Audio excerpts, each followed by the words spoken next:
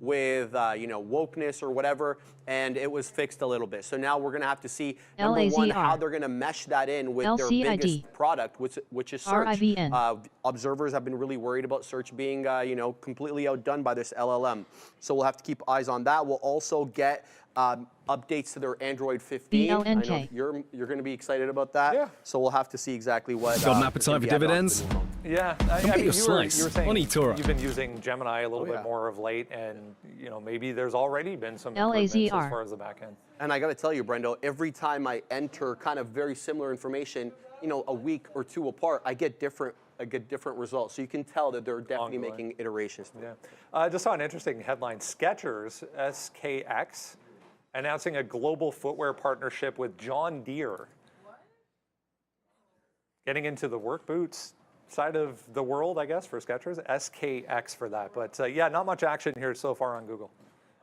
I mean, why not get comfortable work boots? It's not that crazy, but yeah, good for them. I mean, I haven't pulled up Skechers. I'm probably not going to. HYZN. Alphabet at 1 o'clock. Just pay attention. Like there was a big move yesterday on the OpenAI didn't actually have a name for their thing yesterday, so the OpenAI thing, and it was to the upside for Google, despite the fact that it's competition. So I'm bullish on Alphabet today.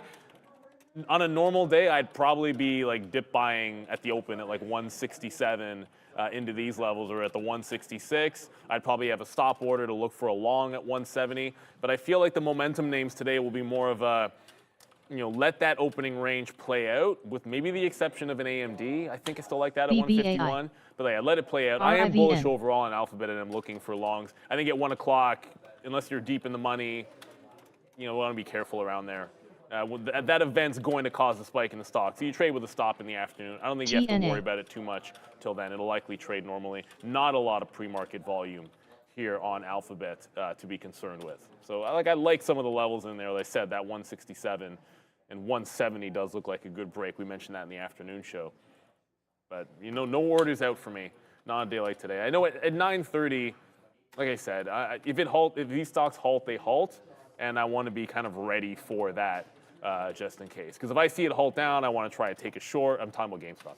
I want to take a short in BlackBerry, and then when it opens back up, I want to see if I can get a long off a bottom. And you can't be doing that when you're dip buying Alibaba, and like we normally do, and dip buying Google. Then I'm getting filled on AMD to the upside in the same moment. It's all normal, and that's a normal day, but this isn't a normal day. So. No, exactly.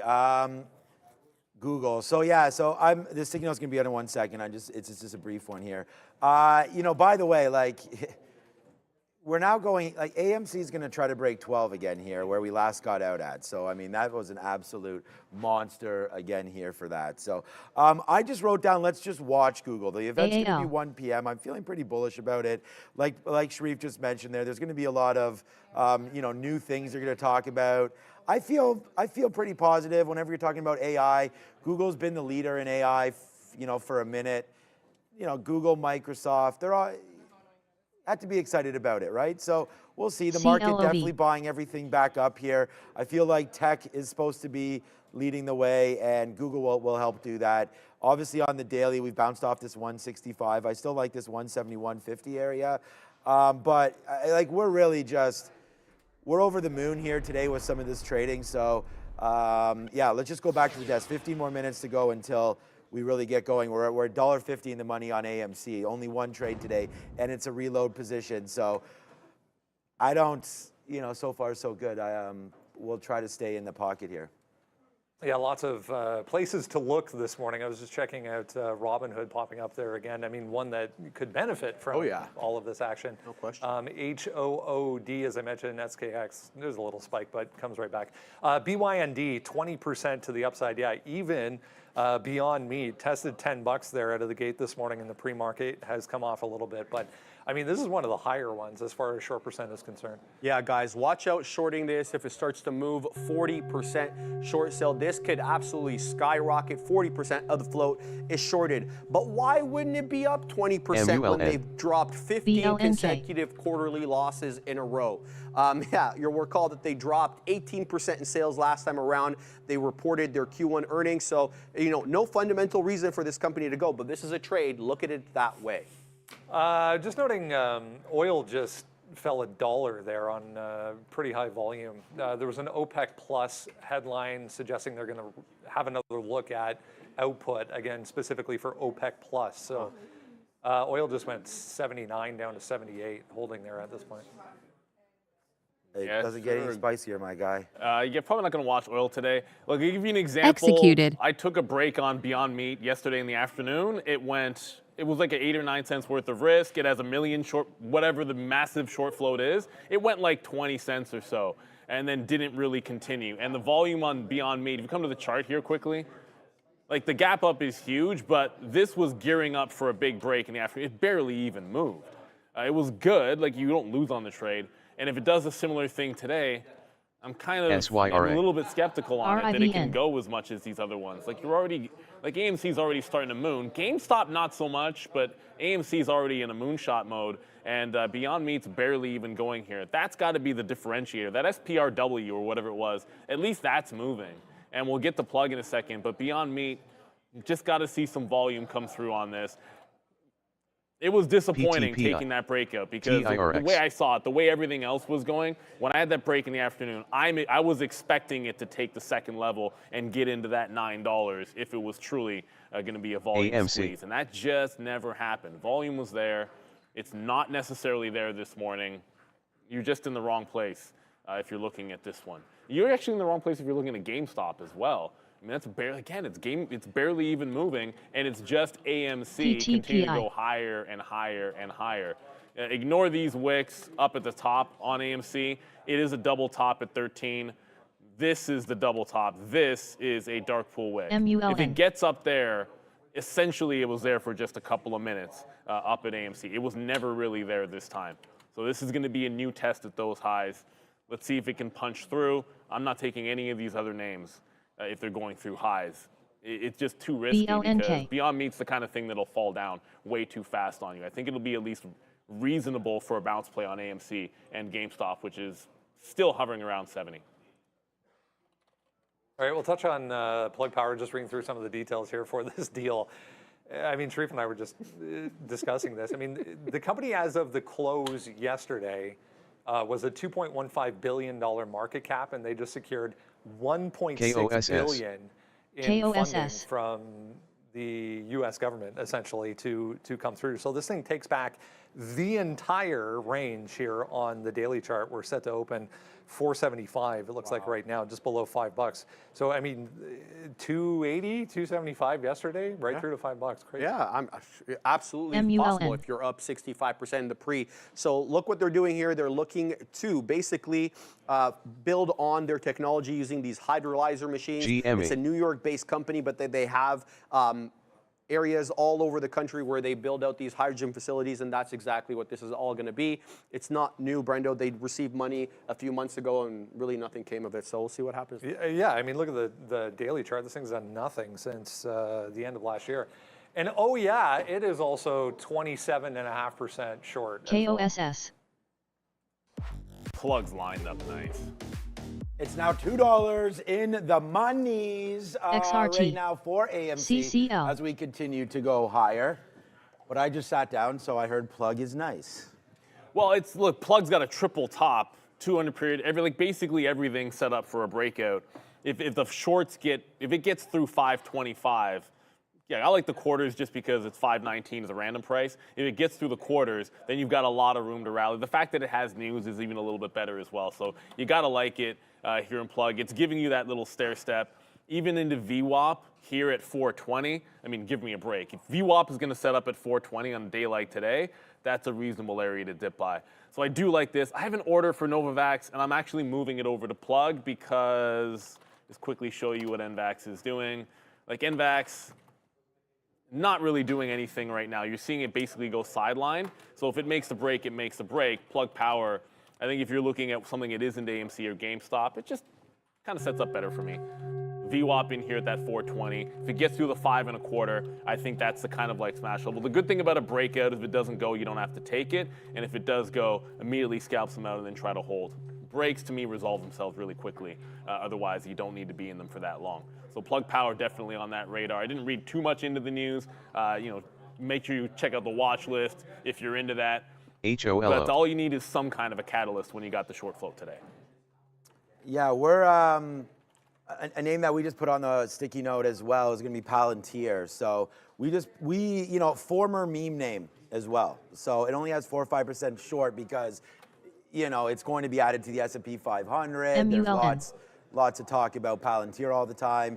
Obviously a highly traded name, but not really moving around yet. Wow, this AMC, guys, just in what we've done here today, might be good enough, to be where we need to be. But honestly, let's just see how high this one can grow. I mean, congratulations, Chef Joe. Congratulations, everybody that's trading with me here on AMC and GME and COS and all of that. Despite us talking about all of it, you got to have these positions on. And for those of you guys that have it on, congratulations, because it does take something, definitely some sort of, whatever it is to get in here and trade this. So congratulations to all of you, because this is not easy trading for sure. It's very, but I like Palantir. So Palantir right now, dip buy opportunities. We see this bottom here at $20.50.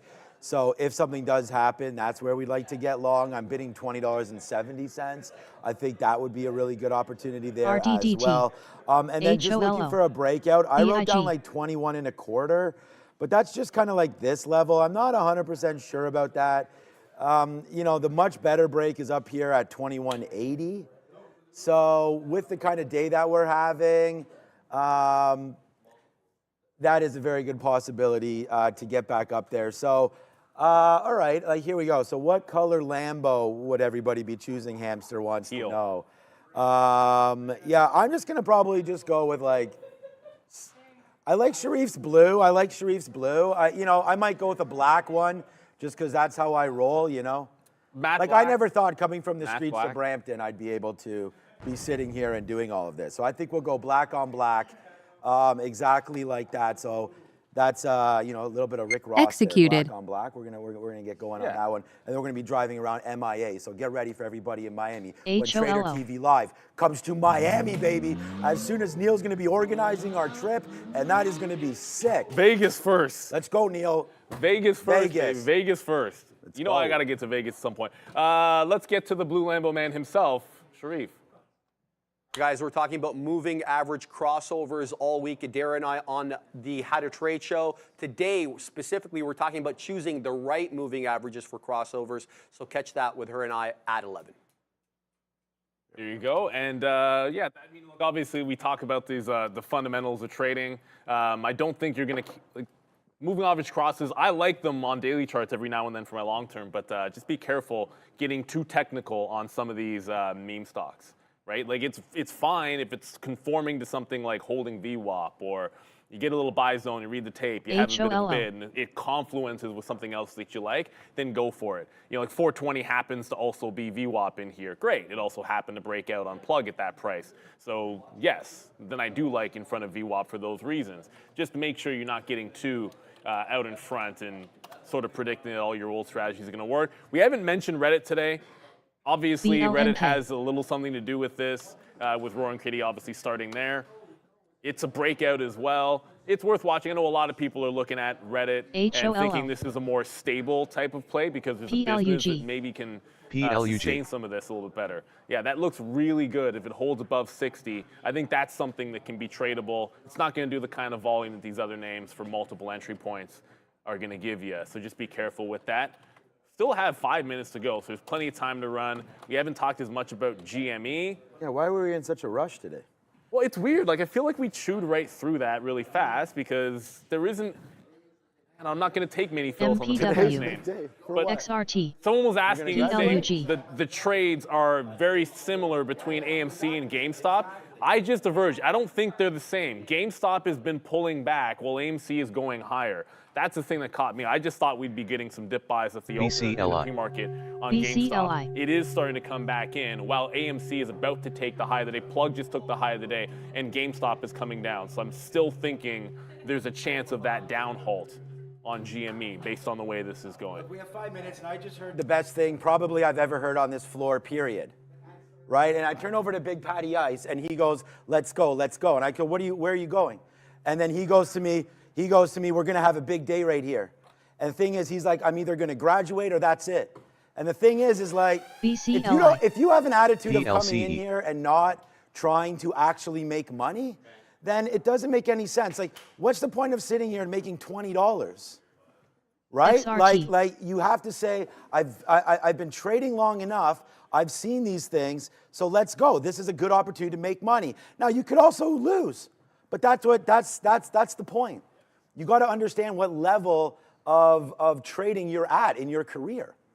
You know, when you're here, these are money-making opportunities. You know, and like this is go time. Everybody here in the chat is like, finally, and that's right. That's exactly right. Finally, we get this movement here. So you're on a prop floor, you're doing something like this. Now, again, you could get absolutely railroaded, but what's better, losing $1,000 here today or losing $1,000 but losing it $50 at a time? Ask the guys behind, ask everybody at Real Trading, and hopefully they'll give you the right answer. Brendan over at the desk. Just real quick, AWS CEO stepping down. So Amazon downside here, guys, on that again. AWS CEO stepping down.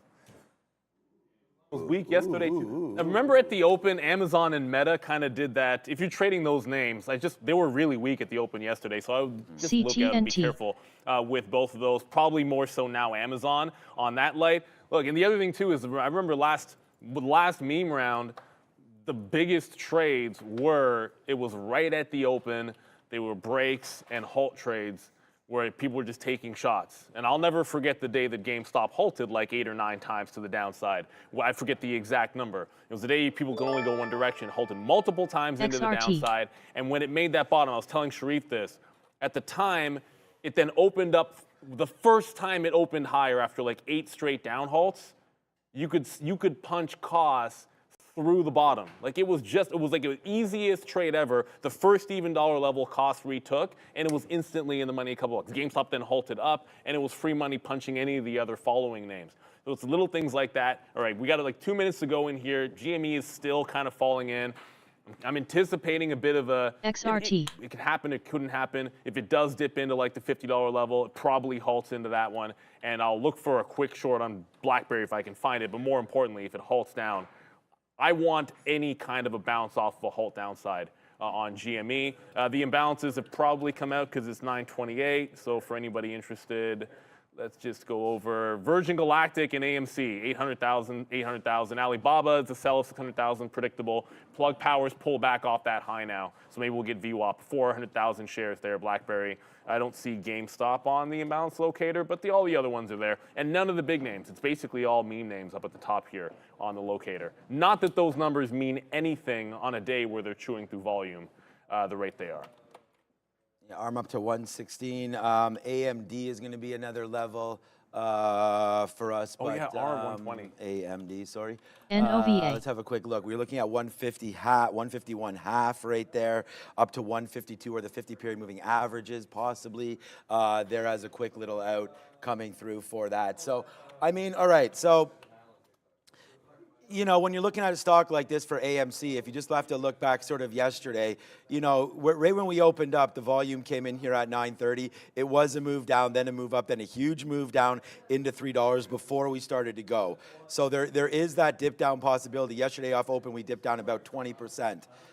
Into this level at about 10 o'clock before obviously continuing the rest of the day. So if you dip down, you could get back into this $10 or so region there for AMC. So yeah, just be careful with everything. There's only 30 seconds to go right now. We're going to be really excited to sit here and trade, but we're going to try to make the right trades, right? So here we go. Get very, very excited here for AMC Day and the whatnot. Absolutely, and let's get this party started. We've got Adara on the bell on this Meme Stock Tuesday. Apparently, Apple's making some moves. NVIDIA headed to the downside for anyone interested in that. I just saw it in the chat. I actually have NVIDIA up, but I don't have Apple up right now. Let's get this party started. Remember, the New York stocks might not open right away. GameStop Market and AMC is open. In 2 and 1, ring it. All right, thank you, Adara. So yeah, we'll wait. I don't think AMC's open yet. We're gonna wait for that huge print GameStop's not open. to come through. Remember, on AMC, Okay, so we don't have that imbalance anymore. So did we open up? No, not yet. So we're going to wait to see. You're going to see a big spike. GameStop's halting down. Okay, so GameStop must be open. Look at AMC. AMC's tanking. There's that move that we talked about. So AMC on, like Neil said, on a halt down now for that. So I don't know, man. We tried to get some shorts there. Did you get anything? We tried no, I couldn't. Look, I couldn't get. GameStop halted right away. There was no chance. I'm telling you, look, if you're a robot, then you're whatever, like your data or insert Android here. I was able to go over and punch underneath VWAP on Best Buy, on BlackBerry, and I got 78s here. BlackBerry starting to tank. Remember I said the plan was going to be? It was very simple. If I saw a move to the downside, I was going to short on BlackBerry, and I was looking for some kind of a long bounce. Now, anticipating that they could hold down and come right back up. This is like a gimmicky trade where I don't necessarily want to hold the bulk of the position back in the open. So I'm kind of just crossing and taking most of this out. I'm now at like 75%. If GameStop continues to tank, then I'll be dead wrong getting all this out because it probably goes to 330. So the anticipation was that you would have a move into the downside. I could have been dead wrong. But at the end of the day, there we go. So GameStop, the tap is 60-38. You're going to halt up on AMC? CERS. All right. CUTR. There we go. I just punched out and rang the register on BlackBerry. Again, this was just a plan of action. So assist to you, Sean. There we go. Because if you're going to tell me AMC's halting to the upside, I just get right out of the BlackBerry short. Just take the money around and move on to the next. Just real quick, like, we just got long on the halt now. So let's wait to see what happens. So I just want to show you what I did there. We went long on this VWAP, but then we got out because it looked like it was halting. It did not halt. It did not halt at whatever it was, 1080. So we just got in and out. I thought it was halting. It wasn't. I got out. Then it was halting to the upside, so I got back in. So the price right now is where the halt price is because we got in and out. So a little under that, $11.43. No idea where we're going to open. We could open a hell of a lot lower, and then it's rinse nation. But for right now, we're going to be on AMC. GME is halted as well. So both these names, guys, are both halted. GME at 63.50 and AMC upside at 11.50. So and the tap isn't changing. So we'll get on that when and if it does go through. Neil's BlackBerry is higher now as well, up to 372. So that's moving around. I don't want to forget about Carvana. I know we got to go over to Adair in a minute. Carvana up 5%. Okay, that makes sense. Let's go see the news from ABSI. INFN FENC halted. HKD FENC will resume at 9 hours 37 minutes and 44 seconds. Sorry about that. Another meme adjacent move to watch out for here. BIG, big lots giving up some of this move right now, but up about 32%. Really strong volume, 25.7% short flow, guys. LPSN. Yeah, so appreciate you there. Thank you very much, Adara. I'm out of BlackBerry just very quickly here. I don't know why. I have no idea why it's long. I'm not actually long BlackBerry at 365, although that would be a winning trade. QSI. But I got all of it out. We punched short the second GameStop went into that halt, and you saw me sort of actively getting out. 355 is the best price. I am not in that position, just to be clear to everybody. I covered that. I was trading into the pre-market. Sometimes that has something to do with it. So right now, AMC, flat tap of 1148. GameStop, they're all tapping the same, I think. 60-38 I have for GameStop, which would be down. SPCE. So TUP. Oh, no, never mind. These are bad Darkpool friends. No, GameStop is it's down at 60-38. OGI. So if it opens up and it can hold 60 even, like that would be the retracement trade. I don't know about that. I'd be looking for. Did we see those taps yesterday? I can't remember if they were. So yesterday we weren't really seeing taps of any. Like, they weren't giving us an indication. Like the theoretical auction price would just be wherever it closed, and then it would open where it opened. So it was useless as far as I'm concerned. Just in case you're wondering. NVIDIA down 1.3%. It just tagged $890 and is trying to bounce. So there are other things happening in the market. may resume in less than a minute. Obviously, the reopen for me on GameStop is going to be a little more important. Plug power. LAZR. Let's see, what's AM? That plug on that halt, I got off the bid of anything the second you're halting down on those meme names. That's an easy one. It doesn't hold 420, clearly with these halting all over the place. I think this one could calm down, maybe catch a bit of a bid, but I'll let it just sell itself a bit. What the hell? I want to go station to station here. AMD got killed. Like AMD was my #1 trade idea to a short today, and the market's doing nothing, and AMD is getting killed right there to the downside. So I don't know what is going on here with advanced micro devices, but it just keeps on. NOTV will resume at 9 hours 39 minutes and 19 seconds. There goes AMD 151.50 is what we wrote down because that's where we opened, but it's straight down right now for AMD. What is going on with it? Everything's halted right now. I mean, if there's anything, we could look at costs.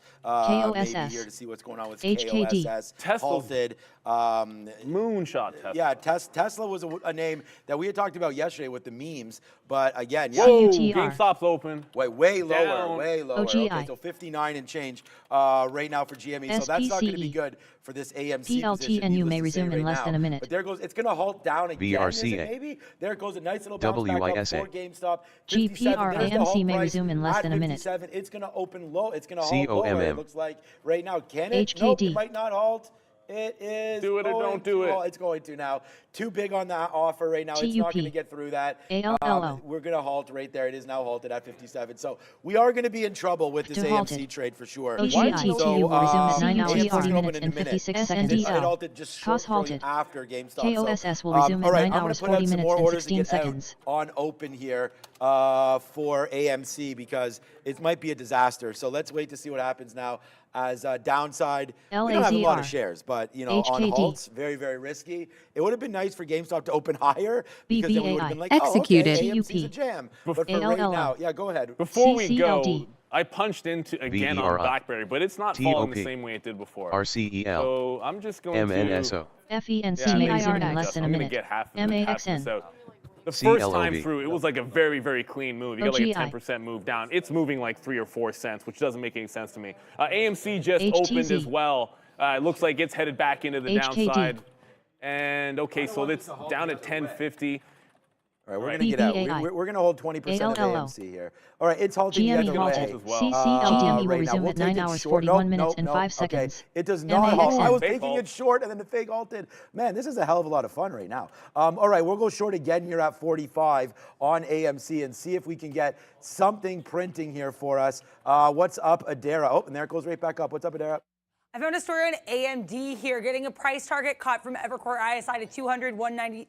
From 200 to 193, nothing huge executed. Here, but could be a little bit of explainer for that move down in advanced micro devices, guys. CCLD is wild. So I went short on AMC there. Now it's bouncing around. This is like AMC is there's so much liquidity going back and forth in either direction that it gets to a halt band and they're just breaking it in the other direction.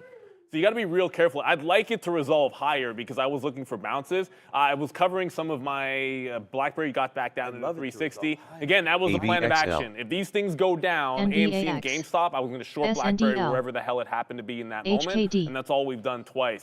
GameStop will open back up in like a minute or two. It's hard to tell. We have these deep prints going off, so I can't really look at the time and see. But we should be open up in GameStop. That should provide a little bit of clarity to what's going to happen here with AMC. It's just dancing all over the place at this moment. Hasn't really retested that 10 level. 1050 looks like it's kind of good.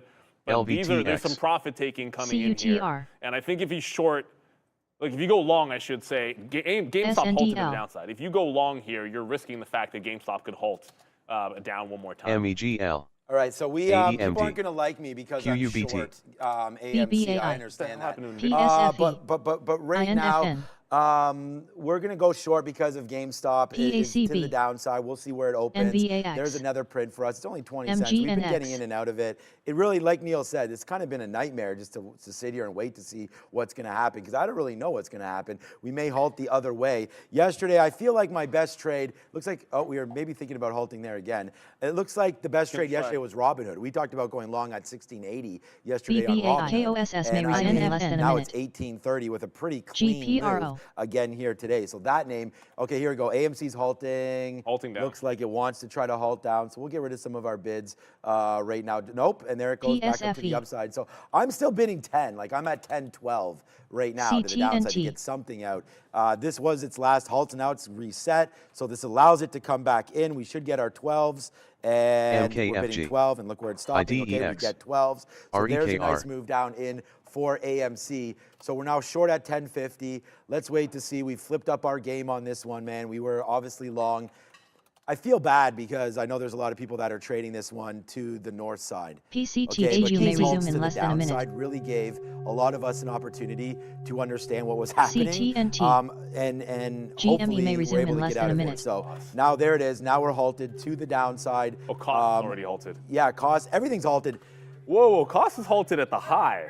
But it just opened up lower. Yeah, there it is. So yeah, about being open at the high. Okay, yeah, about that. Come on, God. cost. Give me. I might just put out a market on open order at like 10 1/4 or so for AMC, just in case we don't get too spicy there. So we'll wait to see where this goes right now. GME closed.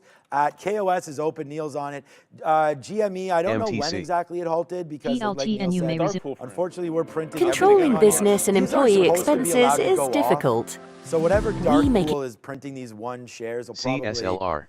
nothing will probably happen to them, but they're not supposed to print those. What you can always do is you can simply just go to the NASDAQ trade halt page. If you're the NASDAQ's taking out highs right now, by the way. Yeah, like if you just look at it here, like you'll see like the time that it halted. GameStop is going to open up in a matter. It should open up any second now. I see a 9:36 halt, which should mean 9:41 and change. This should open back up. Occasionally it'll be a 10-minute halt, but then it's open way lower and way lower. $52 GameStop. But get ready, man. I mean, it's going 9 hours, 45 minutes, and 8 Did it seconds. touch 50? I think it might have. Did it? 50 No. holds. It might have touched 50. Yeah, 51 or so. So here we go. So there it comes. Now it's coming back in. Watch out for a tank through $50 right now on GameStop. It's trying to hold, and there it goes. Nice hold there on GME. Nice hold at 50. Now back up to 52. Can we see 53 on the schedule here for GameStop? But again, a name that was at $75, $80 pre-market, definitely coming back in. You know, the day was here for GameStop, but right now it's $49.50. It ain't holding anything. I know you gave that a try. I took my shot. I said you actually didn't get lumped up that bad, man. That's a good one. That's a good hit, honestly. I was in the money like $1.50, but I was thinking $55 on that, and now it's going down again. Oh my goodness! You got to get out. I had to stop at the $50 level no matter what in that particular situation. I got to go back over to cost because I punched out of cost the second GameStop was opening back up, and that's back at the highs. All right, forget about it. Hold on a second. BlackBerry, there's cost right there. I punched out of cost and was like, forget about it. And then all of a sudden, GameStop did that nonsense. I knew I was taking a long shot at the first level that was going to hold, but I want to try getting the cost. I'm still in that BlackBerry trade, but that's just chilling at the bottom. I'm just going to hold that as long as we're in this down move. See if I can't get picked up on the offer of cost. So they're unwinding it very quickly, and apparently Novavax is trying the highs, says Mr. Longshort. SNDL. I was going to take that break.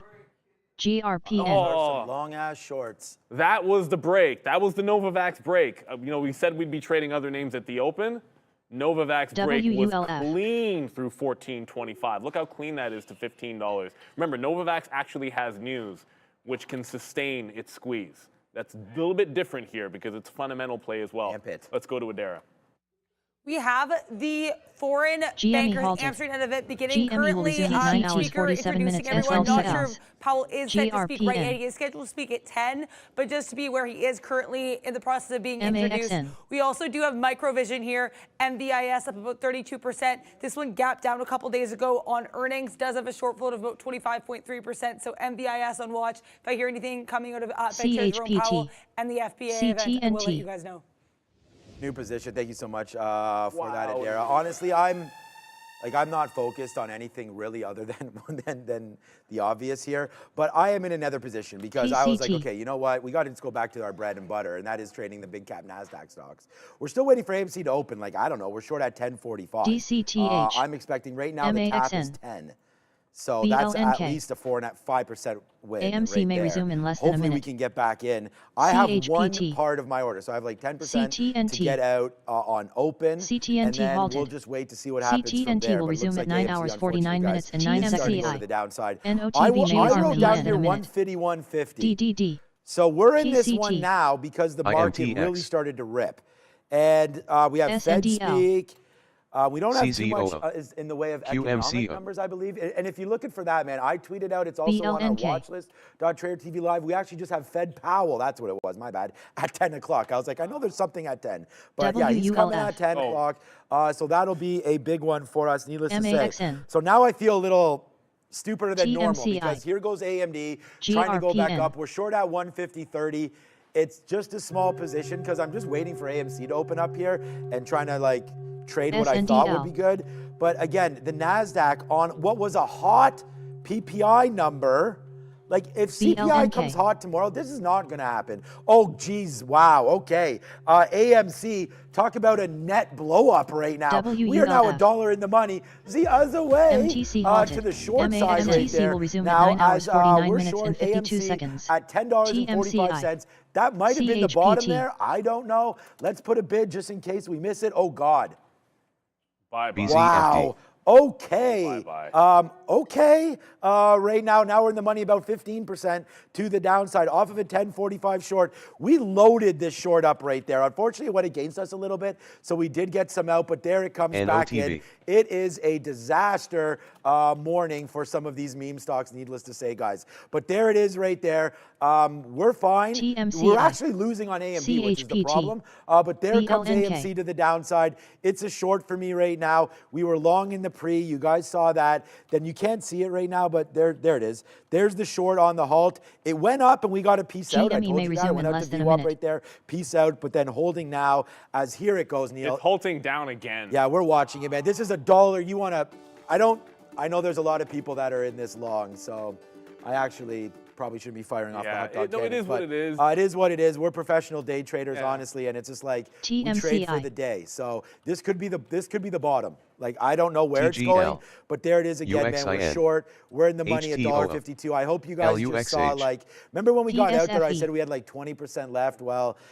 We were able to take advantage of that and then be able to flip our short over. So far, so good there. AMD is really starting to go. So we're getting near that 51.50. Like, I just got to say to AMC, what's up with that? As that continues to go higher right now. So 51, like 151.70 or something. We're going to have to get out. AMD is on something. And you know what? But NVIDIA broke 900, but it's pulling back in. It's I just wanted to say something because I think, Neil, honestly, shorting some of this chip names. I'm not long BlackBerry, by the way. Okay. Just so everyone knows. Shorting the chip names into the Google event is pretty risky because Google could come out and announce that they just bought a crap ton of all of this AMC will resume at 9 hours, 51 minutes, and 29 seconds. Now that I'm thinking about it. GameStop's open and down at 46. So look, I went over and went back into the short on cost at 90s. I just got some out 75. I just got some out 560. Looking to hold on to that. And for BlackBerry, just for everybody, I was trading it pre-market. I know that sometimes screws our system up, because it'll start taking, like, when we turn it on, I'm covering a short, so it kind of thinks I'm always in a long position when we turn it on. So I am still holding this short, but I just had the last little bit. I'll probably throw it down here at like 325. The plan of action was to short the other names if the move started going into the downside, but GameStop is catching a little bit of a bid here. Oh, there it goes, back through 50. If it can get back up through 50, it's got a chance. I'll probably punch out a cost wherever it lies if this thing can hold above $50. But then it gets right to $50 and it reverses back down. So I'm going to hold on to the shorts that I've got on. And remember, when you're day trading, like you're just playing the momentum, whatever it happens to be. And in this particular case, the momentum was the downside. I tried my shot. You knew what I was going to do. I said if we halt down a couple times, I'll look for the first up move and try and grab it. So I did try that on GameStop and took the hit. But the other shorts have been pretty good. Obviously, you can't lie about that. Costs, I might catch another bid down here. I'm bidding in the 20s. I should be somewhere in front of the 40s. Be a little more reasonable there. And as I said, BlackBerry, I am in the short position. We also have some other movers. I understand everyone is also looking at things like Tesla. Tesla up 3% and running. It's not to be all meme crazy, but you know what's up when these things start going. Tesla is breaking out the top. There's your 175. That's a traditional breakout trade through 175, and it looks like it's pretty well sustained here. So, yeah, kudos to anyone long Tesla. Looks fantastic. GameStop's going to try this 50 again. What's going into an uphalt? CTNT. All right, I'm going to... No, it doesn't. I went for it. I went for it, and it does not halt. I took another shot at GameStop on the uphalt, and it was like instantly in and out. So I've got 0 for 2 looking for bottoms on GME. That was the plan of action for me today at the open. I was going to look for that down move. Sorry, I'm still on the Tesla chart for you guys. I went over to trade it first. So I'm in here, grabbed it. I actually thought I had a pretty decent entry price. If you're trading this stock and I can find myself overlapping my ins and outs, then we're kind of staying in the pocket because I want one shot that I'm holding from one move into an upward halt. BLNK. Like my plan would be to get it on some kind of a push up and still have it if it holds to the upside. So I'm looking for at least $4 or $5 or that kind of a move. Adara? Keep an eye on Roku here. This one up about 7%. Late yesterday was reported that it's land exclusive rights to MLB Sunday lead off. Also today announcing that it's going to be its CFO is going to be presenting at Needham's Tech Conference CTNT tomorrow. halted. So ROK here. CTNT will resume at 9 hours 54 minutes and 50 seconds. AMC may resume in less than a minute. Punch got long yesterday on the news and nothing happened. It's not like a morning show. It's actually the earliest Sunday game, like multiple times in the year. So essentially, it's like you basically get that game. Yeah, oh, come on. Now you can't. Now I'm not going to get it. You don't want this halt, I don't think, do you? Yeah, I do. Long? This is, look, if it breaks, it breaks. You got it, right? Oh, you know what I did? You got it. No, but the first time I put it all on one gateway and took the fill. Yeah. This time, I'm like, I'll put half on 2 gateways and see if I don't get both, just to make sure that I get in. I got the, I think I got the Edge A. Okay. There. So I'm in the halt. Now the plan here was like first halt up. I'm not going to take anything out at the open. IOVA. If it opens up flat, that'd be $50. So like you get into like 55 and it likely would halt again. So I want to hold that first half into like the 55. And if it halts up, hold the other portion to wherever. GME will resume at 9 hours 55 minutes and 47 seconds. I have a trail on costs, but it seems more prudent to just take it out. Right? So if we're shorting costs at 590 and we get some out there, I got some 70s, I got some 60s, and we go into an up halt on GameStop, I'm just going to punch out there. BlackBerry is a totally different story because... We got that fill on open. AMC's now open. Yeah, BlackBerry is just going to probably continue to go to the downside. They're nonsense. AMC's halting up. Looks like it's trying to. So we're out there now. We'll try to get long. We're long on AMC right now. Got it? We're lucky because we're there as soon as it happens. So I'm way too TBPH. We're long now. It might false. Oh, I thought it was false breaking. Did you get it? Now it's broken. Not really. Okay. Oh, you got some. Okay, so we're both in. Multiple. Okay, well, we're both in. We're both in. So let's see what happens here. Right now, as we are both now in on I mean, this is actually not. It's not a very smart move again, I feel like now. Because like taking the AMC, so we covered and got out. So let's first of all spin the money for the short. Now we might be going long. 100% now, because if GameStop wants to open up long, then we've got it. The only thing is I'm throwing away everything because AMD is up to 152. We're getting out on a 152 break. So we're short here. There it goes. Sorry. We were short at 150, 150, kind of where we wanted to be short. Let me put on, we just might have got taken out there and then back in. So we only got out to 75% up there. Let me put another stop at 152, like 11. The problem was I was so very distracted with GameStop there that I just put in a 152, but that's okay. We're short. Actually, we did not get back short into AMD. But we'll try it again here. There it goes back down in. I mean, our price was like 151.40 something.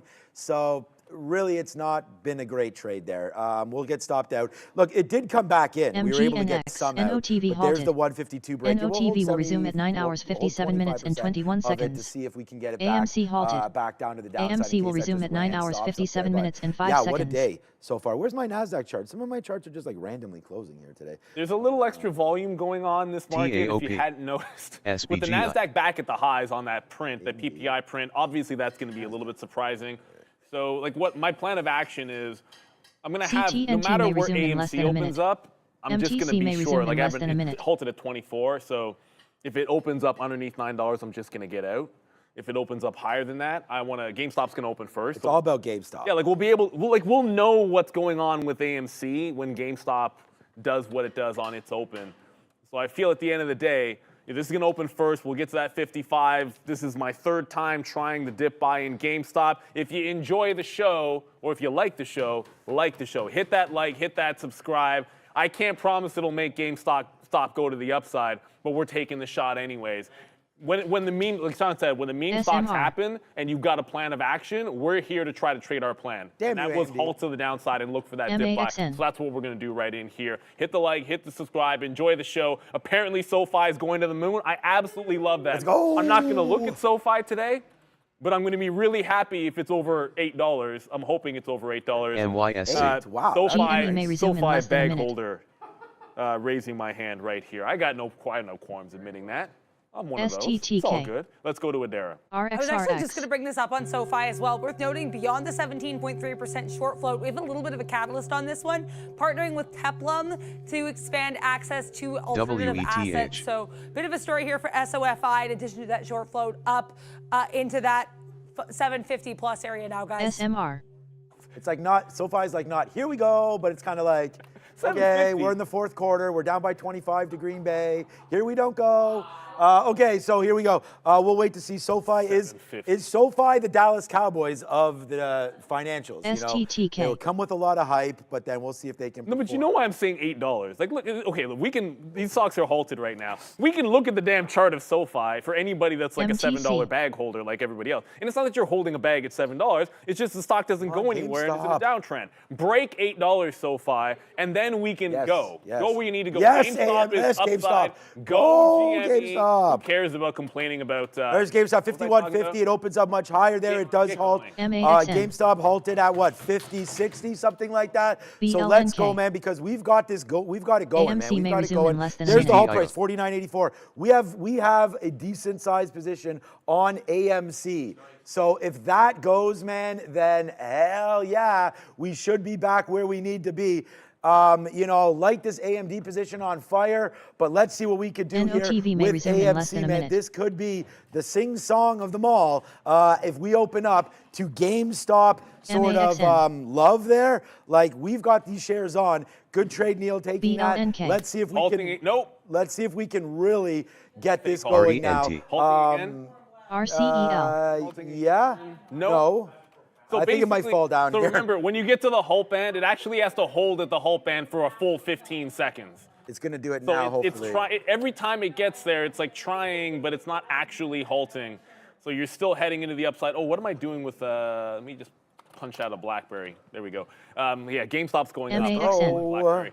So BlackBerry's out. 55 could break any second now on GME. I figure AMC, if this happens, you could easily get to like $10. 10? Why not? I'm not even selling if it gets to 10, man. We're going I'm just talking about the opening print. Yes, that's what I'm talking about too, baby. All right, so has to do with whole 50. There we go. So I don't know where that opening print was, but there's 970 right there for that opening print. We're rocking right now. Let's just get some more out. Why not? When you've got the goods, you get them out.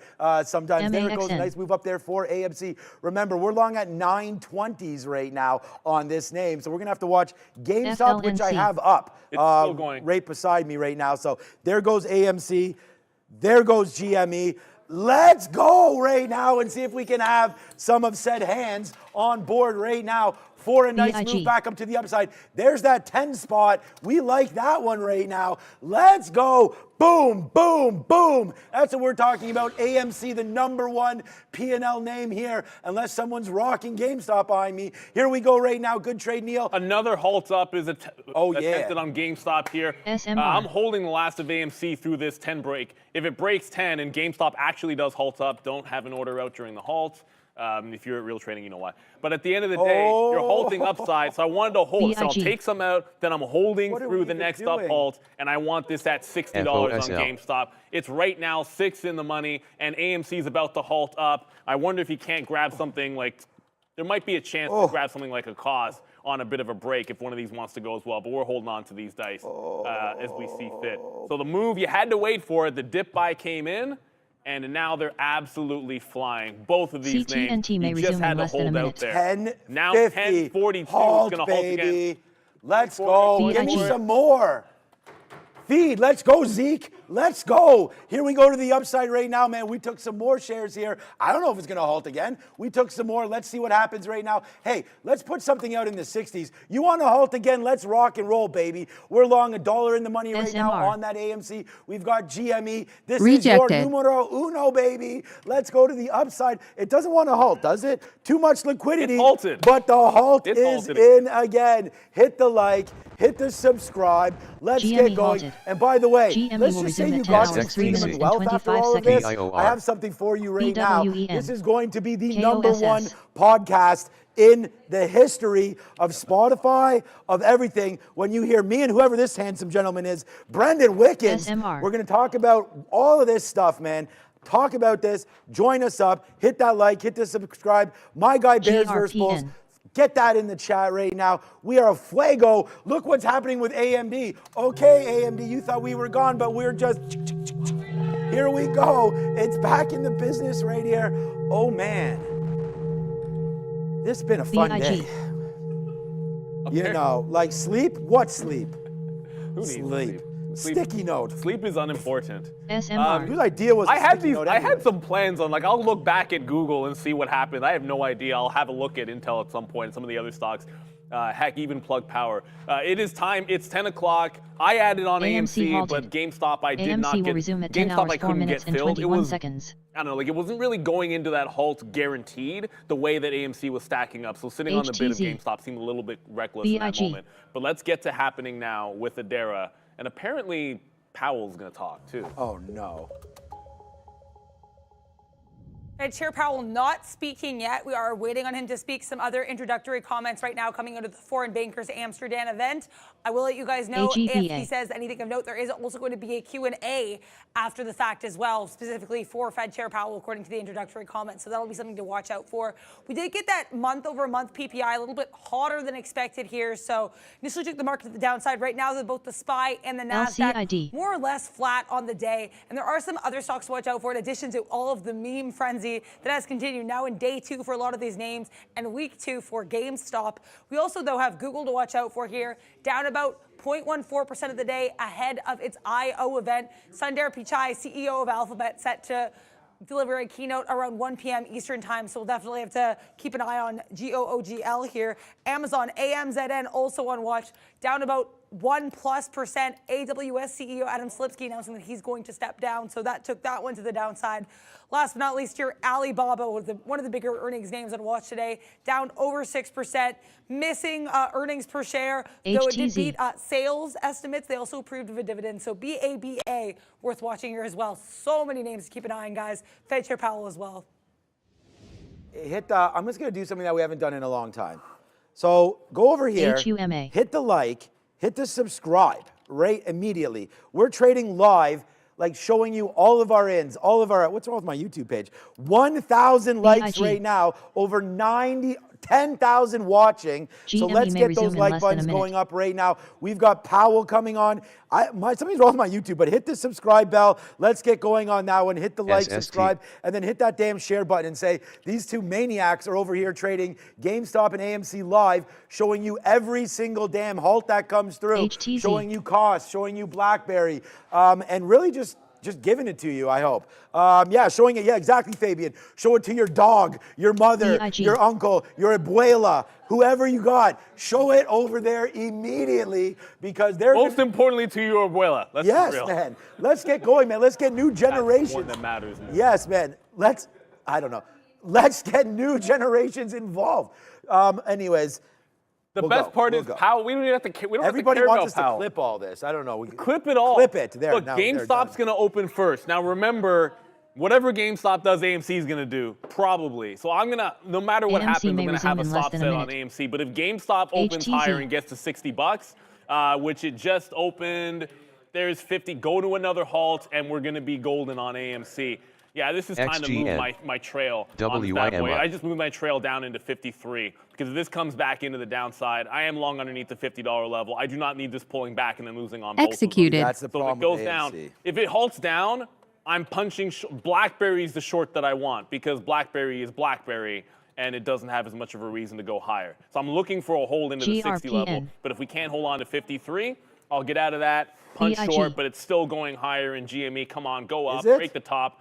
No, it came down in hull 54. What was the and hull it's trying price? The hull was actually at 55.60. 55.60. Okay, so it's beneath the hull price right now. Okay. But it held on to that 53. SMR. That was this little candle in here onto the upside. So if we break this top, I think we're headed to 60, and then AMC should open up and probably head to $11.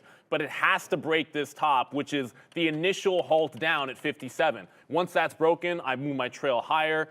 AMC's opened up as well. Look at Luke Waters there. Be careful with AMC. Look at Luke Waters here. I'm down $500, but here's $5 because I'm loving the show. I mean, shout the hell out to you, my guy, right there. Okay, AMC is now resumed right now. GameStop's resumed. We got a little piece out there. I don't like Neil, man. We don't want this to hold. to the downside. So let's just be very I got out of a couple. I did not. I'm out. I mean, I'm getting out, but AGBA. we're still in it. Let's put another offer in the 20s here. See if we can get something. Thanks so much, Luke, by the way, for that, and everybody that super chatted. Bears versus Bulls. If Neil or I are missing any of the super chats, LCID. please just they'll send them to SMR. us in a private chat because I want to acknowledge everybody today. This is a special day. All right, so there it goes, man. Nicely done there. And then, okay, it looks like it's going to go the other way. Fed Chair Powell, he's on the 1s and 2s. So we'll say what's up to Fed Chair Powell, who I thought he's calling. Okay, okay, I'll get that, but let's go to Adair and see what Fed Powell has to say. We do have that. Fed Chair Powell just started delivering comments expected to summarize the U.S. economic situation. So if we see anything interesting coming out of there, I will let you know. He has said right now that the U.S. economy has been performing, quote, BDRX. very well. So we'll keep you guys updated on those comments. Also worth noting, Rumble, RUM, to the upside here, up about 5%, 4.2% short float, market cap of about $2 billion. So not massive, but it is worth noting as well. Yesterday, announcing that they are suing Google for $1 billion due to an alleged ad monopoly. Worth noting as well, RUM reporting after close tonight. So this one definitely on watch here. Okay, so we Rumble just got reports. Rumble, never heard of it. Yeah, so right now, shout out to Canada, by the way. Shout out to Canada. with HTZ. Rumble. Right LCID. there. Okay, so right now, I got out of everything of AMC. We put on a small piece there on that halt. Nothing like, you saw my price didn't even really change. But on the move down, we're going to get out of that. GameStop halted down. So that to me was the reason to panic out of AMC. Now, the trade that I've only had 2 trades today. WINVU will resume at 10 hours, 11 minutes, and 13 seconds. SOS. GME I got halted. killed on AMD. GME will resume at 10 Not hours, killed, 10 but minutes, and 37 it took seconds. that 152. I had the high of the day on AMD. Remember yesterday I had the high of the day on SoFi? Unfortunately, this happens, man. I got to get better at picking, but like if you just put your stop 1 cent higher than mine, which mine was at like 152.05 or something like that, or probably 02. All right?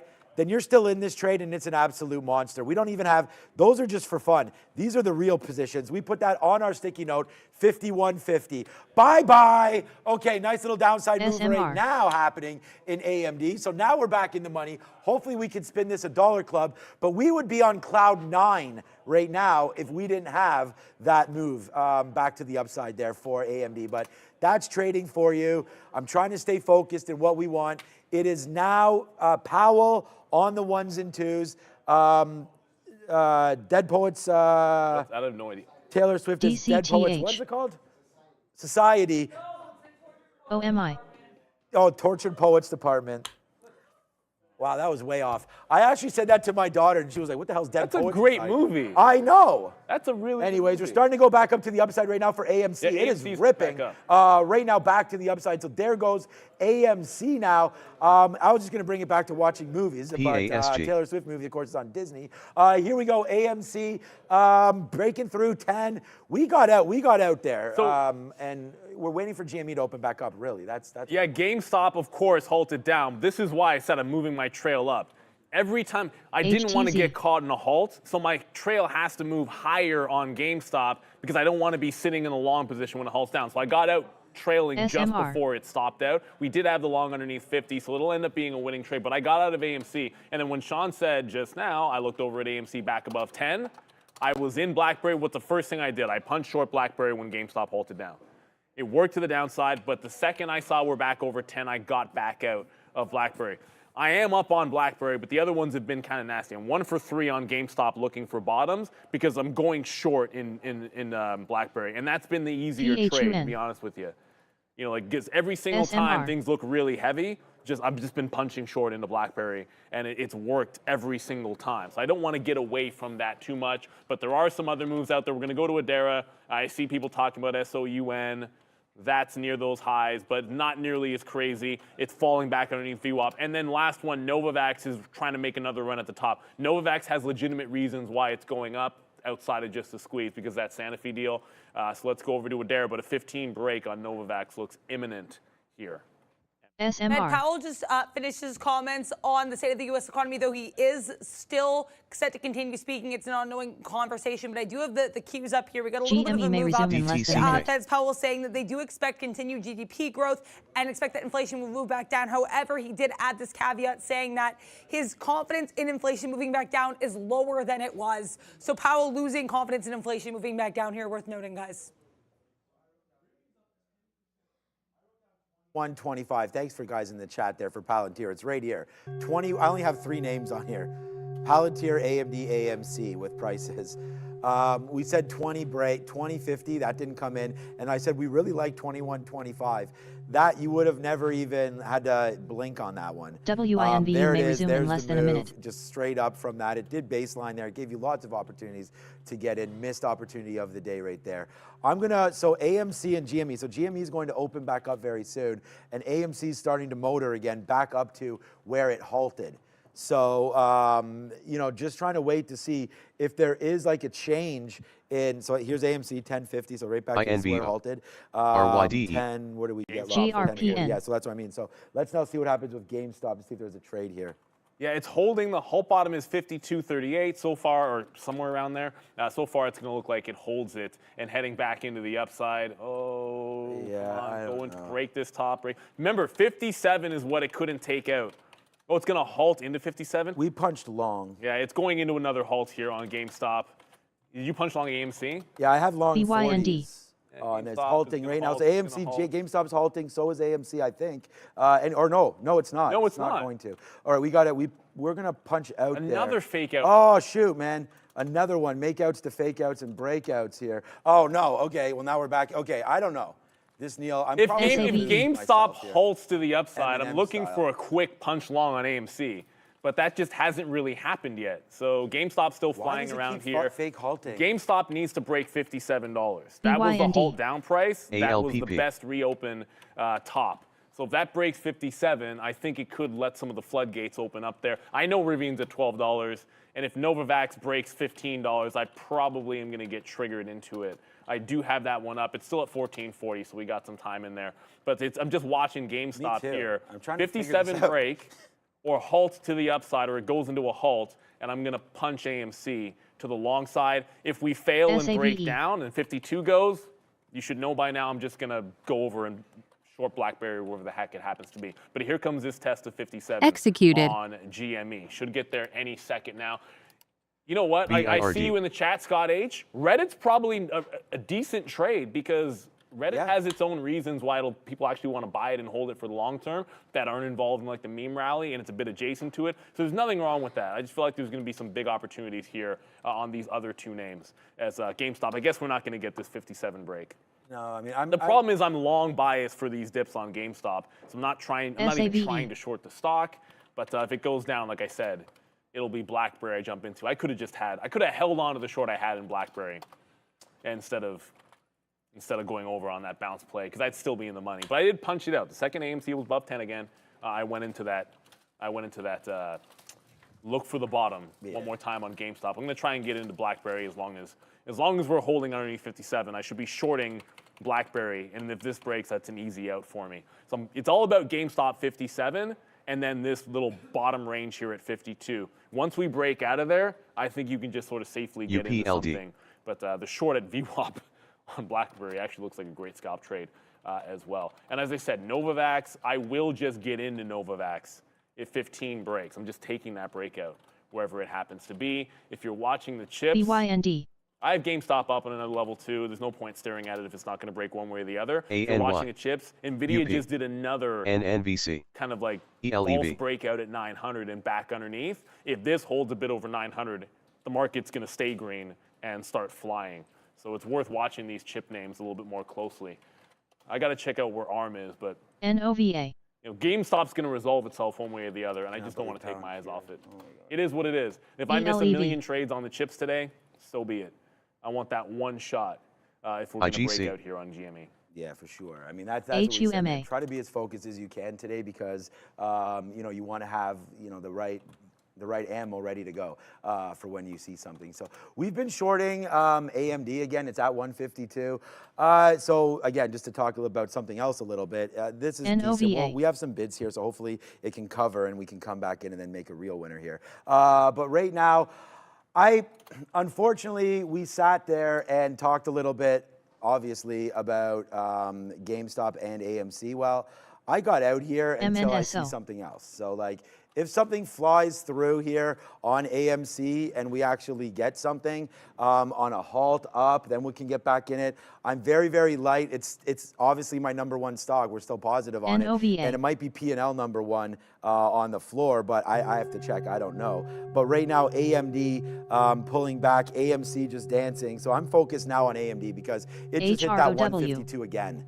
So with Powell talking, I understand it's very risky. That's why I'm covering. We're actually already out of half here in the 70s and 60s off of an mid-80s short. So just trying to take like 20 or 30 cents on more shares because I do realize that the risk right now is in because of Fed. So we'll wait to see what happens here. Hopefully he says something bad because I'm short, but we have our target out. We've already covered. So I'd love this name to go down. We're still waiting for AMC. It's not halting. It's not really doing anything. Neither is GME right now momentarily. So it looks like the pressure's to the downside, I feel like. Like we haven't, like Neil said, that 57 hasn't broken a minute. It's that halt, the initial halt down's the problem. This is a big trade for AMD if it can go. So yeah, I mean, you're at VWAP with AMC, and GME is still right in here. It just, if it relieves that pressure, this was also the dip buy level in the pre-market at 8:30. It was right into 57. Right. We talked about this in the lesson of the day. Like sometimes these are the only things to go off of. It breaks 57, and some shorts are going to start covering again. But let's go over to Adara. Another Powell update here. The moderator of this forward banker at his Amsterdam event asking him to talk about the hot PPI number. And Powell said he actually wouldn't call the PPI number hot, said it's more mixed due to a variety of factors. So Fed Chair Powell is saying that the PPI is actually not as hot as was initially viewed. And he says that he believes analysts and bankers will actually view it as a little bit more of a mixed number than what the initial reaction there. Said, asked if inflation will prove more persistent, said he's not really sure. The Fed is not really sure if inflation will prove persistent as well. So interesting moves here, a little bit of a move down in the market on that comment, guys. Oh, yeah. Yeah, let's Market's go. Really Let's go. Nice win right here. Let's go bang, bang, bang, bang, bang on stuff other than meme for now. Nice move to the downside. Hit the like, hit the subscribe immediately on this because if this meme stock thing is going to be here for a minute, you're going to want to watch us every single day, including the midday show where Adara will be trading these. Obi, what's up, Obi? Sharif will be trading these as well. So get ready to rock and roll with us all day long here at Trader TV Live. Hit the like, hit the subscribe, get notified every single time we are live. And we're live 6.5 hours a day, man. I mean, if the market's open, we're live. And then we have, again, the recap show where we will be going through everything. No, it's longer than that. What is? 8 hours. 9:30 to 4. Oh, Can't be 8:30. an even number. 8:30 well, we're on. Yeah, I'm 8:30 to 4:30. Oh, yeah. I'm talking about the SYTA. market hours. Yeah, my bad. TBLT. Right there, yeah. So as long as there's a market open, we're here. And we're here, as Neil said, early. And then for some reason, they keep me late. So, I can't. It's a full 8 hours, everybody. I'm trying to get this contract negotiation going, but we're staying late right now for you. Powell right now, yap. We'll see what's going on. We will wait for our phone call from Jerome immediately after the press conference, which of course won't happen. But right now, 151.94. We're spinning it a little bit, slapping it up on AMD to the downside. And our friend AMC, I might just get out of this because we do have a very small position. It's not affecting my net one way or the other. Let's empty the clip on this one as it breaks back below. Well, it's affecting my net. I lost. But now let's wait to see here what we can do. I don't want to have an odd lot in case something happens, and I want to take more shares. So, all right, here we go. Powell talking about housing inflation being a puzzle. Yeah, it's kind of a puzzle there. It's more of a weird. Yeah, I don't know, real estate inflation. I mean, part of the problem is the rates, so he's got to fix that, I feel like. All right, here comes AMD. Nice move to the downside again. We will shore this all up with Adara if and when she hears anything significant. Are we halting finally? Here comes 55. Someone's trying to sell a boatload of GME at 55. I feel like if it takes that guy, maybe. Well, I am getting ready to punch. Whomever that order is, if it breaks this 55, you could finally get this test of 57 again. We're supposed to go to Adara one more time. Let's go to the desk. All right. Some other comments coming out of Fed Chair Powell here, repeating what he said at the last FOMC meeting, that he doesn't think it's likely the next rate move will be a hike. He also did say, though, that it's clear the policy is restrictive, but not sure that it's, quote, sufficiently restrictive. So that kind of an interesting remark there in context with his belief that there probably will not be a hike next. Also, yeah, just saying here that it'll be time will tell if the policy is restrictive enough. So interesting notes here. Just keep in mind as well, coming from Fed Chair Powell. Still answering questions, guys. It's like every single time like it's about to break out, all I'm really doing is I'm shorting BlackBerry into VWAP, and then every time it looks like we're breaking out and I'm going to get a long opportunity in GameStop, I just get filled on the offer of BlackBerry and then I start scalping it out. So it's really just the same old with the offer just stacking it up on GME. AMC's flying in and around that $10 level. Just a couple of other things to get to. I know when I pointed to Tesla earlier, Tesla was like, yay, Tesla. Tesla strong like bull or whatever. Tesla's back underneath 175 bucks. Right. So yeah, Tesla, you in that penalty box underneath 75, you're back in that bad boy. And I gotta go look if it gets to down again. 172.5, looks like an interesting buy zone. Again, if you're just kind of keeping track of these, usually on a normal day I would be short Intel into 31.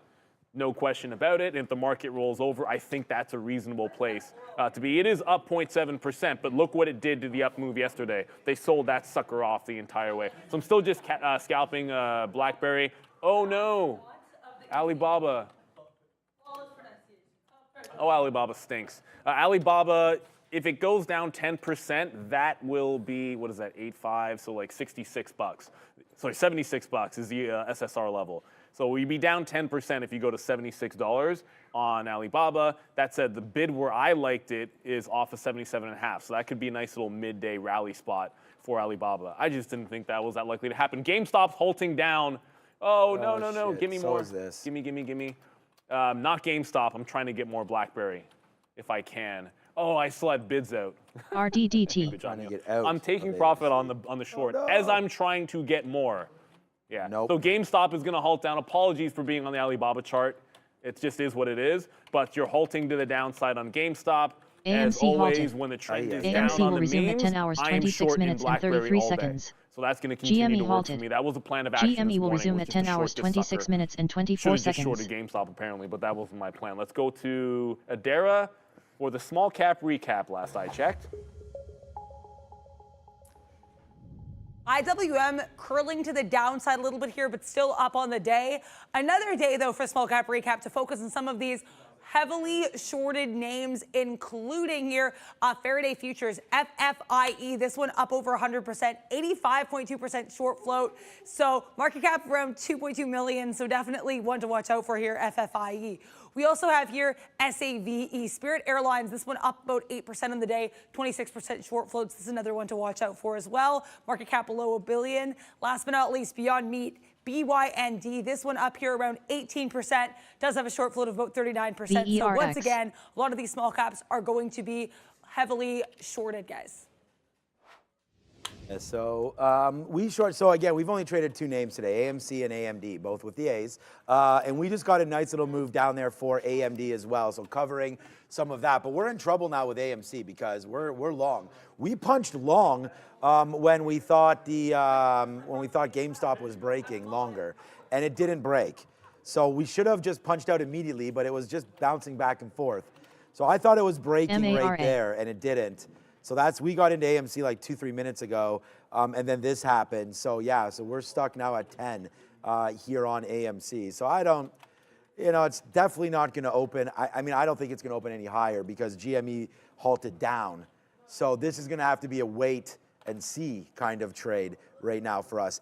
AMD, same kind of story, back up here to 150. Look at the market, like whatever Powell was saying there seems to have worked to spark right there. And yeah, I mean, I was never going short NVIDIA, as I hear Neil say that.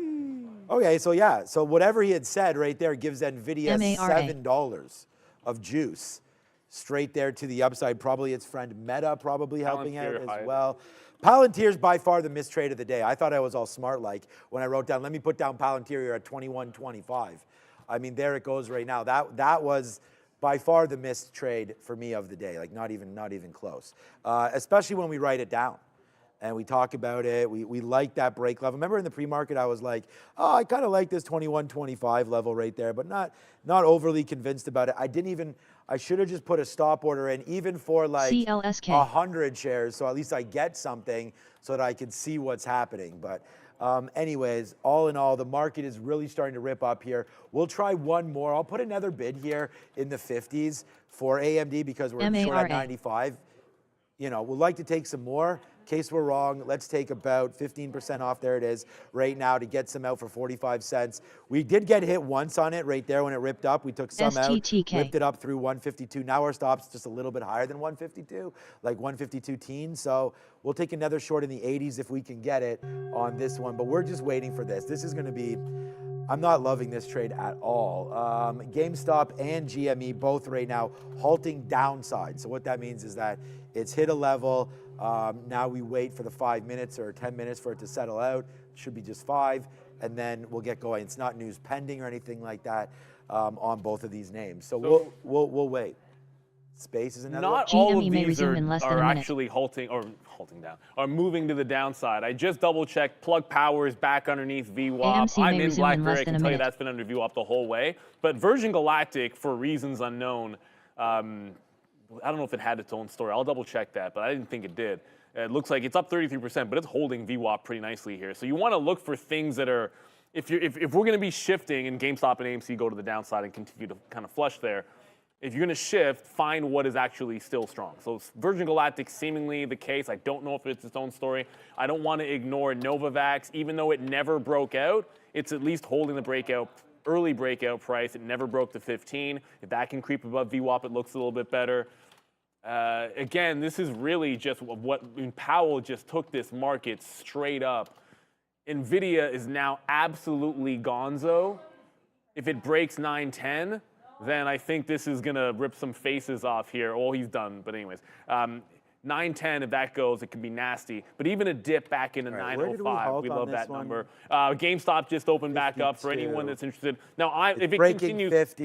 it just broke 50 and came right back up to 51 on GameStop. So a false break of the 50 level and back at 51. I'm going to take some shares out of... AMC just opened up. Yeah, I'm taking some shares out where it lies on BlackBerry. BYND. I just covered another quarter of the position there when I saw GameStop hold the 50 level. I'm still holding the short in general, but any strength on GameStop when I start taking out some BlackBerry shares, just scalping it off of VWAP. But it looks like we're catching a bit of a bid here on GME at 50 again. Yeah, so we're catching a little bit of a bid. That's right. Right now, as we're trying to get back up, I do have an offer right here at 10 just to see if we can get something out there. But right now, AMC trying to go back up to the upside. I don't know, man. It is kind of failing up here a little bit as we get to 10. So let's just see what happens as we have an offer to get more out. So hopefully it'll break up through 10. I'm sitting at 10 flat just to get the fill on that one. And then we'll see hopefully about a higher break. We're stuck long right now on, of course, AMC. And we talked about that. So let's just quickly see what's going on GME right now. 52, starting to go back again. You know, the real break spot, I mean, and we talked about this, is HTZ. You don't have to be in it all the time. This is probably the best thing to wait for, a 56 break, like with confidence. So that's going to be something. Here we go. Nice move back in as we get reloaded right now on AMD, sorry. Picking our poison all over the place here. And now we go over back with AMD. Make a little bit of money back right now on that name. And we're just able to cover some in the 60s. I don't know what that little dump was all about, but we'll see if we get some more out now. We should have got them all out, but I didn't know. Here we go back in. We just did short more AMD at the top before getting some out. So that's a quick 40 cents, but not on enough shares. It needs to fall in for us to get a little bit more profit out of this name. We currently have some more answers from Fed Chair Powell during this Q&A. He did just say that they think inflation is making, quote, real progress in the U.S. So comment there coming from Fed Chair Powell. If I hear anything else, I'll let you guys know. PHUN. Really? RIOT. Thanks very much, Adara. Just for anyone still watching these, I know like NVIDIA is going absolutely nuts. There is some movement in some of the weed names. Not all of them, weed. But just in case you're watching them, at the end of the day, like I'm just laser focused on NVIDIA. Not NVIDIA and GME mostly, but you could take out a top on CGC. I would just caution, it's got another high the last couple of days at like 10.20. So that's got a little bit more room to run. Tilray, itself is trying to get off of the Schneider VWAP. They're trying to do volume. But once again, GameStop looked like it was going to go. It looked super strong. I got to zoom back in for you guys here. Looked like you're going to go off that 50 level. Strong bounce off of 50. I punched some out of BlackBerry, which actually probably didn't even need to do that, and just not a lot of follow through. It needs to break 57. If we don't end up breaking $57 here, then anybody that was shorted kind of really early in the day just doesn't care. Anybody that was shorted really early in the pre-market just doesn't care either. It's the 57 level that has to go. And if it takes that out, I think you can start to go flying. ARM is at highs, but 120 is the big resistance level on ARM. And that 910 still very much in play for NVIDIA. All right, here we go. We have a lot, guys, to talk about as we go. Because look what's happening right now. Let's go. Hopefully we can get a nice little move back in right now for... GameStop halting up. GameStop halting up. Yeah, buddy. We've got AMC right... Oh, GameStop fake halt. We've got AMC starting to go right now up to 10 and change. So, again, like, this is just... What a morning. Like, I need to definitely take that walk today, because this has been a very, very exciting morning. Thank you, Randy. You know, I mean... What do you mean, ew? Not my favorite. Ram just goes, ew. No, I don't mind. I like these. The tangerines. I like a tangerine. I had a tangerine yesterday. I just don't think it's the right season for these. Vitamin C, man. I don't know. I like. It's good for you. I'm all about vitamin C. No, look, thank you. Appreciate Randy. Thank you very much. The second I saw, I just followed my plan. The second I saw going into a halt up, it didn't halt up on GameStop, but I punched out of BlackBerry. It was essentially out flat, just wherever it happened to be. So again, no halt up. I was still in the money, but I am not getting caught short this stock under VWAP. I'm just shorting VWAP here if you actually get a breakout in the other one. So, you know, gonna stick to the plan. I'll jump back into the short. I just grabbed a dip buy on AMC because I still see that one looking pretty solid. On a trade level, it's holding the 950 level pretty decently. So I'm gonna go like scalp trading in AMC. Time for the crypto update. Bitcoin is doing things, I'm going to assume. Bit of a milestone in a negative way here for these Hong Kong Bitcoin and Ether ETFs. All 6 of them having their first negative day of outflows on Monday since they launched on May 2nd. So bit of a weak move there for these Hong Kong Bitcoin and Ether ETFs. Seeing 39 million in outflows on Monday compared to the general $6 million in outflows in previous days. So a bit of a move down yesterday, and analysts saying that could be in response to the move down that we had in Bitcoin on Friday. So interesting look there for these Hong Kong Bitcoin and Ethereum ETFs. Bitcoin itself continuing to chop and churn in a tighter and tighter range on the daily chart. Right now, just continuing to bounce around between that 62,000 and 61,000 area. So again, this range is getting increasingly tight on the daily chart. Right now, Bitcoin just above the 62,000 level. Ethereum holding on to that 2,900 as of right now. Both of these down about 1+%. And pretty much everything else in the crypto world to the downside here. Dogecoin trying to be positive, but pretty flat in the day. BNB down over 3%. Cardano down 2.5%. Shiba Inu down about 2%. So lots of weakness here in the crypto space, guys. Come on. Don't tell me Shibu's down. Well, that's not good. No, that's the worst. You know, I got a piece of that somewhere in my Coinbase account. I don't even know how much, but I got something. It ain't. Yeah. It's not nothing. Well, okay, it's probably. Sounds like it's nothing. No, it is kind of nothing. But I don't mind. Let's go. What I'm pissed off. Okay, I'm not mad about this. A little bit, maybe a little bit. Coinbase. Look at VWAP. I feel like everyone's looking at the meme stocks, and then like these really, really ridiculously obvious trades are sitting here. Like, look at Coinbase at 200 and VWAP. I can't even remember the last time I saw something look this ridiculously clean. This is VWAP to a T, and it's 200 almost to a T, and then it rips $5. I mean, hey, why not? GameStop's still doing its down. I did a little scalp trading on AMC there, short 988. HUMA. Wish I could run that, but I was a second slower than that. And then just got some out as it presses back into that 10 level. It's just a scalp into these ranges. And if GameStop breaks out, you hold. If GameStop breaks this and you're long one of the meme stocks, I'm going to be holding it. I keep checking back on Novavax. Still no push through VWAP. I do like this one If it can, first of all, if it breaks 15, I think that's great. If it can hold above VWAP and give me some kind of a consolidation here, I'd go long over 14, giving it to that level because of their Santa Fe deal. Lamont in the chat, appreciate you. Coney, what in the heck is a, oh, that's a coin option game. So yeah, you're trading this. It doesn't do like a lot of volume there. At the end of the day, as a day trader, you want to go where the volume is.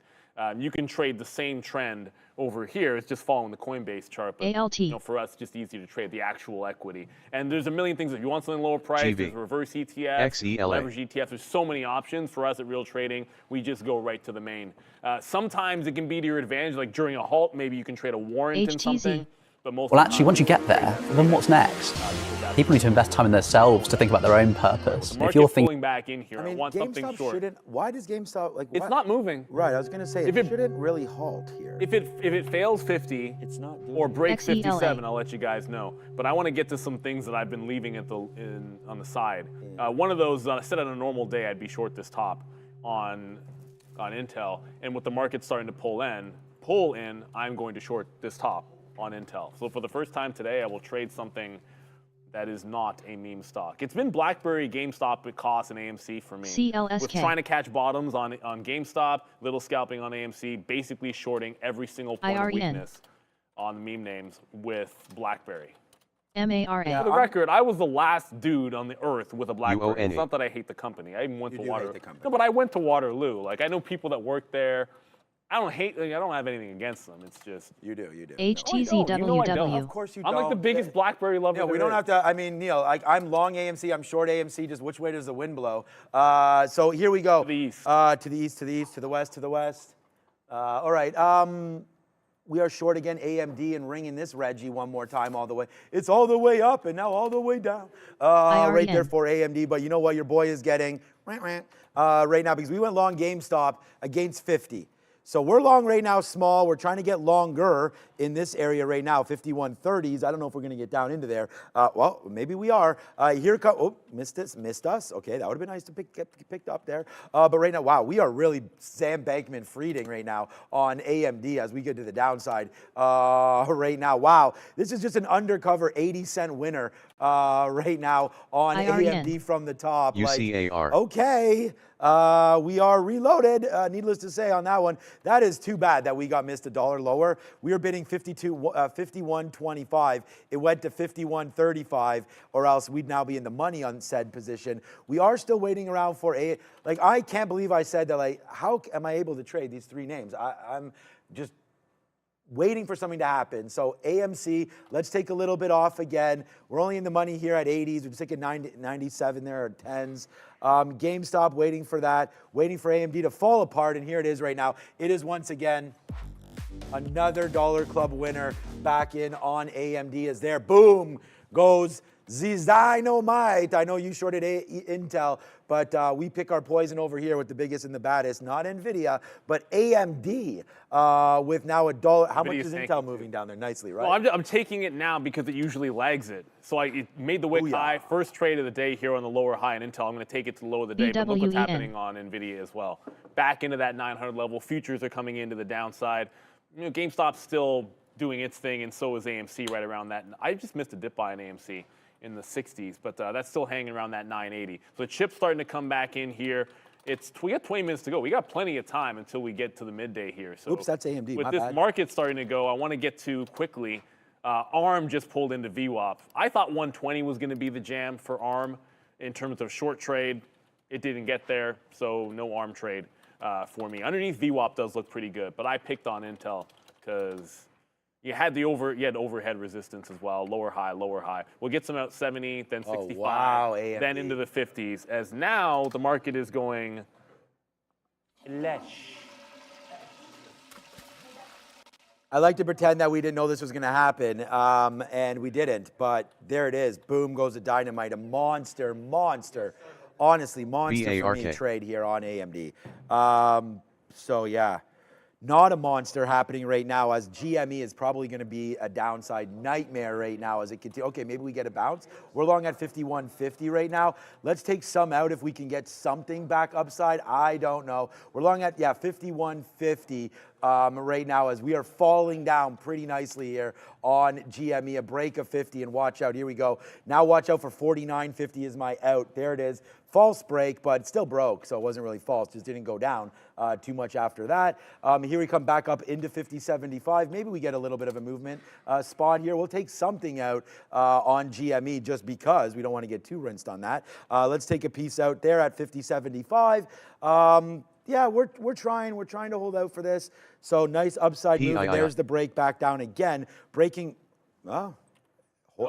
held again. It holds. It's alive. Right now for GameStop, but it's not going to be alive for long. Like it can't keep doing this because eventually someone's going to run out of buying power to hold this $50 level. So it's got to go now, or I think this is it. We do have an offer to get out, obviously, if we break lower than this. So let's wait to see if we're lucky enough to get something on a bump, maybe, to get out of some of this. But right now, GameStop not looking overly healthy. I'd like now for it to, if possible, halt to the upside, because then, there we go, now it's gone. It just broke. There it goes, so that breaks, so we're out, so that's it. The reason why I said halt to the upside there is that if we had halted upside, we knew we had a lot of pressure. Obviously from that 50 hold. But there it is to the downside right now. Executed. So we're long still, AMC 9887. We were trying to support these longs, guys. It just didn't happen. Good thing we traded. We slipped over to trade AMD, $1.50 in the money on this one. But yeah, so far today, GME, we just took our first shot trying to support 50. It doesn't look like that held. AMC, the same kind of thing, wicking down into 950 right now. Maybe one more try here for AMC in case that was some kind of a washout on GameStop. But right now, AMC trying to get back to 9, it looks like. All right, we're in AMC here, hoping for no halt unless it's an upside halt right now. Maybe these are weekends, maybe they're not, but let's not lose everything trying to battle this. Go over to Adara, we'll come right back. It's 10:40. Futures bouncing between positive and negative territory all day, but we have quite a few red sectors right now to talk about. Retail trade very much to the downside. Home Depot reporting earnings this morning. Walmart reporting on Thursday morning, so this is absolutely a sector to watch out for throughout the week. Consumer non-durables pretty weak here as well. Commercial services, Visa in particular, taking a bit of a hit. We have a bit of a move down here in transportation. Consumer services, energy minerals as oil drops more than 1% on the day. So certainly a little bit of weakness, a little bit more mixed here. Health services, communications, industrial services, all pretty neutral. We do, of course, have to talk about finance, which is astoundingly green today. Definitely looking like the standout sector. If you look at this board, it is worth noting as well. Charles Schwab, especially strong, 16% year-over-year increase in total net client assets. So not at all a bad look there for SCHW. We also do have a little bit more mixed look at health technology and kind of more quiet in electronic technology and technology services. These two names a little bit more mixed. We are going to be watching Google, though, heading into its I/O developer event, kicking off with a keynote from CEO Sundar Pichai, 1 p.m., guys. So just a quick thank you for that, Adara. Just a quick update. When GameStop lost this bottom right here, my first action was I was scalping AMC, as you can see over there, scalp off of like 975, and then I had it off this 950 level. I punched out and was very lucky to get flat as it was breaking the bottom. I went over, happened to be at 52 on BlackBerry, and shorted that level. Obviously, if I just held the original short on BlackBerry, that would be fantastic, but the strategy has been to look for the sign of weakness and then just get into the trade. Not guess that BlackBerry is going to hold, but when one of these stocks starts falling down, just take the short off of that level. So it broke a bottom, and I just shorted underneath it. I'm going to play into that low. Just to go back over to the chip names, I mean, the NASDAQ is absolutely flushing, by the way. Like, you're right back to flat on the NASDAQ, which was breaking out a minute ago, or at least 15 minutes ago. So I shorted Intel, got some out in front of VWAP. You're continuing to trend down. But as long as the memes are weak, you know, the plan of action very early on was if they were weak, I was going to be looking the shorts over in BlackBerry. I'm staying with that. It'll end up being my best stock of the day because they're not really bouncing in the meme stocks. So the longs haven't been as good. Let's go over to the desk. We've got Adara again. Fed Chair Powell did make another comment related to economic policy at this event and during the Q&A, said that he and the Fed think it's probably a matter of staying at the current policy rate for longer. So kind of echoing some previous statements, but it is worth noting he did say that in stone, probably a matter of staying at the current policy rate for longer, guys. Any shorts at all? All right, so we're now halted. I mean, look, AMD has been a monster, unfortunately, and nothing else really has. The shorts have been right all day. on everything. AMC here's halted. the market opening up. AMC will resume at 10 hours 48 minutes and 29 seconds. So yeah, it's been a short. These are all outs, like right underneath VWAP, but now we're averaged into the low of the day again, and it's halted. So I'm going to slap probably a fail on this. I don't know where it's going on the halt, but for right now, GME is trying to go back up. Hit the like, hit the subscribe. Let's get GME to get back to the upside immediately because, yeah, this down halt for AMC is not good for anybody that's long. That is for sure, but that's okay. We'll obviously live to see another day here. But yeah, it's a good thing that AMD turned out to be the trade that we had thought it would be there today for us. We had lost early, made a lot of money late now on this, and now back into the positive zone for us, obviously there on AMD, but not in our net. Like if this doesn't open up, well, first of all, GameStop's still open. Yeah. I'm watching GameStop. GameStop's actually going higher a little bit. It's low as 40. Thing is, it's so volatile. Like to say like it's going higher, like this one candle here in 1 minute, its low was 47.50. Its high was 49. So like $1.50 right there. So you blink and this thing could be up above 50 again. So again, weeklies, like people gotta, if they're either running out of cash or they're not, it's been a nice move up for GameStop right now. Can it continue? It's not looking like it, man. We tried the long already until it broke 50. It did that. Huge move. It was all about the pre-market where things were unable to halt, of course, and you get clean moves. Huge move down when the buyers stop, and they come right back into these levels again, $45, $46. So maybe there's a long there somewhere for GameStop down into this area, but for right now, we are still moving down. So, yeah, I don't want to take any more out of AMD in case we only have about 15% left. So we've already taken a wicked out at VWAP and then all through the 50 period and under the 50 period. Good short, pretty much a full, kind of a probably like 2/3 default, I think, if I can remember correctly, because we were battling with other demons. But for right there, AMD, the idea that we had on here, and then the missed trade of the day, by far for me, is Palantir. We wrote this down at 21.25. We talked about this being a former meme runner and that it had an opportunity to do that today, but unfortunately we missed that break. It's right here, and there it goes, boom. Just actually gave you many opportunities to get back in, and then the move up to 22. 22 also not a horrible short, also for Palantir. So yeah, lots of stuff moving around. Little disappointed, obviously, that these things didn't keep on going higher. Our best trade was probably the short that we had right here. Was 1060, cover 860. That was a good short, but unfortunately right now we're caught in the long against the GME that's going down. So yeah, this is not going to be a good thing here for AMC. So as we get ready to open up, I'm going to put some orders to get out. Yeah, and watch out. It's not just AMC and GME going down. Remember how strong Rivian was?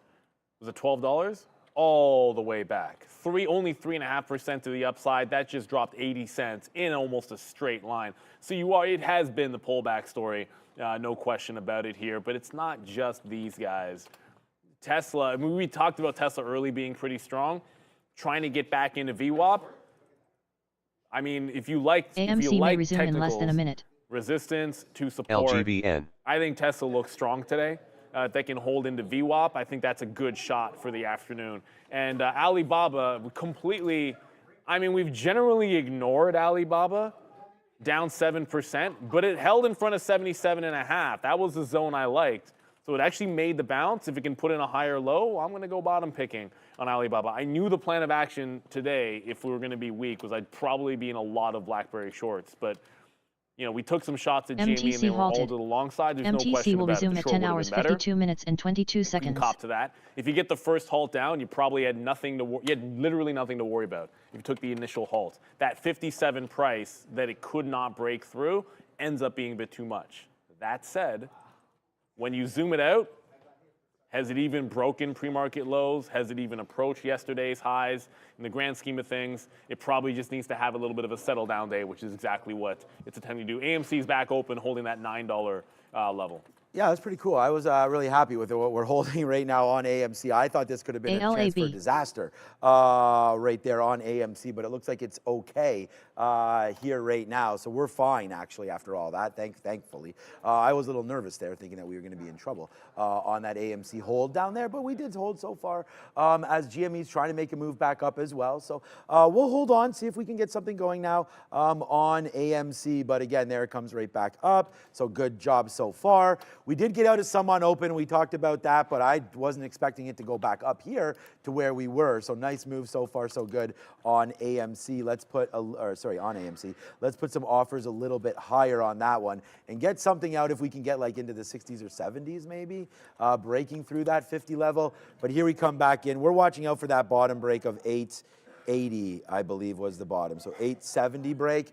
I think we can sort of wrap this story up if we break lower than that. So far, not the greatest here on this long, but let's just see if we can hold somewhere in and around $9 and then get back up to the upside. $1.50 in the money for AMD and still working on something here for AMC. So we'll have to be patient here to see if we can get this name back to where we need it. Upside for AMC. Okay, Adara, she's over there. She's on the desk, and it's Money Talks.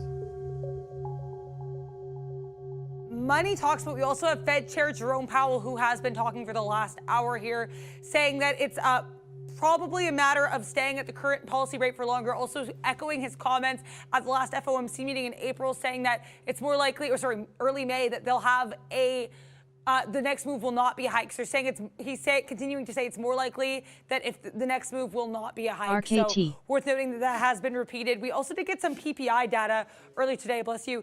April PPI coming in slightly higher than expected here, 0.5% versus 0.3% month over month. Core PPI month over month also higher than expected, 0.5% versus 0.2% estimate. So these numbers are a little bit concerning. Fed Chair Powell, though, saying that it's more mixed than necessarily hot. So those were his takes on that PPI data. We also did have Fed Chair Jerome Powell making some of their comments on the economy, basically just saying that it's non-controversial to say that the U.S. economy is currently, quote, unsustainable. So a bit of a mixed outlook here from Fed Chair Jerome Powell, still talking right now, guys. I like VWAP. How about you? I love VWAP. Let's go. Okay, so we ragged on SoFi a little bit here, but hey, let's be real for a second. VWAP is holding on this thing, and it's upward trending pretty darn nicely. So it just made a bounce. I like a higher low off VWAP, not just sit in front of the MTC may resume in less than a minute. So we went for hold VWAP, put in the higher low at 48, jump into the long here. I actually got 49.5 because I took a BATS midpoint. I just like the midpoint sometimes. And if it holds on to 45, let's see if this can get back into the set high of the day. At the end of the day, look, the market is holding at green.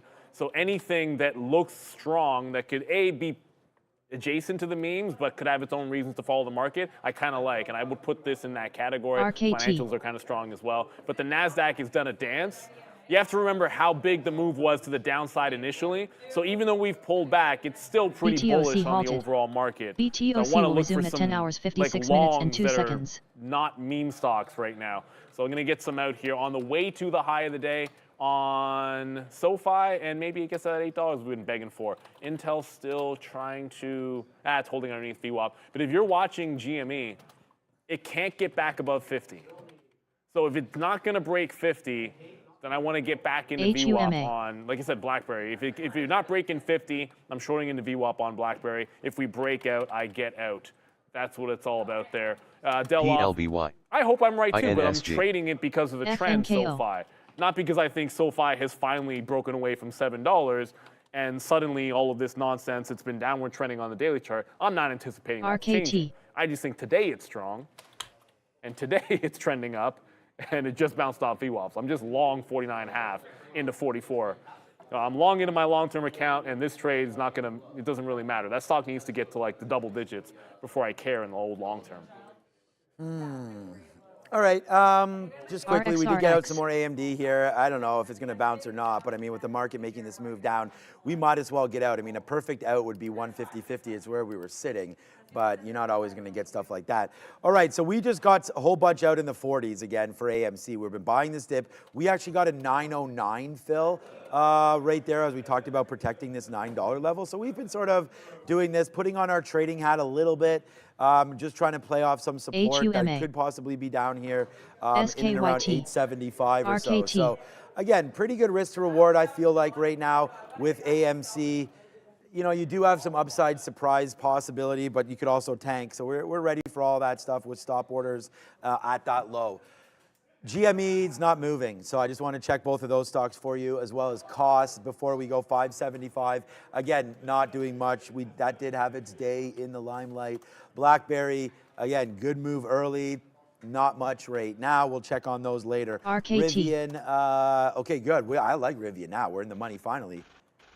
On a red market day, we're in the money right now with a bang on Rivian. We're long at 1120, 1125 in our own account, but not on here. $1.50 on AMD. And then, yeah, AMC just still around here. I may try some more at $9. We are pretty good right now with the amount of shares that we have. I am offering 41s. I'm offering, actually, we got filled at 38.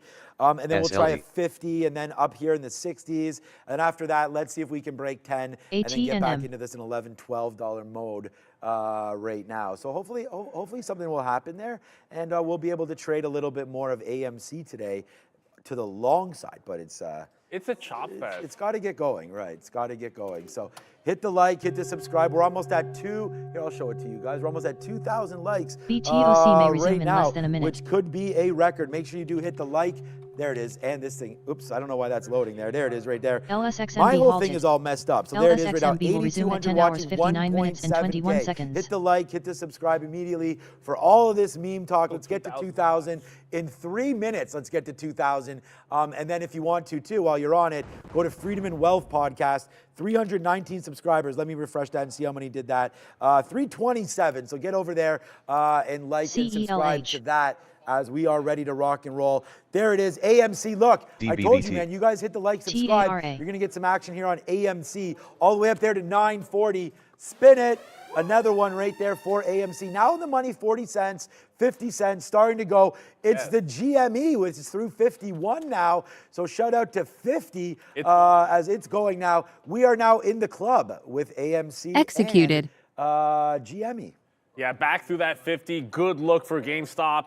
Like I said, it still has to break 57 into the upside, halted. but it's making a first AMV, salvo. I will resume at 11 Every hours time and I see 18 that, I seconds. get more on the bid of you're right back underneath 50. I just took some out of BlackBerry, and then GameStop goes right back underneath the $50 level. It's not sustaining these moves as much as you'd like to see. SoFi, which we just took, is continuing to go, but I think it's following the market right now. I don't think SoFi really cares about the meme stuff because the NASDAQ just caught a little bit of a bid. I do have to be careful with like Intel and these chip names. NVIDIA's back at 905, and that held. That's continuing to go higher. As long as Intel's under VWAP, while NVIDIA's doing this upward trend, I feel good.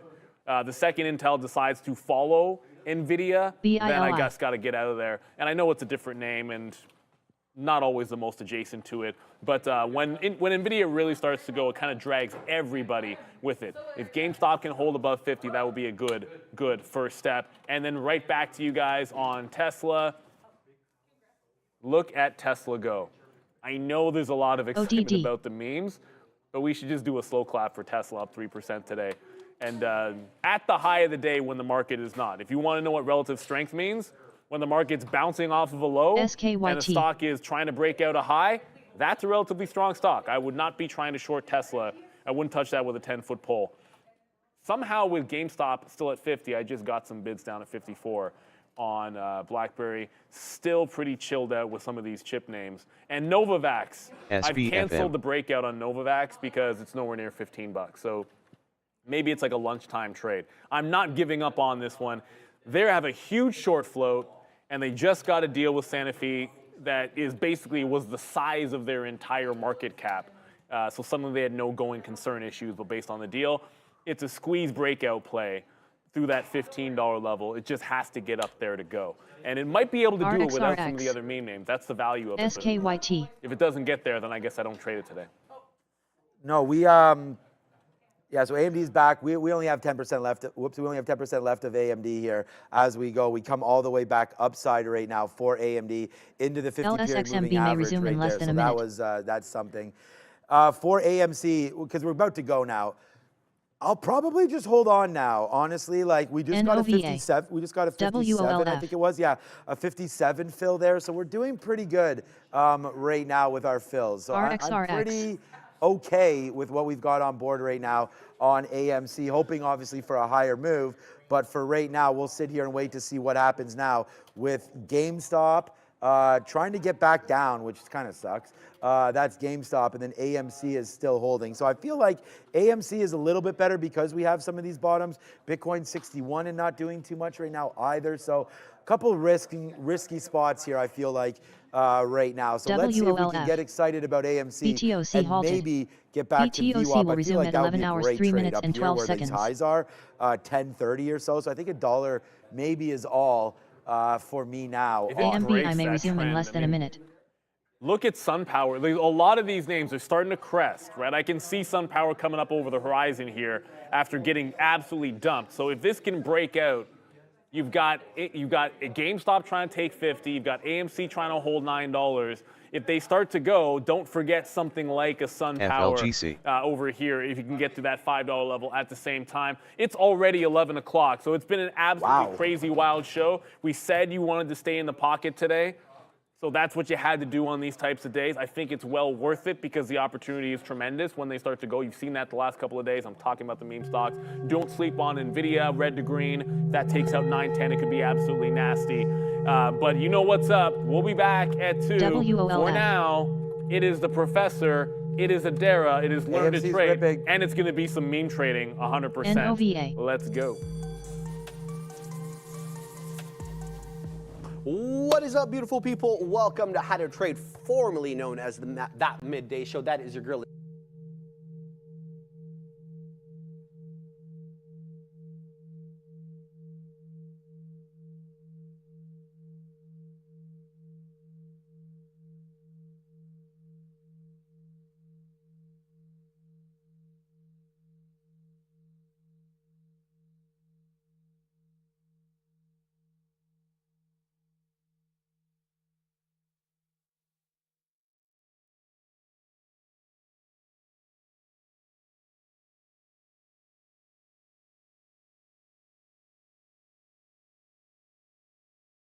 NOVA.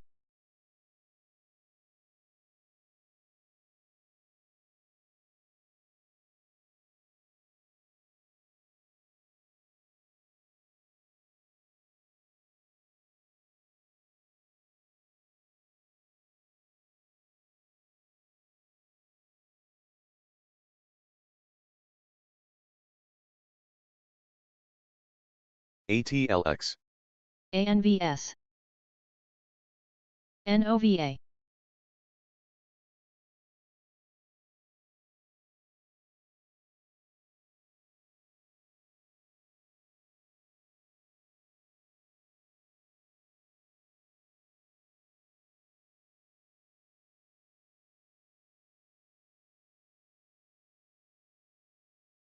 Executed.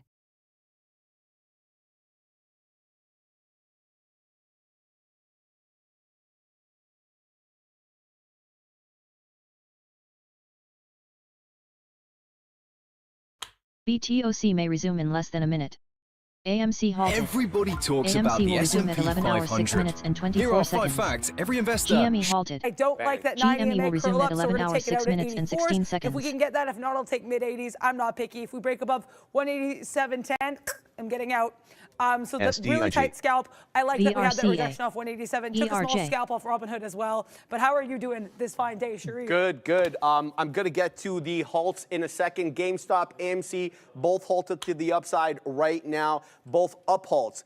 Currently, though, I just had one futures trade on. This was it here, the 18.3 dip and hold. I was telling Big Cal about it. We dipped aggressively off that 18.370 HOD on the NQ June contract. I traded the T-triple-Qs, but when we came down into the 18.3 on these here futures and we started doing the wick shimmy, we started doing the bottoming tail candles at that exactly 8,300. I'm like, okay, this looks like a dang long, and so I got in long and wet my beak there. Almost on the break of 60, we got low. Yeah, it was a decent move. Yeah. Not a bad move here. But yeah, AMC, GME, both halted to the upside. Guys, plenty of memes and small cap gappers to talk about today. Here's what I'm looking at. We'll start the lesson in a minute, but we have some stuff to take care of first. CTNT. Dang, where did this one come from? Up 265%. Did the dance here with $5, unable to reclaim that level. Alas, it is putting higher lows and trying to hold up, above that $4 area and the volume weighted average price. This one could present opportunities. It was a halter to the downside initially here at 950. I'm going to have eyes on CTNT. Let me give you the deets on it so that you don't get burned. 22 million shares done on the day today, $83 million market cap, and the float is minuscule, 2.2 million shares. Be careful with this one. Executed. It can absolutely go. But notice the deeper retracements are coming into that 20 period on the 5. Make note of that because for me, I'd want to get in at a retracement. I see some fist pumping there. So someone is printing up a storm on Apple. I got out at 88. As the 90 EMA moves up, so do I. I get out. I know I rely on this level a lot, but it can sometimes be helpful if it's in confluence to play trades off of. Like I said, in this case, I was initially trying to play it off the 84. That's where the 90 EMA was. If it moves, I can move with it. Got out at 88. Took about 10 pennies. Please just punch. Let's also take a look here at Robinhood because that was another trade I played off the 90 EMA. And this was basically just a scalp. Literally sat down. Saw this because I had this up on my chart. I sit down and I'm like, Sharif, I said I'm taking the short. Took it short. Bang. Took slightly, not a huge position, but enough for me to have some little wiggle room there. Took it short here below the 90 EMA. Said if we break above 40s, I get out. Got in at 35s. We didn't break below. I got out some at 27, the rest at 28 because I wanted to go get some coffee, power up for this move. I am so excited. I saw that HUMA Aristox markets. may resume in less than a minute. As well. But I think, Robinhood, if we keep bouncing up, might be a play for me. Right now, though, as I said yesterday, I was going to have to start with the man in the mirror and ask him to make a change after some trading that occurred yesterday that got me, lots of fat finger moves, ended up shut down, yada, yada, yada. That's yesterday's. Today, though, we're just going to come back fresh. Love it. Be slow. Be dedicated. I'm so excited to be here with everybody today. Let's get it going. BAMC, let's go, says Chilean Nightmare. Shout out to Fabian on the ones and twos. Guys, I didn't cover any large caps today. We'll get to those in a minute, but I'm not done the small caps that I want to cover here. There are others. MAXN. This one is also going 52.33% in the clear, and it is trying to hold up here above the 10 EMA. Forget about VWAP. Forget about that 20 period EMA. This one is so strong, it's hugging the 10 and no less. Keep an eye. It's starting to put in higher lows, so starting to do that rounded bottom thing. Look for a rejection off 4 initially if it makes its way up there, and then a dip and then a bounce back up to test that 410 HOD. That's typically how these ones move, especially if there's going to be short sellers on the other side of 4 waiting to take your money. So keep that in mind. You do have a momentum in your favor, though, because this is up 53.8% on the day, and it's curling up here. So decent look for MAXN. Let me give you the deets on this one super quick here. The market cap is 200 million after the 53% move, 32 million share float. What's up? GameStop's going again, the Katina man says, and here it is. It's on the way up into 55 again. So that 47.5 holds. We started doing these wick shimmy dance into 47.5 here on GameStop. Keep your eye out for that 56 1/3. 56 1/3 is the volume weighted average price. It's been below VWAP ever since it halted down here at exactly 930. It hasn't been above the volume weighted average price. That doesn't mean it's not tradable. You saw Neil take a 6 banger on this one, and the Katina take multiple dollar bangers on AMC. So he's $1 in the money right now as we speak on GME, on AMC. On AMC, I stand corrected. Back to the high side there. Let's have a look at AMC. We just covered GME. So now AMC back above the volume weighted average price. Good momentum here, 10 1/3 incoming. Keep your eye on these wick shimmies here into that 10.5. We haven't been above 10.5 again ever since that morning drop at 9:35 when we halted down. That 10.5 has presented us with a bit of a top, local top on AMC. That gets above it. That could be a really nice squeeze. Initially, we had a bit of a double top there before the pre-market at 12 3/4, and we had that same top come in at 7:30 a.m. This one was going from like 4 a.m., guys. I mean, there was just no shortage of interest. I came in at 7:15 a.m., and I don't know how many million shares AMC had done already. So plenty of exuberance on these markets, plenty to talk about Adara as we go on into the afternoon. One more minute till the read. I'm so excited. Like I said, I'm just so bullish energy. Took this, but I am bearish on the TQs. I like it. I took this short here. I know, shout out to Shuri for killing that TQQ long. Just eating those markets up for breakfast, lunch, and dinner. Right now, though, I noticed we did have that little wick up. It's a 60-10. We failed it. I said, Adara, try to go short. Really small position. Going to be getting out if we break above 60.08, so risking about 9 pennies, something I can live with. I think, though, we're going to have to live with that risk because it looks like we are pushing to the upside. Just a skosh here. Again, small position, not adding anything to it. Really just wanted to keep trying to test taking things that I like. We also do have a super chat here from Gus Phillips. GME, AMC, Clove, one of the biggest influencers are in. A little firecracker and a Bob emoji. Shout out to you. Thank you so much for the your fifth super chat there. $1.99 super chat. Shout out to Gus Phillips. CLOV, not one I'm familiar with. I'm just going to hop out of my TQs. But it looks like we are also going to have to hop over as well to this ad read. All right, guys. We are brought to you by the one and only Blue Chew. Guys, remember the good old days when you were always ready to go? Well, those days do not have to be over. Blue Chew is an online service that delivers the same active ingredients as Viagra, Cialis, and Levitra, but in a convenient chewable tablet and at a fraction of the cost. Sign up now at BlueChew.com, consult with one of their licensed medical providers, and you'll receive your prescription discreetly delivered to your door within days. No awkward doctor visits, no waiting in line at the pharmacy. Blue Chew's tablets are made in the good old USA and shipped directly to you. And we've got a special deal for you. Try Blue Chew free when you use the promo code TRADERTV at the checkout. Just pay $5 for shipping. Visit BlueChew.com, promo code TRADERTV for that deal. Shout out to the good folks there at Blue Chew. Alas, I've been looking at these here futures, and the area where I got out, Fabian, that $60 area on the TQQs, well, it's gone. 610 is now where we're looking, and the HOD on the TQQs is that 630 area. The equivalent area on Mon plus grand rêve, je suis mon plus jeune âge, je voulais devenir le plus rapide. 50-point area right now on the NQ June contract, and 20 points higher is that high a day. So we'll keep an eye on both of these, both of these groups, I should say, the futures and these memes. But we do have a lesson that we have to get to. I know it's very exciting. I know that there's a plethora of memes moving, but we do have to get to the lesson will resume at 11 hours, 15 minutes, and 45 seconds. We've been talking about moving average crossovers all week. Yesterday, we kind of introduced the lesson. Today, we'll get a little bit more nuanced with the actual techniques, guys. So, we're ready to go with the lesson? There we go. Traders, sharpen your pencils. Today's lesson equips you with the knowledge to choose the perfect moving averages for your crossover strategy. Remember, the right tool for the job makes all the difference. So let's get right to it. And this is an interesting one after Blue Chew. Length matters. We know moving average smooths out the price fluctuations. But did you know the chosen period, the length, significantly impacts the crossover signals? Here's why. So your short-term moving averages, like the 10-day and the 20-day, these are nimble ninjas, reacting quickly to price changes. They generate frequent crossovers. They're ideal for identifying short-term trends and potentially capturing fast-moving opportunities. However, these signals can be awfully noisy and prone to false positives during choppy markets. So you need to know the pros and cons of these shorter-term MAs.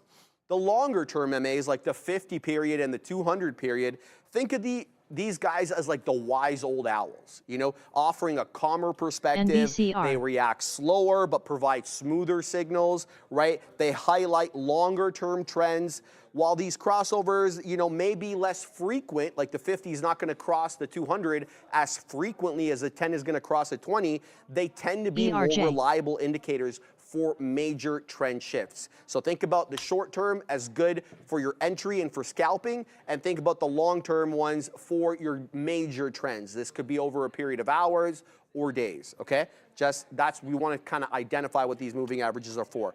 And perfect picture here. Adair, thank you for adding this in. You get the smooth 100 MA, a little bit less smooth 50 MA, and then the noisy 20 MA there. That's kind of the picture I wanted to depict. Lots of hills and valleys on the 20, less so on the 50, and then almost nothing here, kind of just maybe a rolling fjord or something on the MA 100. So the art of combining these can get a little bit nuanced, but we're going to get into best we can here. So the beauty lies in combining these moving averages. Here are some popular strategies. There's the classic 50-day, 200-day crossover. Everybody's heard about this, or, you know, not everybody, but the people that are involved in trading. This is essentially a battle-tested approach, that 50 and the 200 combination. A golden cross on this timeline suggests to you a potential long-term uptrend, while the death cross indicates a possible downtrend. If you're wondering what this golden death cross kind of thing is, go back and have a look at yesterday's lesson. We identified that and we explained it. But just quick nuance, when the 50 period crosses over the 200 from south to north, from top to bottom, that's the golden cross, and it's signaling a bullish uptrend. Conversely, when it crosses, the 50 crosses the 200 from north to south, that's bearish, and it's called the death cross, and it's suggesting to you LGCB may resume in less than a minute. Okay, so those are your classic two. You've got the classic 50, 200 day, and then you've got some shorter term ones. This is the one we're going to get to now. The shorter term confirmation with the long term trend. Right? So utilizing a shorter moving average like a 20-day for a faster entry and exit point within the trend identified by the longer one, by the 50 and the 200. And that's what I was alluding to earlier. You want to use the 10 and the 20 to get into your position, but you want to use the 50 and the 200 to identify trends. And that's the move here, okay, guys? And there's another great example of the 20 and 50-day SMA cross with support at the 200 SMA on this next slide. I'll show you in a second.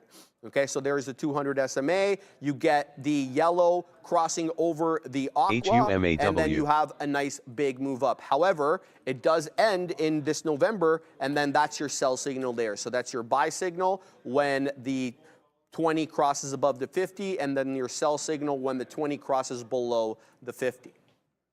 So how do you tailor your approach? Remember, the perfect moving average length depends on your trading style and the specific asset you're trading. Is it volatile or is it not, right? You're going to need to figure that out to figure out which approach you should take. So for day traders, they typically favor the shorter term MAs. They like the 10-day, the 50-day to capture those intraday trends and frequent signals. But swing traders like the Nos Boss and the like, they look at a blend. Shout out to the Nos Boss. They look at a blend. They like that 20, they like the 50. They want to identify short to medium term trends while maintaining some noise reduction. So a bit of a hybrid between the longer term and the shorter term. And then the positional traders, those longer term holders, they embrace longer moving averages. They like the 50. They like the 200. They want to focus on major trend shifts. And controlling business and employee expenses is difficult. So you gotta figure out where you fit we make in one of these, or maybe you don't fit in any and you're a hybrid of a combination of these. So think about that, mull it over if you don't already know. And one thing I want to mention here is the multi-time frame magic. And it's not magic, but it's super important. Don't be confined to a single chart. Analyze that same asset across different time frames. Look at it at the 4 hour, look at the 1 hour, look at the half, the 15, etc. With various moving average lengths. You want to have, 50 and the 200 up on one chart, the 10 and the 20 up on another, right? This can help confirm signals and identify potential entry and exit points within a larger trend. And don't forget, guys, experimentation here is key, right? There's no magic formula. Experiment with different moving averages on paper trading accounts to see what works best for you. And remember, backtesting your strategies on historical data never hurt anybody. And definitely will do you some good and help you get acquainted with these here markets today. I would agree that back testing never hurts. I do think as well, like, you know, even trading in the sim, something I had to go do yesterday after getting chewed up a little bit and spat out by GME. I said AMC because I'm actually in AMC right now. Oh. Okay, so I went long. I don't know what that sound was. That was how I feel. I went long at 70s because we were holding up 70s very well for a spell. Now, if we break below 50s, and I said 950s because that was that whole area earlier, it was also pretty clear support. If we break below 950s, I am outie, sayonara, au revoir, et cetera, but we really want to fight back here. So this is getting really stressful, really dicey, but it's just something I wanted to get involved in. I also have some other trades to talk. Okay, we're just going to get out of AMC. But yeah, I had to try. We could be bouncing up here, but I really did like that level, so I'm happy I took it. Really small size. I have no problem taking these meme stocks if I see stuff I like on them. In this case, I did like that 9 EMA hold at the time, and I liked what I was seeing on the tape. Now, or the tape in the book. Now it looks like we're bouncing back, so maybe I was a little bit premature to get out of this, but you have to do what you have to do. And also, I do want to talk about one of the trades I've been the most proud of since going live, which is this NVIDIA trade. So my first time trading NVIDIA and not NVDL since going live, and I am like so happy with what I did here. I got long, where did I get? I want to get my exact price here. Oh yeah, so I got long 905.66, got out 905.45, so we took about cool 80 pennies on this. And I got involved because I liked, we had this move up here. This is also, keep in mind, I was short the Qs, forced to get out of that short, right? So I knew the market was coming up a little bit. So I had that caveat in mind. Then I see we come to bounce here, and I said, you know what, I don't know why I wanted 905.66, but I did. And I said, Adair, if we break below 905, bye-bye. You have a small enough position that you can risk 66 pennies and you're okay with that. You're trying to make, I wanted at least 906.50. I got 906.45. I'm pleased as punch. This was really just a scalp move, small position. If I did this again, I'd probably take slightly more shares, like 1.5 times the amount of shares, so nothing huge. But just like you have, when you're going to scalp, you want a little bit more padding, a little bit more wiggle room, right? With your share size. So pleased as punch. Currently up on the day, even with that little AMC snafu. So, and it wasn't even a snafu. I lost a little bit on it, right? That's how trading works sometimes. So pleased as punch. Really excited. GME is actually kind of interesting to me here as well. I like that we had that rejection here, 54s. If we come in bounce, I could go long, but again, I would do so with a scintilla of shares. That's how I took that AMC to feel a little bit better about myself. That's what we have to do here. Shout out to Shuri for killing it with that lesson. What are you looking at right now? I'm looking at Tesla. We put in a bit of a top at 179.50. By the way, I wanted to update you guys on the Katina Man's trade GME, right? The Katina Man shorted the top at 55 on GME on GameStop. So keep your eye on that. And if you don't know, we have another channel. I know we've got a lot of return viewers because everything's moving. We have a new channel, guys. It goes by the name of More Trader TV. And the beauty of this channel is you can see Sean's positions. You can see Neil's. If we got perfect. You can see everything on there. Adara gets that bad boy ready in the morning with all the headlines. We've got the tickers. So if you're not running both channels at the same time, you're not getting all the information. So there it is. It's on a separate channel called More Trader TV. Link in the description, guys. So make sure to keep an eye on that. Yeah, I'm looking at Tesla here. You know, I'm not going to jump in front of this like a crazy man, but I was looking for a possible retracement. We're getting extended on TSLA off the 10. And there was a bit, you know, we were definitely a bit more extended, $1.50 off that 10 period. The 10 period's hanging out at 178, HOD is 179.50. I figured we would have at least a retracement into the 10 period at this 178 area. We have a double top there right at the open at 178, and we also have the 10 period. So I was like, okay, this looks like a great area that magnetic pull effect that these EMAs have sometimes on the price action would come in, but I need some proof that it's showing weakness, and right now it's doing the dance with no pants right now at 179. So I'm going to pack my patience there on TSLA, but this topping tail candle, I should say, looks awfully good right now as it dances with a $0.75. The other trade that looked awfully good, but I was dropping the lesson at the time, was this VWAP retracement on the dead one Apple. 187.20, nice move up there, and then you get an inverse hammer candle as it just absolutely flushed off that level. That was a predictable area that you could have had a resting order short off of VWAP rejection. We haven't been above VWAP on Apple since 9:55, so we spent all about 25 minutes maybe there on the day. So Apple's strong in the pre-market. It's still up 1/3% on the day. but definitely the trend not favoring along on Apple right now. Now, some other stuff that's moving here. The Amazon has been taking out all these levels, pre-market highs, 50 EMA, pivots, you name it. It's on its way, it looks like, into 186. The 200 period on Amazon on the 5 is 186.06, but that's not where I'm looking, baby. I'm looking at that 186.50. That's Greensville for Amazon. And if we come back into Greensville on this name, I'll be looking short because Amazon's been a little weak lately ever since putting in those all-time highs. So 186.50, a level I'm interested in here on the Amazonian. I'm putting an alert at the third of a dollar to kind of give me a heads up on Amazon there. Meta just printed day's high. So the monster Meta is, still doing things. It's able to recover off this red to green move as per usual, and now it's back in the green above that 468 level. So no trades for me yet. I'll pack my patience, and I'll be looking at these memes here shortly.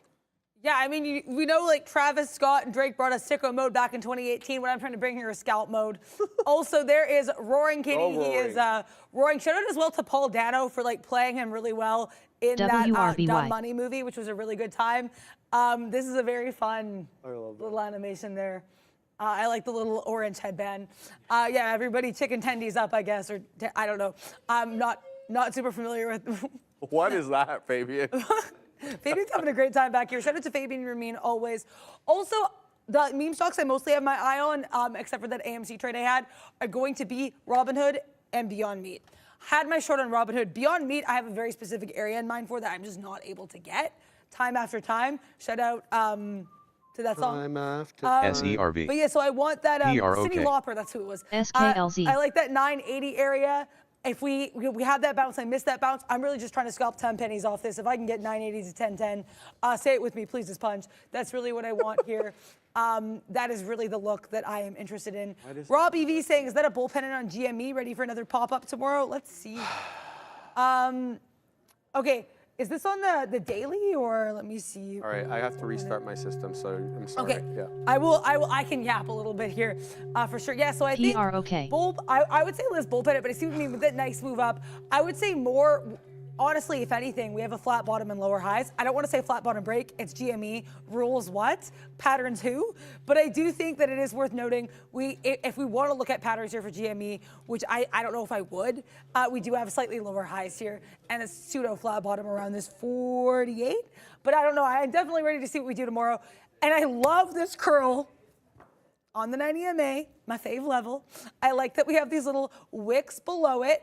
I've been watching this 5230. You know, when Sharif was talking about Apple and Tesla, I was looking at that 5230 and I said, oh, do I want it? And then it dropped and I said, no, I don't want it. But it came back and it held and now I say, do I want it? I feel like I'm like, like a little kid picking petals on the flower in the playground. She loves me not. Yeah, OMGME is just like honestly my reaction today. But if we keep being spicy around 5230, it's on my side chart, it's in my heart. It's something I would absolutely scalp. You know me, if I take anything, it's gonna be a scalp here. But yeah, happy with that NVIDIA scalp, making new highs of day, not anything I have my eye on right now. The TQs though. The TQs, could be something to do on the TQs. That short I tried for earlier, maybe I was a little bit premature to it. That topping tail candle, nice look. He's short. Oh! Kyle Burdett is short. Thank you for pointing that out. I was very confused there for a second. Kyle Burdett short the SPY, reloaded the 522 area, looking to take another 60% at my previous target. Wow, that's awesome. Yeah, I think. HWH. Yeah, shout out to Kyle Burdett. I might be trying to take a big short here as well. And when I say big, I mean more medium to small sized. But shout out to big Kyle Burdett there, killing that short. You know what? We're going to do it. We're going to do it. We're going to take the TQQs short. That's what we want to do here. We're going to go 60.06. If we break above 60.10, basically same level that I had before, but I think at a better price this time, we're going to get out. Pardon? The Katina man is displeased with which TQ. Oh, okay, yeah. Yeah, he's joking because he's in the TQs, or he get involved in the TQs, and I said leave my stock alone. So, shout out there to Sean. Yeah, all these meme stocks has been such a fun couple days. Excited to keep taking advantage of it. Like I said, main things I'm looking at are going to be Beyond Meat, which looks like it's coming back to that area I like around 80s. If we keep bouncing, I'm going to hop on that trampoline. Hopefully go above and beyond to infinity and beyond in my Beyond Meat potential trade. Oh, wow. Oh, you're gonna do her like that? You're gonna do her like that, eh? Okay. Wow. All right. Ram is like constantly looking for action around here. And yeah, I know, right? So I'm going to look to wet my beak here on TSLA. I'm short on Tesla at the moment. I'm short at 62s. We'll see what we get here. I just got prints on 52, so nice little 10-penny winner. We'll see if Tesla comes down. It's accumulating a little bit here in front of that 179. I'm seeing some support possibly at the $0.50. That's the truth, because that's where we peaked out last time. So if we keep going here, I'll just flatten out and then flip to the trade. But if we get weakness, I'll just follow it through. So we'll keep eyes on Tesla. Sorry, I had to restart my system, guys. So I missed a lot of these moves while I was restarting here. So keep your eye out on wow, NVIDIA. I didn't even notice that. NVIDIA just shot up into 911.91, essentially 912. Essentially, it's 9 pennies off that level. So a lot of strength coming in here on NVIDIA. And I'm seeing strength on Meta and on Amazon as well. And now the Tesla trade is about 10 pennies against me. So I'm going to have to get out of this trade if it keeps going up here, baby, because I see a hammer candle coming in here on Tesla, and that could be trouble for my short at these levels. So we'll keep an eye here on Tesla. There we go. I'll flatten out break even there. Happy with that. But we'll keep eyes on META and Amazon because they're both up into that area. I'm still looking to short Amazon at 186.50. Apple's not doing anything. Let's flip now to some of these small cappers. So it looks like AMC and GME have calmed down a little bit here. The parabolic nature that they were trading in is kind of subsided a little bit. It looks like most of these small cap gappers have all calmed down a little bit. MAXN, the range is tightening up. Holo, the range is also tightening up. CTNT broke down now below the volume weighted average price, only up 212%. PAC B, I had eyes on this one as well. Who remembers this from the banking crisis of March 2023? This one at the 20 period. Now this one featured earlier at the 20 period, so $2.40 could be an interesting area here for PAC B. So let's flip. NPWR. Let's get to this one. I think this is on the NQ. I'm right. Okay. So let's see if this one holds up here at the 20 period. The last time it made a move down, well, not doing anything. Look at the tape. The tape's barely moving. So even though it looks like it's a good area, I'm really not interested in punching in something so illiquid. Big Kyle Burdett, AMD watching 154 for a counter trend trade with Southside. We saw the Katina Man take AMD South today. Let's have a look at how AMD is doing. Right now, AMD is at HOD Big Kyle. So Big Kyle looking for another 50-penny move here to get short on AMD. And what's the reason for that? Let's have a look at the 10-minute to see whether we... It is ripping. It is ripping, Katina Man. I mean, I have no idea why it's ripping, but 912.73 now HOD on NVIDIA. But with respect to this 154 Big Kyle short, well, I like that. Because that May 9th, what was May 9th? Friday? Yeah, May 9th was Friday. That was the level. So that was HOD. That was the IB high at 154 on Friday. We broke through it. No, that was Thursday. Excuse me, Thursday. And then Friday, we really went parabolic there into 156 and a third. So 154, Friday's HOD. Let's see if that features. Shout out to Big Kyle. AMD up almost 2% on the day. Big Kyle looking to take that bad boy back down. But... yeah, what are you looking at over there? I kind of like that PAC B range, actually. But there's no volume. But you can't play it. Yeah, I was going to say if the volume was nicer, I'd probably pack my patience for some PAC B.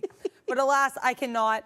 I took my first successful GME trade. BKKT. Wow. And I mean, when I say successful, we're talking 20 cents, okay? I should clarify. We took 20 cents on GME. That's so good. But I'm really proud of what I did here. I kept saying I was watching, waiting, scalping, plotting. I sound like that Drake song, For This Thing, at that 52 level. And then, we finished the scheming, plotting, getting money, getting 20 pennies. But yeah, thank you. I appreciate that there. I feel like a little bit like Roaring Kitty right now, but like less composed than that. But no, I got long that 52, tried to get out before that 52.30 because that was that area I liked. I said if we break below that 51, like 70 with any viciousness. So again, risk to reward here wasn't great, but I really wanted to take advantage of those quick price movements. So got in before I could even set a stop. We dripped a little bit, then we came right back. I said, get out, buy Adara. Highest we got here was 52.70. Didn't get that move, but honestly, I wouldn't have wanted to overstay my welcome because I get out. We pop back up, then we drop back down to around 50.50. So not a great look there. Happy I did it. Don't know if I would do it again unless I see scalp moments I like, but trying to get into scalp moments. Bears versus Bulls, thank you so much for the support there. I remember the first time you traded AMC, LOL, before you knew about apes. Indeed, yeah, when I first started trading AMC, I didn't even know what apes were. I tried to trade a little bit of AMC right now. Currently my worst name of the day. But if we keep trying to have a little bit of a shell forming at that 950, I mentioned earlier I like 950. So that could be a little bit of a scalp opportunity for me. Much like GME, what I just did with GME here, I would be taking it with a scintilla of shares, because that's what I feel more comfortable with, taking small shares, getting in, getting out, having a risk to reward portion that makes sense for me. But again, still watching Beyond Meat, fell out of my area. Keeping an eye on these meme stocks. Thank you guys so much for the support in the chat. I'm really just trying to get more comfortable. I like scalping, so if I can scalp these meme stocks, that's what I want to do. I like it. I'm looking to go long Tesla at 178, the 10-period EMA. I've already got my resting dip trade order at 178.05. I'm looking to defend this double top over here and the whole dollar level. So we double topped. That was after the bell, right? Yeah. We double topped at 177, high mid 80s. Okay. So you can make the argument that was a 178 rejection. And then now we're coming into it. So I'm looking to get that dip trade to defend that area. We'll see. I'm not going to give it that much room because it has to be, you know, I don't say it has to be, but it really should go right away. Anyway, keeping my eye on that. The same trade is coming in on Meta at 470. It's also retracing into the 10 period. The last time it bounced off the 10 period was 10.55, and then it moved another $4. So Meta at the 10 period right now at 470 or thereabouts. That could also be another interesting trade here on strength. Tesla, Meta, both have had decent charts. Obviously, Tesla much higher percentage-wise on the day than Meta, 3 3/4. For Tesla, only 0.42 for Meta, but the charts look quite good. And the reason Tesla is up so much more is because it was running earlier in the pre-market than Meta was. Meta was quite dead. So keeping an eye on that, Meta and Tesla, neither one has triggered quite. Yeah, I haven't put my Meta out one. Let me put my Meta. So we'll get Now we'll Meta. let you put out your Meta. There we go. We're going to put Meta. We're going to keep eyes here on Meta because the spread on Meta is just so ridiculous at these levels. So I'm going to send it to you, Adira, while I just put in my orders. YPF. Yeah, I mean, so I got involved in my AMC. I was watching, like I said, 50s. We held 50s. I get involved. We hold, then we drop a little bit. If as long as we stay above 35, so we're going to risk about 15 pennies here. Sorry for the excessively fast talking, even faster than my usual. But as I said, you know, I like to match the speed of the markets. And when the markets are moving at an AMC GME type pace, unfortunately, I have to move even faster there. I think we're still below this 90 EMA. This might have been a bit of a mistake on my part, but if we hold up here, I'm willing to scalp what I can scalp.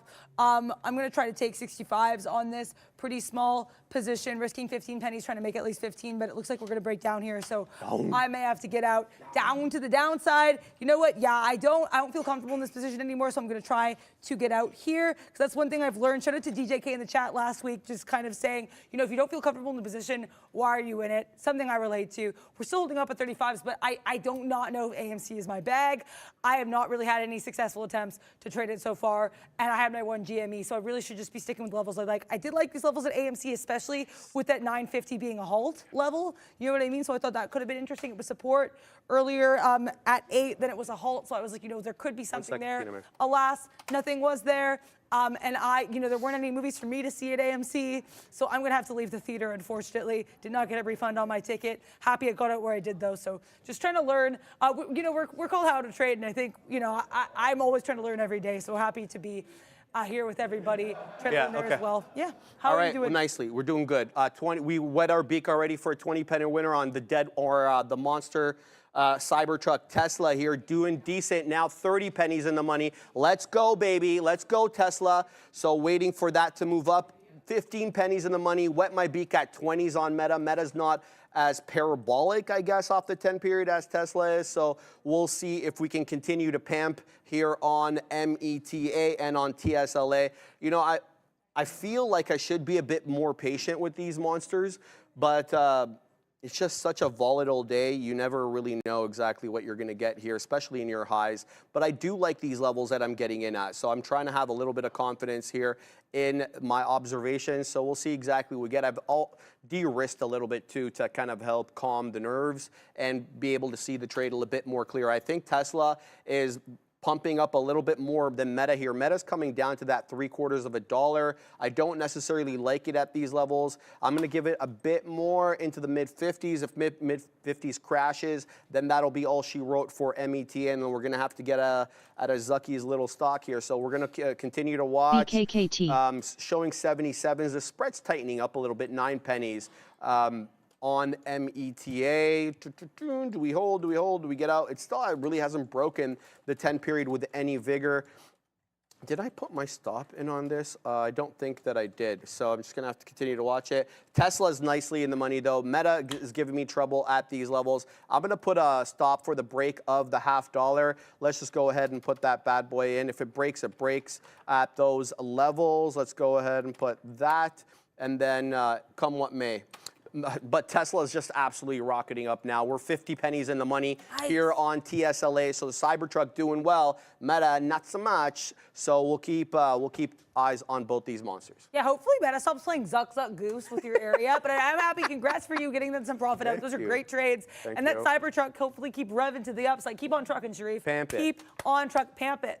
I also love it as well when you like pepper the pamp into your statements. Like, hopefully we keep pamping. Zuck Zuck Goose. I did. Bro, she's gifted, man. I'm telling you. I don't know how she comes up with this stuff every day. Sean was like, did you say Zuck Zuck Goose? Like, nods, leaves. Shout out there to Sean. Killing it. Definitely needs a little bit of a walk there after killing it in those trades this morning. Right now, I'm trying to take Amazon. I was mentioning to Andre Bourgeois in the chat earlier. Apologize, probably pronounced that wrong. But I did like that 185.50 on this. We hold it as support. Then we find it as resistance. Then I was like, could it be support? We fall. I want to take it short. Kyle Burdett also pointed this one out to me. And I mean, like I said, it's the level I like all day. If it's the level I like, why am I not taking it? And the answer is there's no reason. So that's why I want to take it. Maybe a bit late to this party, but I'm trying to get a little bit less chasey. I have gone chasing waterfalls in the past. That part of my trading definitely needs some TLC. So I'm trying to be definitely more regimented in terms of just taking levels that I like, when I like them, where I like them. A large enough position I feel comfortable risking into 75s here. I said, sorry, not a large, a small enough position I feel comfortable risking 75s, but also a large enough position that I feel comfortable taking it, piecing it out there. We'll have to see. I don't know if I'm going to get my point of entry. I wanted 48s. We might be a little bit shy of that. So I like this look. Easy Trader saying NVAX might go crazy. Eyeball, eyeball, eyeball. So let's get our 2 pairs of eyeballs and those 3 emoji pairs of eyeballs on NVAX. This is interesting. This chop and churn here around that VWAP area is kind of interesting. Could be a little bit consolidated, but for me, the way I trade, I like to have a bit clearer levels. So I don't know if this is something I would be getting involved in. Amazon, I did just get involved. Hopefully this doesn't bounce at the 90 EMA. I want to keep seeing that rejection. But again, you have to risk money to make money. You know, scared money doesn't make money. And so as a trader, you know, Sean says scared trader is a deficient trader. I am trying to be bold, trying to make some opportunities here. This might have been a mistake, but we're trying to make some market moves. Yeah, hopefully, as Cardi B said, you know, we want to be making some money moves over here. So let's see how this goes. Risking a little bit more, trying to make some moolah. I want minimum 185s. I want all the smoke.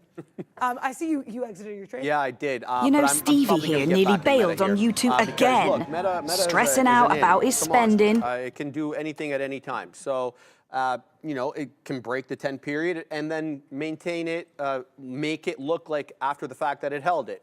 Because it's a $400, it's almost a $500 name, and when it breaks something, it's going to break it by 54, 50, 60, 40 pennies, whatever it is, and push me out with my stop, because I did get stopped out on the break of the $0.50. Still profitable on it because I took out the majority of the position quickly through the break of 470, but I did get stopped out for a loss on the last little part. The trade that I'm really happy about is this Tesla trade. We take that 178 dip and rip, and we wet our beak there at mid-60s. So that was a good 60 penny winner there on TSLA. But there, I don't think the jig is up on Tesla. It's holding the 10 period, that higher low, higher high kind of pattern is still in play, even though you've had, you know, these shorter periods of retracements. Compare the periods of retracements to the periods of up move. Definitely the up move outweigh the areas of the retracements. Shout out to Big Kyle Burdett though, because he was telling everybody in the chat that he was going short on Amazon, and that's a great look, Kyle, because you printed nicely on there. I think you're 60 some odd pennies in the money.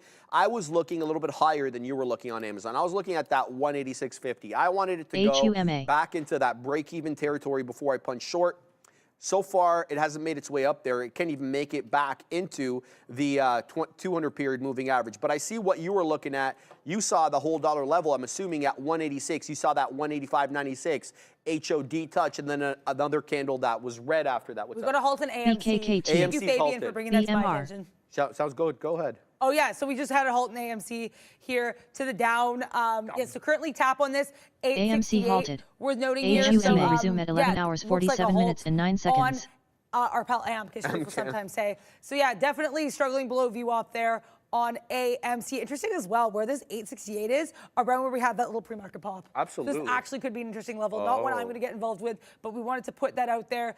Thank you so much to Fabian for pointing that out. To quote DVDR43 in the chat, AMC, but in all seriousness, hopefully everyone is managing their positions okay in this. We do want to make sure everybody's all good in the hood. And that reminds me, actually, how is Robinhood doing? But yeah, sorry, what were you? No, it's sorry okay. to interrupt you there. Yeah. No, you know that. When the more important stuff, interrupt away. Guys, NVIDIA's been doing the dance with the 10 period. And it's been doing that dance since essentially 10:35 this morning.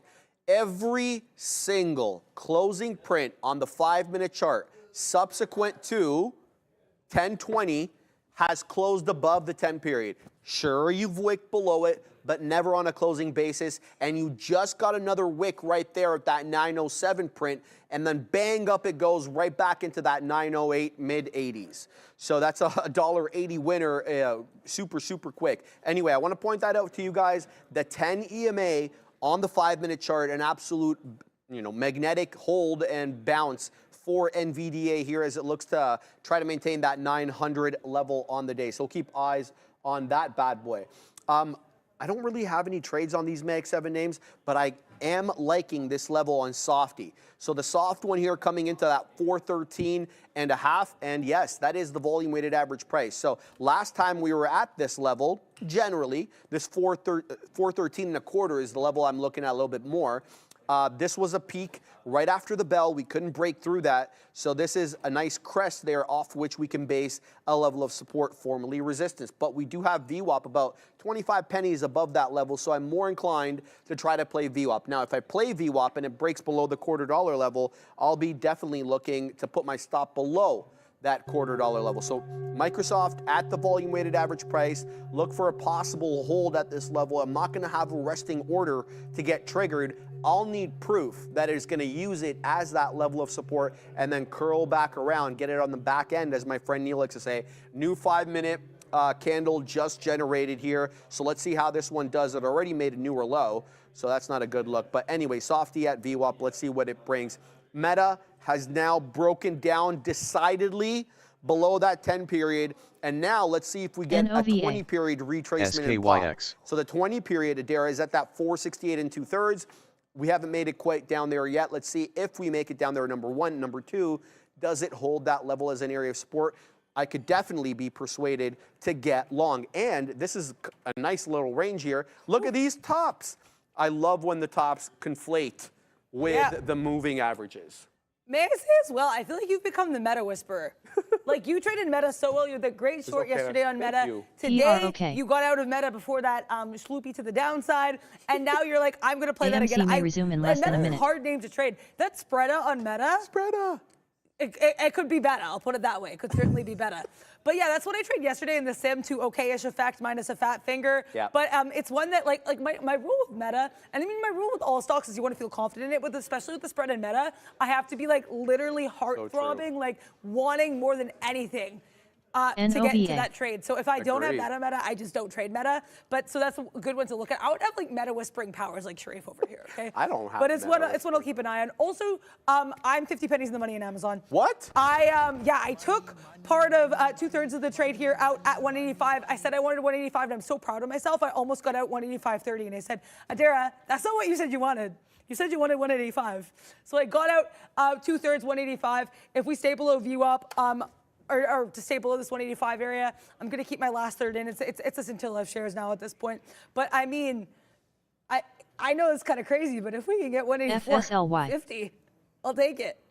Right? That's that dip below in here. So this was one I've been mentioning earlier today. I did like that 185.50 area. I mentioned that to Andre Borgia in the chat. But shout out to Kyle Burdett, who actually pointed out, hey, Amazon's a good look right now. Because I had forgotten Amazon, even though I did have levels I liked on it. And my thing is always, I always appreciate when people in the chat will point out stocks to us, because you're not going to take everything you see, right? But if you see something you like and you have your own personal reason for getting involved, then I think it's worth getting involved. When I saw this, and around when I saw it, when Kyle pointed it out, it was at that level I liked. I said, Adara, you're going to kick yourself if you don't get involved. FSLY. So I did. I don't love how we're holding 184.90s right now, so that might be a little bit of a moment for me. But please just punch. And thank you again to Kyle Burdett. I love our community, and it's so fun to be part of. While you were dropping hot lines, I just took 50 pennies on Meta. Like right away, I love the 20-period moving average dip. It conflates with the price action.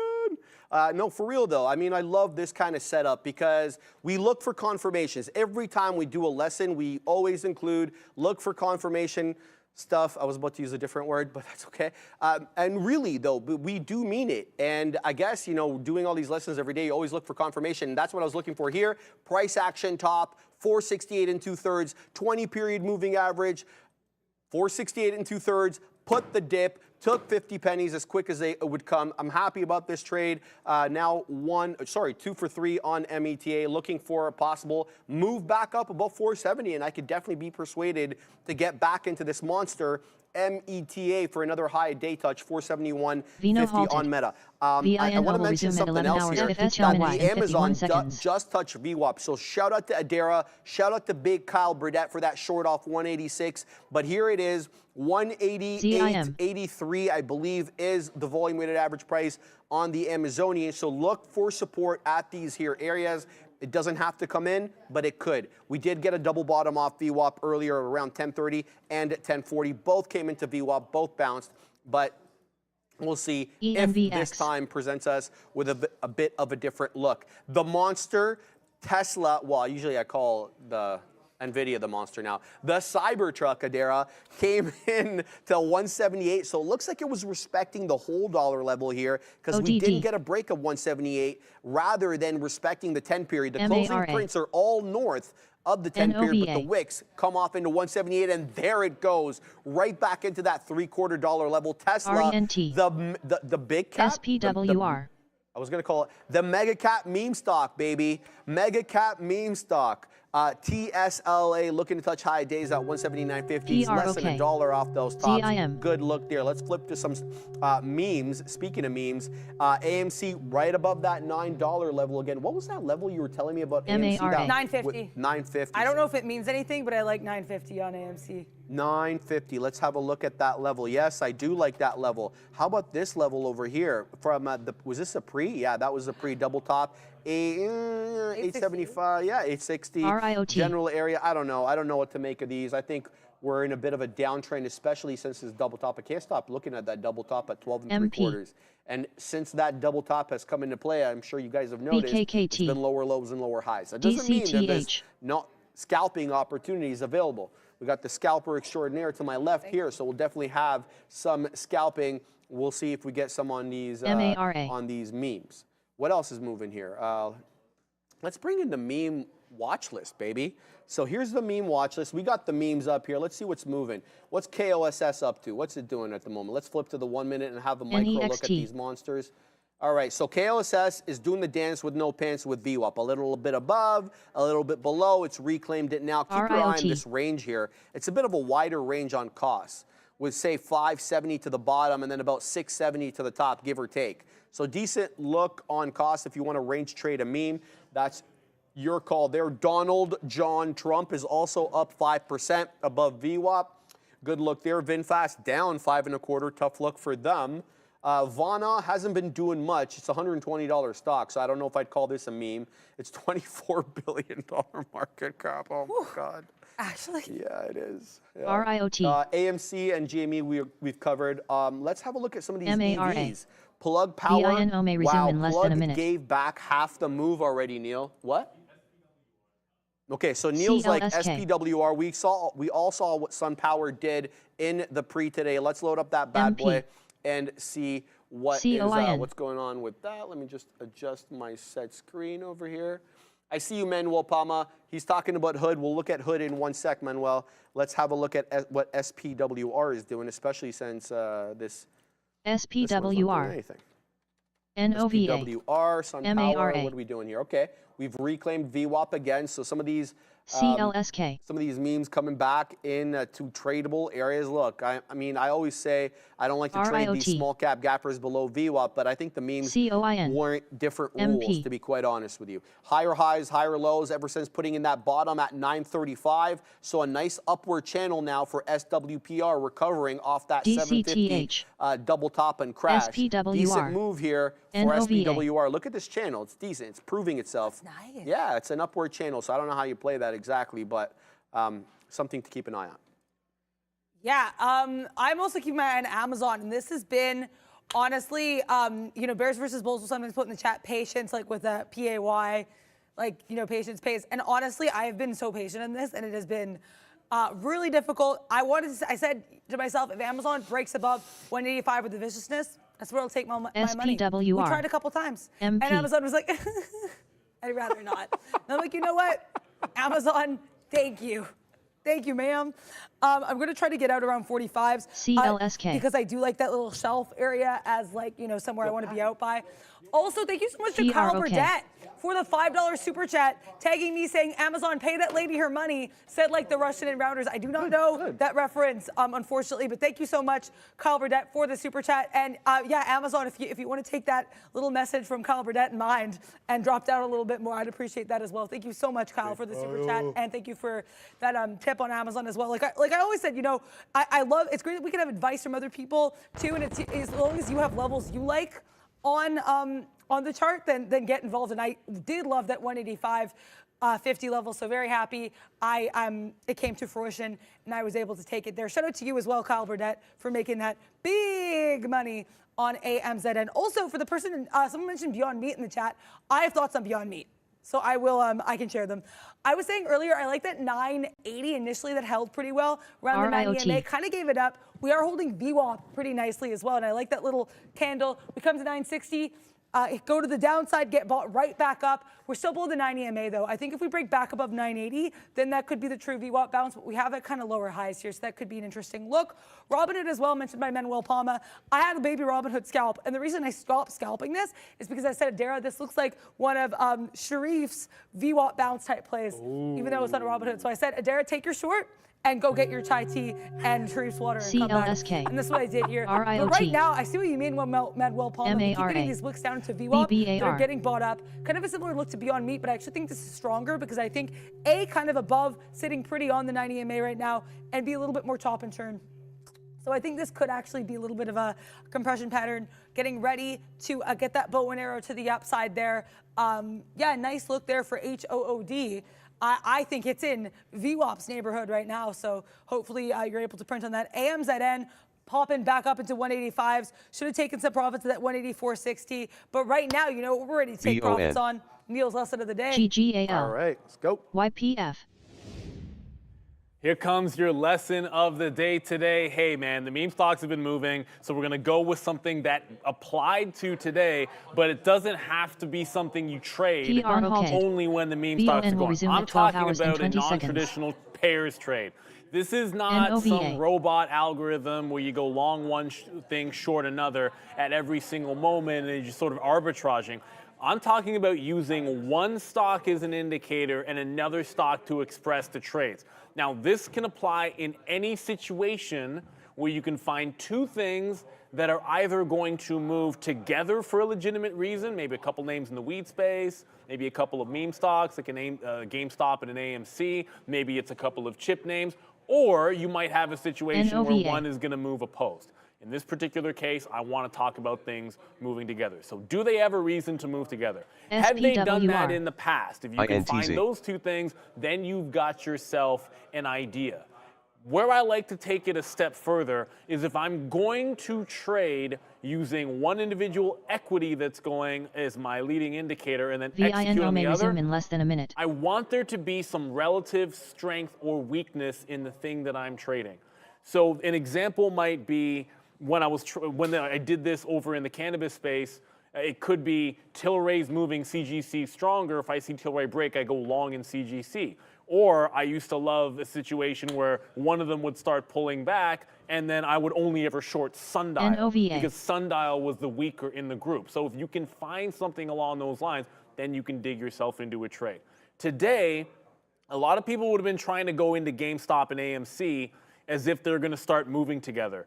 And I understand there was some sort of confluence there that you could have worked yourself into. The charts are very similar. But the reason why I was never going to do that, and we can come to the charts now, is the halts change everything. You have halt down, halt up, another halt up, and a halt down. And then the same thing happening in AMC. If they're not actually open together, then it's difficult for you to execute trades. And that's the reason that I stayed away from using them as a pair. What I ended up going to was something that fit the bill perfectly for me. Another meme stock that was generally speaking following them, meaning it started going when the others were going yesterday. It's part of the old meme craze from before. And on top of that, relative strength in things like GameStop yesterday was not met by the same strength in BlackBerry. So it has a reason to follow. It wasn't going nearly the percentage moves that the others were going, so I knew which direction I wanted to take it, meaning any weakness over in GameStop, and I'm going short into BlackBerry. And I know it's going to seem like, well, how do you know to get in at all these different points? Right at the open. This is 9:30 when GameStop halts. All you need is some kind of a catalyst to go short. Now, it can be a break of a key level. It could be some kind of I like a moving average setup on GameStop, and when it breaks that, I express the trade over in BlackBerry. It could be breaking VWAP. It's whatever you happen to like. Because GameStop was halting, once it halted and was breaking this support level, I didn't care where BlackBerry was. I'm getting into the short because that's my leading indicator. It was an easy short on the halt. It reopened. When it reopens, it couldn't take a new high. I actually shorted BlackBerry again. Then you have this move up where it comes back into the same halt price. So halts up, opens back up. GameStop tries to get into 57 another time. Am I shorting BlackBerry at the same price? No, I'm actually shorting it lower. It just happens to be in front of VWAP. But I'm using that as my entry point. Again, all of these little wicks where it's rejecting underneath 57, every time it rejects on BlackBerry, on GameStop, I'm taking this trade in BlackBerry seconds after it's already rejected and pulled back $1 in GameStop. So yeah, you could be trying to short GameStop in here, but I don't know if it's going to break higher. I just see it make a lower high, and I can jump into the scalp short. I'm just reading and reacting, looking at one chart in level 2, and then reacting on the other a split second later. That way I'm not exposed to GameStop flying up crazy high. I just need to see it show the same resistance it did before. It was already doing it. Shows me the resistance and pulls back. I have plenty of time to get short the other name. Getting GameStop in here on these moves, it's already gone a couple of dollars. You can do it. But sometimes it's just easier to make that sympathy play. And this is not something that only works when you're trading in meme stocks. As I said, when the cannabis names were going, this was something that was successful trading CGC and Sundial. But what's very important about this is you need to have extra volume. This is not about trading AMD necessarily against NVIDIA or something along those lines. You want some outsized movement where the volatility is 3, 5x, volume is 5, 10x, that kind of craziness. Then you can start to look for that type of a trade. At the end of the day, it's not always the hardest. The hardest trades are the most satisfying. But sometimes the more simple trade, in this particular case, I mean, give me a break. This was never trending up. It wasn't as strong. BlackBerry doesn't have as many reasons to squeeze. The short float isn't as big. All of those things make it easy to be weaker than GameStop. So you're not as fearful of the other end of it. And you can be a split second late just reading and reacting, which I love to do. It's a heck of a lot more simple to trade something when you have a leading indicator. You're not always going to have it, but on these types of days, with these types of moves, you're going to find multiple names that are going, and if they are following each other, you want to take advantage of it. So just to review, your lesson of the day is not necessarily a normal pairs trade. I'm talking about a special pair trade. It can be meme stocks together. Find two things that are moving in a similar direction. Find one that has either relative strength or relative weakness, And then if it's relatively strong, you want to look for longs. When the leading name is starting to go to the upside, you want to look for shorts. If you see breakdowns, if you see levels of resistance, then you just see it happen in one, you punch it in the other, but you've got to identify it first. It's simple with GameStop and BlackBerry. It's simple sometimes when you have those cannabis names. That's your lesson of the day. Take advantage of it when things are moving together. Thank you very much, Neil. Sound advice, excellent as always. Thank you very much, Neil Roberts, dropping hotlines every day, guys, around noon hour. Neil's lesson of the day. Make sure you're around for it. So shout out to him. I also want to shout out Big Kyle Burdett. Here is what he sent me, Ram. And these are his shorts on the SPY. Fantastic look for Big Kyle there. Way to defend those levels, halted. Big Kyle. AMC will resume at 12 hours, 7 minutes, and 45 seconds. And the covers there on the yellow triangle. So shout out Big Kyle Burdett. Killing it on the future, as always. Keep your eye out on his levels. He's always there in the chat, you'll notice, because his name is Kyle Burdett. MP. And Shreve will say Big Kyle Burdett as well. All the time. All right, here we go. Let's talk about some of these names. Because we got some retracements while Neil was dropping hot lines. Okay, so I like two specific looks here. I like this Meta 20-period bounce. We're doing the wick shimmy into that 20 period. It's not just the 20 period that's got me interested in this level. I do like it because of this crest that we put out here right at 1020 and 1025 and then retrace back down to the 10. We've broken down to the 10 though, trying to hold above the 20 in that 469, 468.5 general area. So that is one look I'm looking at there. Whoa, that was okay. And the other look I'm looking at is TSLA. It also retraced back down into the 20 period and finding some support. And it also has price action support with these two double tops. These are a little earlier than the ones put in on Meta. These are right from the bell, from 930 and 950. So looking for possible support here on the Cybertruck as in the kind of the same way that I'm looking for that support on Meta. We'll have to see if it comes in. If it doesn't, then we won't trade it. Simple as that. Apple has been doing nothing. Go ahead. Sorry, we got this halting AMC here, but also, we're halting TAP 804 right now. So just continuing, this one continuing, despite that level we were both talking about around 950, then around 860, 875, continuing to fall to the downside. Also, Oracle. ORCL, there is a story on this guy. Okay. Musk's xAI nears $10 billion deal to rent Oracle's AI servers. Which, I mean, how could that be a bad thing for Mr. Oracle? Can't see the future, but it's certainly seeing a lot of upside right now. Damn, girl. Oh. SAVA. No way. Yeah, I mean, that's what Oracle's saying right now, too, about Musk is like, okay, 10 billion. Yeah, right. So nice look there for ORCL. We'll have to see what this kind of settles into. I think it'll be interesting. Not saying that we will, but if we do come back to that 117, that'd be an area I'd be watching. Look at that wick up earlier that we failed. Then we had that high earlier at 117. I think 117 could be an area. ACB. Again, I can't see the future, but I can see past price action. We'll have to see if Oracle can use its little crystal ball, give us a level here at that 117 area, thereabouts. Were you there that day that someone asked Fed Chair Powell if he could use a crystal ball to see one thing in the future, what he would choose? That was Opie and I that day. What did he say again? So the person was like, oh, so Fed Chair Powell, do you mind, like, if you could get a crystal ball and see one thing in the future, what would you say? And Powell was like, well, I wouldn't just want to say one thing. What? I'm like, well, if you could. Like, the guy kept pressing it. I don't even remember what he said. It was just funny. But yeah, so I can't think of like oracles or crystal balls now without thinking about that. Oracle, I see. That's trying Oracle. to come back. That's where got it.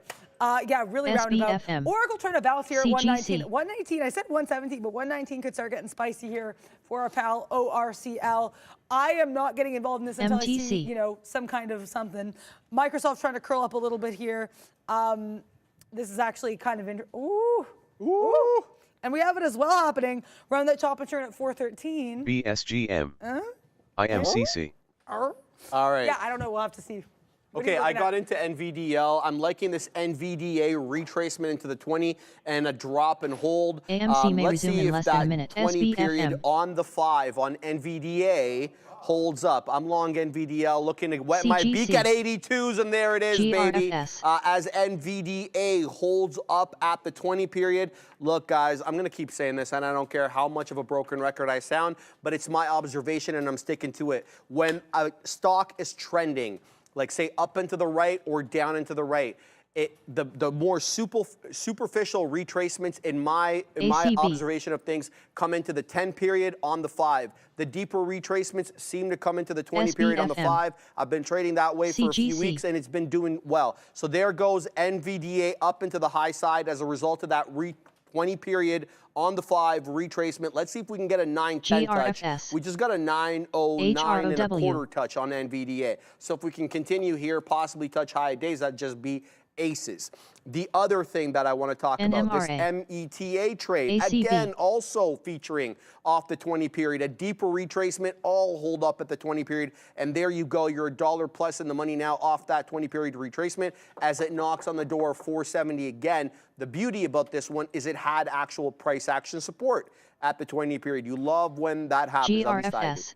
The one that isn't really featuring as nicely off the 20 period as one would like is the Cybertruck. TSLA breaking down now below the 20 period and not really holding up at these levels. We'll have to wait and see if the price action support between 177 to 177 and a third ends up holding up. We have these closing prints here from 930 all the way into 950, about 20 minutes worth of price action with tops at the closing prints coming at these levels. So TSLA, let's see if this bad boy holds up at these levels here and then curls back up. VWAP on Tesla though, just a skosh below 177 at about 176.80-ish, 75-ish or thereabouts. Man, Apple's done bupkis since that bell. Look at what it's doing. It's done nothing. I mean, it had one super quick retracement into VWAP and then it just tanked back down. So Apple is a hell of a range today with 187 acting as a top to the high side. Now the thing about the downside is you're getting incrementally higher lows. So essentially the first time around you went into that break-even point at 186.29. That's LOD at the moment. You bounced right off that. And then on the second decline here at 1140, it's a little bit higher. It's not at 186.30 anymore, it's at 186.50. So that 187 flat top break, you know, could come if we start seeing incrementally higher lows. Anyway, 187 as a top now if you want to play a range, something a bit, yeah, 187, Katina, man, I know it's an ominous number, but it always happens. Yeah, like 666s. So anyway, 187, a range play on AAPL for whoever's interested in a more calmer trade. Don't at me if it goes wrong. I've been trading it, and it is actually viable. You good? I've been taking the Apple range. So, you know, as Sharif sometimes calls them Madeira Panera ranges, what is worth noting as well, though, is you're not, as Sharif noted, you're not really getting consistent highs and lows. You have that sort of 187 top, but you have slightly higher lows accompanying that, right? So how I've been playing it is I've really been watching what we do. I've been waiting for those drops. I've been taking like maximum 10, 15 pennies. If you want a big trade, as Sharif kind of alluded to, this is not going to be your trade. You're going to be taking these smaller moves. Also, though, another baby range for me, I got out of Amazon. I mentioned this earlier. I didn't end up staying too long here. We broke above that 185 decisively, and I said that was going to be my out, so I got out. Got back in the short, though, for scalp purposes, because I did notice we were ducking below that 90 EMA quite nicely. I'm risking about 20 pennies. If we break into like 37s, 38s, that's where I'm going to have to say sayonara. I want to take about 10 pennies with that, 20 pennies with half the position around 185s. Then I'm saving pieces for dreams. I don't like how we're chopping and turning here below the 90 EMA. So I might have to get out of this a little bit earlier. That is because, again, shout out to don't I don't know how I feel about this trade. And he was in the, like, you know, if you don't feel comfortable in the trade, get out. That's something I agree with, and that's an ethos I'm trying to live with a little bit better. So we're gonna have to wait and see how we do right now. But right now for me, Amazon is the scalp. I to be clear, no regrets. Shout out to Opie and We're the Millers. I don't regret getting out of this earlier. That wasn't my play. Right now, my play on this is actively scalp, so that is why I'm actively scalping it. I just want to clarify. Shout out to Kyle Burdett. Don't know if you're still in this trade, but that short has been very fruitful, and this has been a fun one. Happy initially, I played it off that level I really loved, which is that 185.40. Oh, sorry, 185.50. But now as things switch up, I have to switch up with these markets. Markets punch, I punch back. Did you get your 910s? NVIDIA's trying to give you your 910s. Oh, I got them. Nice. Oh, no. Well, I got the initial beak wetter. Yeah. I'm still waiting for that second beak wetter because we're trading NVDL instead of NVDA and that. So, you know, sometimes it doesn't translate into exact levels. But, guys, I need to mention this. Faraday Futures is in a full state of PAMP. FFIE, I got to put this on the side chart here. It's going to go with memes because the percentage Update will not show up on the chart unless I have it up here. There we go. 275, 77, 82. Because it keeps changing on me, percent HOD essentially coming into that $250 area on Faraday futures. I talked to Randy about this earlier. He's like, yeah, too bad the car is 100,000. But anyway, it's moving nicely here. Beautiful, beautiful rounded bottom off the volume weighted average price. This has everything next to it. The only reason I didn't have eyes on it is because it's 24 pennies and I have a minimum 85 pennies limit on my scanner, so I didn't have eyes on this. Keep your eye on FFIE if you're not averse to trading these penny stocks. The other one, not penny, it goes by the ticker MTC. I see you, Y brothers. I told you I'd cover it. MTC, a cool 61% HOD on the day. And look at that 10-period hug. That magnetic effect that the Knob always talks about. This is it personified here. I mean, like, look at this. Every single dip into the 10-period has been bought up. We haven't even had a 20-period retracement since 1030. And yeah, it did retrace into the 20. I love it. I love it. So this one headed to the high side here, looking for $8 on MTC, a cool 60% up on the day. Let me give you the deets on this monster. It's now the #1 name on my gap scanner. 60%, $1.5 billion market cap. The volume, a little suspect, though, I got to tell you the truth. Less than 1 million shares trade on the day, 883,000. The float, 198 million. It's quite large. Let me give you the short float on it. MTC, shout out to Trade Ideas, negligible short float, only about 0.35% of the float is shorted. Tanking now off that 784, coming into that 740. Look for price action support over here. This is a flat top, guys. This was a flat top breakout at 710, 711, whatever. AMC halted. Shout out to Winnipeg 711 AMC will resume at 12 hours, 18 minutes, and 30 seconds. Right? But this is a flat top breakout, ascending wedge using the higher lows as the 10-period. And so look for that 710, 712 to act as support if it comes back into those levels. MTC, now the #1 name on my gap scanner. Good move up here alongside Faraday Futures. Yeah, I should have. I was just going to be like, maybe I want shorts on Beyond Meat, and then Beyond Meat drops about 6 pennies. I'm like, cool, you do your thing, 21. If you don't want me to be a part of that, that's fine. Happy the 7-Eleven capital of Canada there, Winnipeg. 7-Eleven looking there for that trade. We have Jesus Cabrera, 199 super chat. Thank you so much. When is the Google conference happening? AMD. I can answer both those things for you. First answer, we have Sundar Pichai set to speak at 1 p.m. for the keynote. So that's when Sundar Pichai will be taking the mic. I'll get that all queued up. I have my earpiece working now, so I can be able to hopefully hear that and see the hotlines dropping. Also, Jesus Cabrera mentioning AMD. Oh, SAVE. Oh, it's a nice look.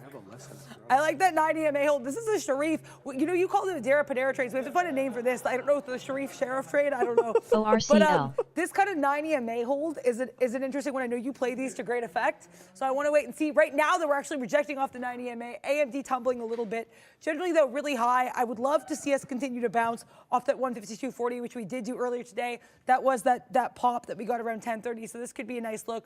Definitely not an AM disaster. I want to see if we have more AM diesel in this tank to the upside. That was a quick save on my part. But you know what? We always appreciate the lesson of the day. Shout out to Sharif. Did you want to say AM Dizzle? AM Dizzle. AM Dizzle in the hizzle. There we go. Nice. All right, guys, it's time for the lesson of the day. We are talking about moving average crossovers all week long. Today, we'll talk about choosing the right moving averages for your crossover technique. So stick with us as we get through the lesson. I know it's very exciting today and all the memes are moving, but we got to get through this here lesson. All right, guys, traders, sharpen your pencils. Today's lesson equips you with the knowledge to choose the perfect moving averages for your crossover strategy. Remember, the right tool for the job makes all the difference. And we're going to talk about moving average length, but length matters. We know moving averages smooth out price fluctuations, but did you know the chosen period significantly impacts the crossover signals? Here's why. So your short-term moving averages have a certain use and your long-terms have a different use. So let's go through the short terms. So your short-term moving averages like the 10-day, the 20-day, you been hearing me talk about them all day today on the 5-minute. So I hope that you have some background knowledge with respect to moving averages here. The 10-day and the 20-day. These, you can consider them as like nimble ninjas. They react quickly to the price changes intraday. They generate frequent crossovers. They're ideal for identifying short-term trends and potentially capturing fast-moving opportunities. However, they can be noisy and they are prone to false positives during choppy markets. So there's good and there's bad with these short-term MAs. Likewise with the long terms. By the long term, I'm talking about that 50 period. I'm talking about that 200 period. Some people like the 100. I don't, but I don't disrespect it. Think of these as the wise old owls, right? They offer calmer perspectives, they react slower, but they provide smoother signals, right? They highlight longer-term trends. That's what they're good at here. Even though they're less frequent, they tend to be more reliable indicators for major trend shifts. And here we go. This is kind of exactly how I pictured them. The 100, super smooth. It's obviously on a down tilt, down into the right, but very few peaks and valleys. When you look at the 50, which is the black one, a bit more peaks and valleys, a little bump here, a little bump there, and then you get the 20, and it's dancing every which way, right? So that's exactly what we mean by that. More action with the shorter term MAs, less action with the longer term. So how do you combine these bad boys? So the beauty really here lies in combining these different moving averages. Here are some popular strategies. The first one, the classic, the one that everybody knows about, that 50-day and that 200-day crossover. So shout out to the Katina man. That's what he's got on his charts. This is a battle-tested approach, this 50-200 look. A golden cross on this time frame suggests a potential long-term uptrend, while the death cross indicates a possible downtrend. If you don't know what those two terms are, go back to yesterday's lesson, but quickly, the 50 period crosses the 200 from down to up, from south to north. That's bullish. That's called the golden cross. Conversely, when it crosses it down from north to south, that's the death cross, and it's indicating to you possible weakness. But there's also a short-term confirmation within the long-term trend. So what is this? So in this instance, you're utilizing shorter moving average like the 20, like the 10, for faster exit and entry points within the larger trend as identified by that 50 and the 200. So you're using the 50 and 200 to identify what the trend is. Is it consolidative? Is it up? Is it down? And then you're going to use the other moving average, the shorter moving average, to weasel your way into the trade, as I like to say, okay? And here's a great example of it. You have the 200 period SMA. It provides support, and it's tilted up, indicating to you that the larger overall trend is up and to the right. And then you get in, you weasel your way into the trade once that 20 crosses the 50. It's not one of the ones that we're talking about today, but you get the idea. These moving average crossovers are good for both identifying trend and getting into the trade. So how do you tailor your approach to make it fit within your trading style? Remember, the perfect moving average length depends on your specific trading style and the asset that you're trading. You may not want to use specific moving averages with the Teslas, with the Nvidias that you may want to use on some of these memes or some of these small cap gappers. You got to figure that out, okay?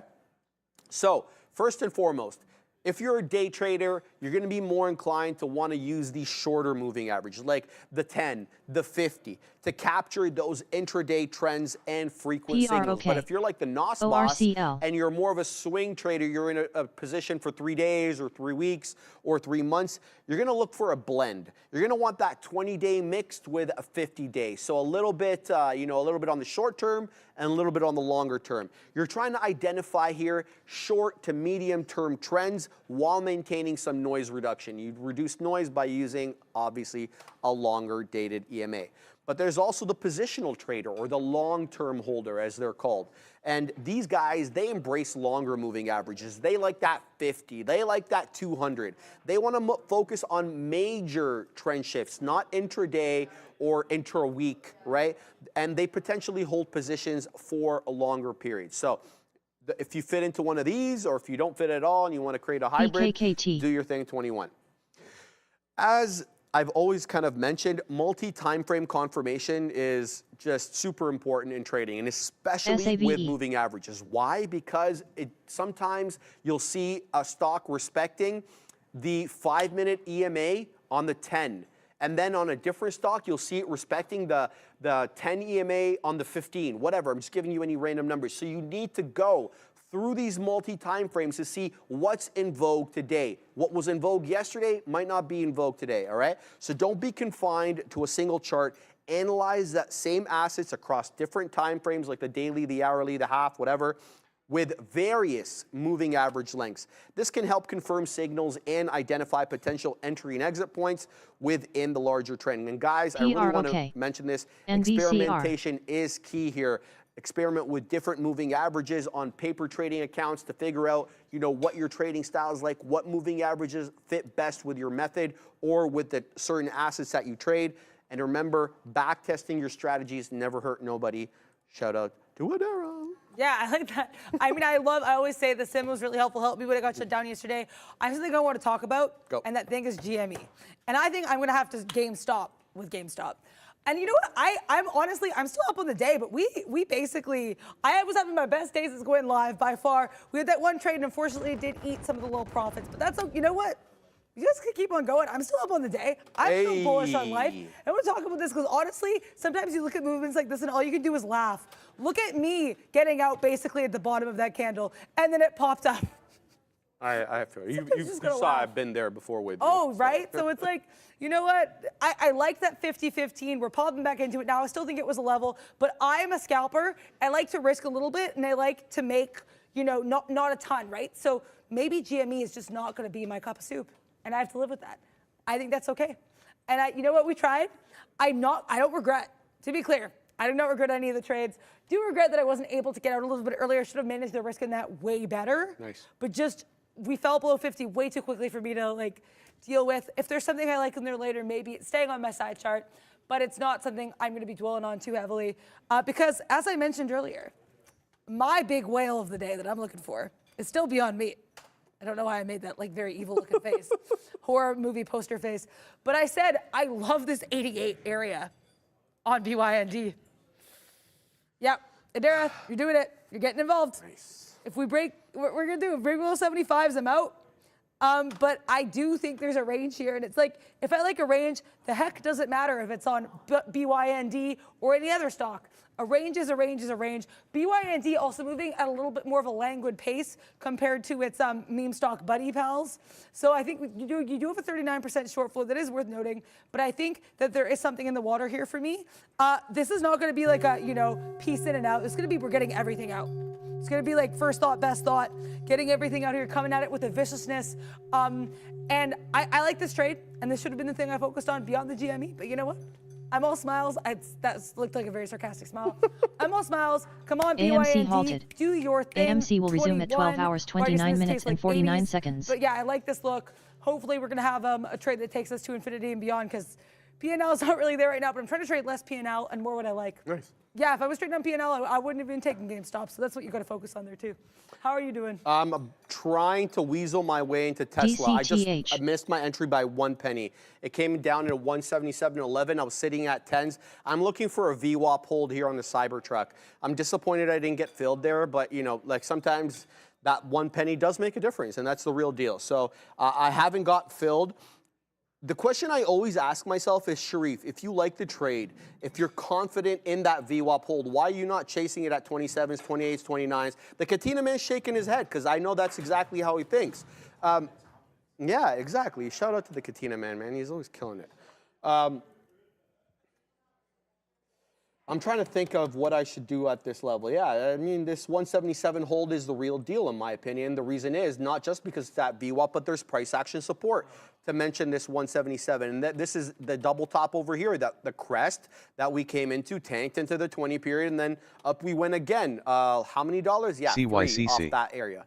So decent move here for the Cybertruck. It's at VWAP right now, already held it twice, now making a higher low above 177. Tesla looks like it is headed possibly to the high side here. The narrowing of the 10 and the 20, a little bit of a, I don't want to say a bad signal, but it's something to be aware of that, maybe the good times are coming to an end a little bit here. So we'll see if we get triggered on TSLA, and I'm not triggered about that. I'm upset. I mean, triggered my order, which is a resting order. Yeah. So we'll keep eyes on that. So TSLA not filling at the moment. But I want to read something that Jay Lee wrote. And you know, Jay is one of the OGs in the chat. Says, maybe worth mentioning this point about time frames and patterns and names of patterns. Don't let that stuff confuse you trading memes like GME, AMC, etc. The instant bid ask dictates. I tend to agree with that a little bit. Even though, Jay, I know, if I was to see an ascending wedge, the thing about an ascending wedge, Jay, is that I'm not trading it for the pattern. I'm trading it for what the pattern represents, which is buyer exuberance, overwhelming selling pressure incrementally. So every single low is a little bit higher than the previous low. And so it ends up manifesting in a pattern, but it's really reflective of what's happening on the time and sales on the book. So, sometimes we get caught up wanting to see patterns, but forget that these patterns are reflective of price action. So we'll see what we get there. Shout out to the Katina man, baby. I'm still waiting at this 177.10. We'll see if we get filled. I've mentioned Apple before. I'm going to mention it again. 187 range, and the range is getting a little bit tighter here and there. Yeah, I was mentioning the tightness of that Apple range. Range I played twice, both winning trades, both positive effect, but that range is like a little coily little snake. Not a lot of opportunities there for you to hop in, so just be cognizant if you are playing the Apple range. We're talking like pennies. Like I was getting like max 15 pennies on that, and even then sometimes I had to scalp it earlier because we got tighter. So that one I'm gonna give my range take. Yeah, initially I was like, oh, watch the 90 MA. At this point we're literally trading may resume in less than a minute. So that's a moot point. Range getting tighter and tighter. If it gets a bit gooser again, I'm gonna get involved. Beyond Meat, interestingly enough, initially. Oh yeah, so we're gonna go to AMC and then we'll go back to my meme child. Yes, sorry. No, it's all good. It's all good. Let's take a look at that AMC halt. Oh, no levels left on this one. 7-Eleven. The tap on this is 7-Eleven. Shout out to Winnipeg. But yeah, I mean, the 90 MA rejection, to me, that's always a level I'm going to look at. So to me, kind of a weak look there. We did fall below kind of every established level. So that is unfortunately not a great look. Hopefully everyone who's in AMC is all right there because, we always want to wish everybody the best. But hopefully no one is too trapped in that movie theater and that they will let you out there. That would always be great. But yeah, all jokes aside, hopefully everything is all good. But like I said, Beyond Meat, I'm watching mid-70s. We keep getting to 78 and bouncing a little bit. Okay. However, okay, bye-bye. Yeah, this is just, the meme stocks and I are not, it's not really meme stocking up. I did like the Beyond Meat, and I'm happy I took it. And like I said, also happy I'm not trying to trade on P&L, trying to trade on stuff I like. And honestly, if GME comes and rests on that 90 MA and uses that as support, I'll take it. Faraday. Faraday. It's just flying, Katina, man. 470%. Ooh, pardon? FFIE. I could not tell you. I know, you got too excited. I had FFIE and then it's insane. What is this doing? No, Rem, show the chart. I don't want to, she says. Jeez, okay, I'm sorry, Rem. Yeah, that's... Oh my God. Not this crossfade, that's amazing. Yes, that's fantastic, Rem. Leave it like that. Lord, that is this thing perfection. Opened. We were at 6 pennies when we opened. We were at 34 pennies. Now we're falling. These meme stocks are getting memey with it. I have no words. Just trying to find some more opportunities. Faraday just fell 100%. Yeah, it was at 460%. Now it's at 340. So yeah, guys, we really mean it when we say you have to manage risk, because if you took a big position in that when we called it out, you were 9 pennies out of the money. Obviously, on a 30 penny name, that's a lot. So keep your guys manage risk here. I know I sound like that boomer that wants to put a damper on the party, but really, if you don't have an account to trade, you don't have an account to trade. So you got to manage risk. So shout out. I didn't want to interrupt you. Sorry. No, it's okay. I had nothing. I got out of Beyond Meat. It was beyond where I wanted to go. I might have to get shorts in Beyond Meat at some point. AMC I think right halted. now it's flipping to short. AMC will resume at 12 hours, 35 minutes, and 17 seconds. And when I wanted it was too late, but that's okay. That's all good. Yada, yada, yada. Blah, blah, blah, blah. I want to trade NVIDIA. And NVIDIA actually, and I am shocked. Sorry, Amazon, my top name of the day here. NVIDIA is the second. But yeah, basically today has been a bit more of a successful day for me, and I mean that regardless of P&L, which would have been a little bit better had I not tried to take GME again and then not risk managed it properly. But basically, what I'm trying to say here with NVIDIA, or with my trading in general today, is I'm trying to get back to basics, trying to get back to stuff I like doing, which is going to be the scalps, the Mag 7 scalp. So that's what I've been trying to get better at. Also, I figured Apple as well was okay in that range. But yeah, if we keep projecting 907, which was a huge area of support earlier, if we keep projecting 907, I'm just going to keep scalping pops. I'll short the pop. I don't want to take this long right now, although we are forming a little bit of a crust, a little bit of an edge, a little bit of a shelf. So we're going to have to wait and see what happens. I really want to see what we do here. Marcelo asking if Uber wants to pump it up. Yeah, let's see. Pump it up. You know you want to pump it up. Oh! INTS. Okay. Marcelo, I don't know if it's pamping it up. It's a little bit slower on the uptake here, but it is absolutely resting on the 90 MA right now. And we are kind of coming to that previous area of resistance here and previous support at 65. Okay, Uber 65, not at all a bad look, Marcelo. I love when you go back like that. Yeah, because it's your key move. My signature move. We're still below the VWAP. I think if we could break above VWAP, that'd be a nice look. I'd like to see us break above VWAP, and also that 65.24 area. Not the type of trade for me because I couldn't really scalp it, or I wouldn't. I'm looking more for scalps today, but I do think, Marcelo, that 65 rest is nice. I don't know if it's going to pamp it up, but I think it could make a nice little up move. Joanna Brewster saying, my 14-year-old daughter wants to know if you ever breathe.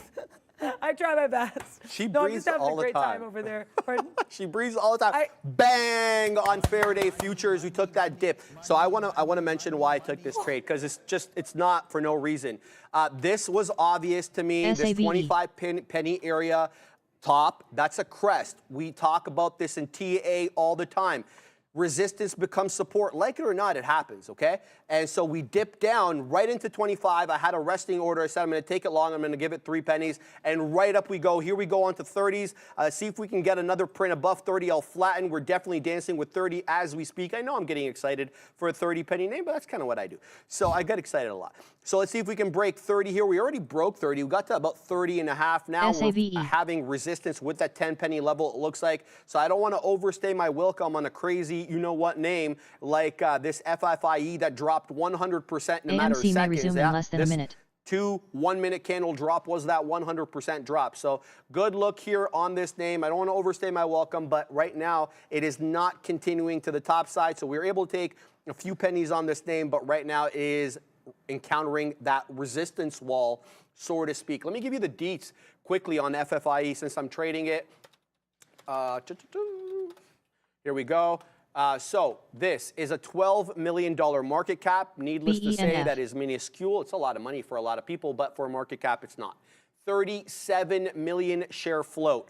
I think this one is heavily shorted. Katina Man was 85%. Sorry? 85%. Muller, love every bit. Meme days when GME was over 100%. Remember that? SABE. So here we go with 30s again. So we're going to flatten out here. I'm happy with this trade. It's probably going to run, but whatever. That's okay. Let's see what this now is. Yeah, let's see what Trade Ideas is saying about this monster. Oh my God, 86 2/3%. Guys, I should mention that Faraday reports on the 15th. So this one reports tomorrow. So Faraday Futures, if you're going to trade this, Katina, man, you got to tell me this kind of stuff before I punch long.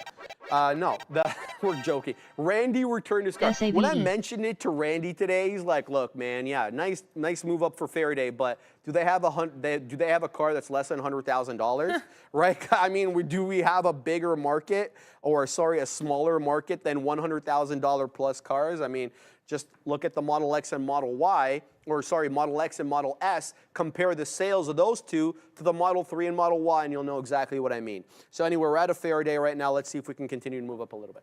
Yeah, The Katina Man is long AMC off the halt. Oh, Sean's long AMC off the halt. It's funny, I thought he said it was long Tesla. And I actually like this Tesla long here. I don't know. I do. I like that we're on VWAP. I want to see us break above the 90 MA. I don't love that rejection here of 177.27, but if we can break above that, I like that look. NVIDIA, though, I'm still trying to find a good entry here. I still like this short. off the 907 rejection. But I have been a little bit too scaredy cat, and honestly, that's not for nothing. Like I said, if I really see level I like, I want to take it. But right now, I don't like that we had this little, I don't like the tail of this candle here. I think we could break above 907 now. So I want to see another 907 rejection before I get involved. Small position, just really trying to test the waters and get into it. Yeah, and I'm happy I didn't get involved here because it looks like we're going to have to pop above 907 again before we drop. If we stay below the 9 EMA, if we stay in the 907 fence in the 907 playground, I will take another short, but I don't know if that's what we're going to really be doing here. So this is something, if I take NVIDIA, A, it will be a scalp, and B, I will be watching it like a hawk. Like it's, you know, when you take your child to the playground for the first time, or when you leave the kid with the babysitter for the first time, you're calling every 2 seconds like, is the kid okay? Is he breathing? That'll be me if I take NVIDIA here. But I don't know how, I don't know, that'll be my look. Let's take a look at AMC though. For Sean's in AMC. Oh, nice little look there. Nice pop for AMP. GME is still, and this is honestly still kicking myself for this one because it, bless you, if I had had better risk management here, if I hadn't panic sold, or if I just had like, you know, given myself a little bit more room, this would have been a fine trade. It wasn't, and I'm not going to dwell on it anymore, but it's just something I wanted to reflect on. Could have probably taken that NVIDIA short, but it's something, again, like I would have wanted to do only had I been able to babysit it like crazy. It's a little bit disappointing, but it's not the end of the world, Judy Bloom. I am going to be trying to get involved here if we come back to 25.7, 907.25s. I still think this is a possibility. Small position, just trying to scalp the pops, taking about $1. If we break above that 907.70 decisively, that's where I have to leave, because that was certainly that area that I thought got a little bit spicy above that 907. I did not say Tesla of the Waters, DJ. I really should have said Tesla of the Waters with Tesla. That's a pun I wish I had made that I hadn't made. But like I said, I still like Tesla here. If we can have some kind of support at VWAP.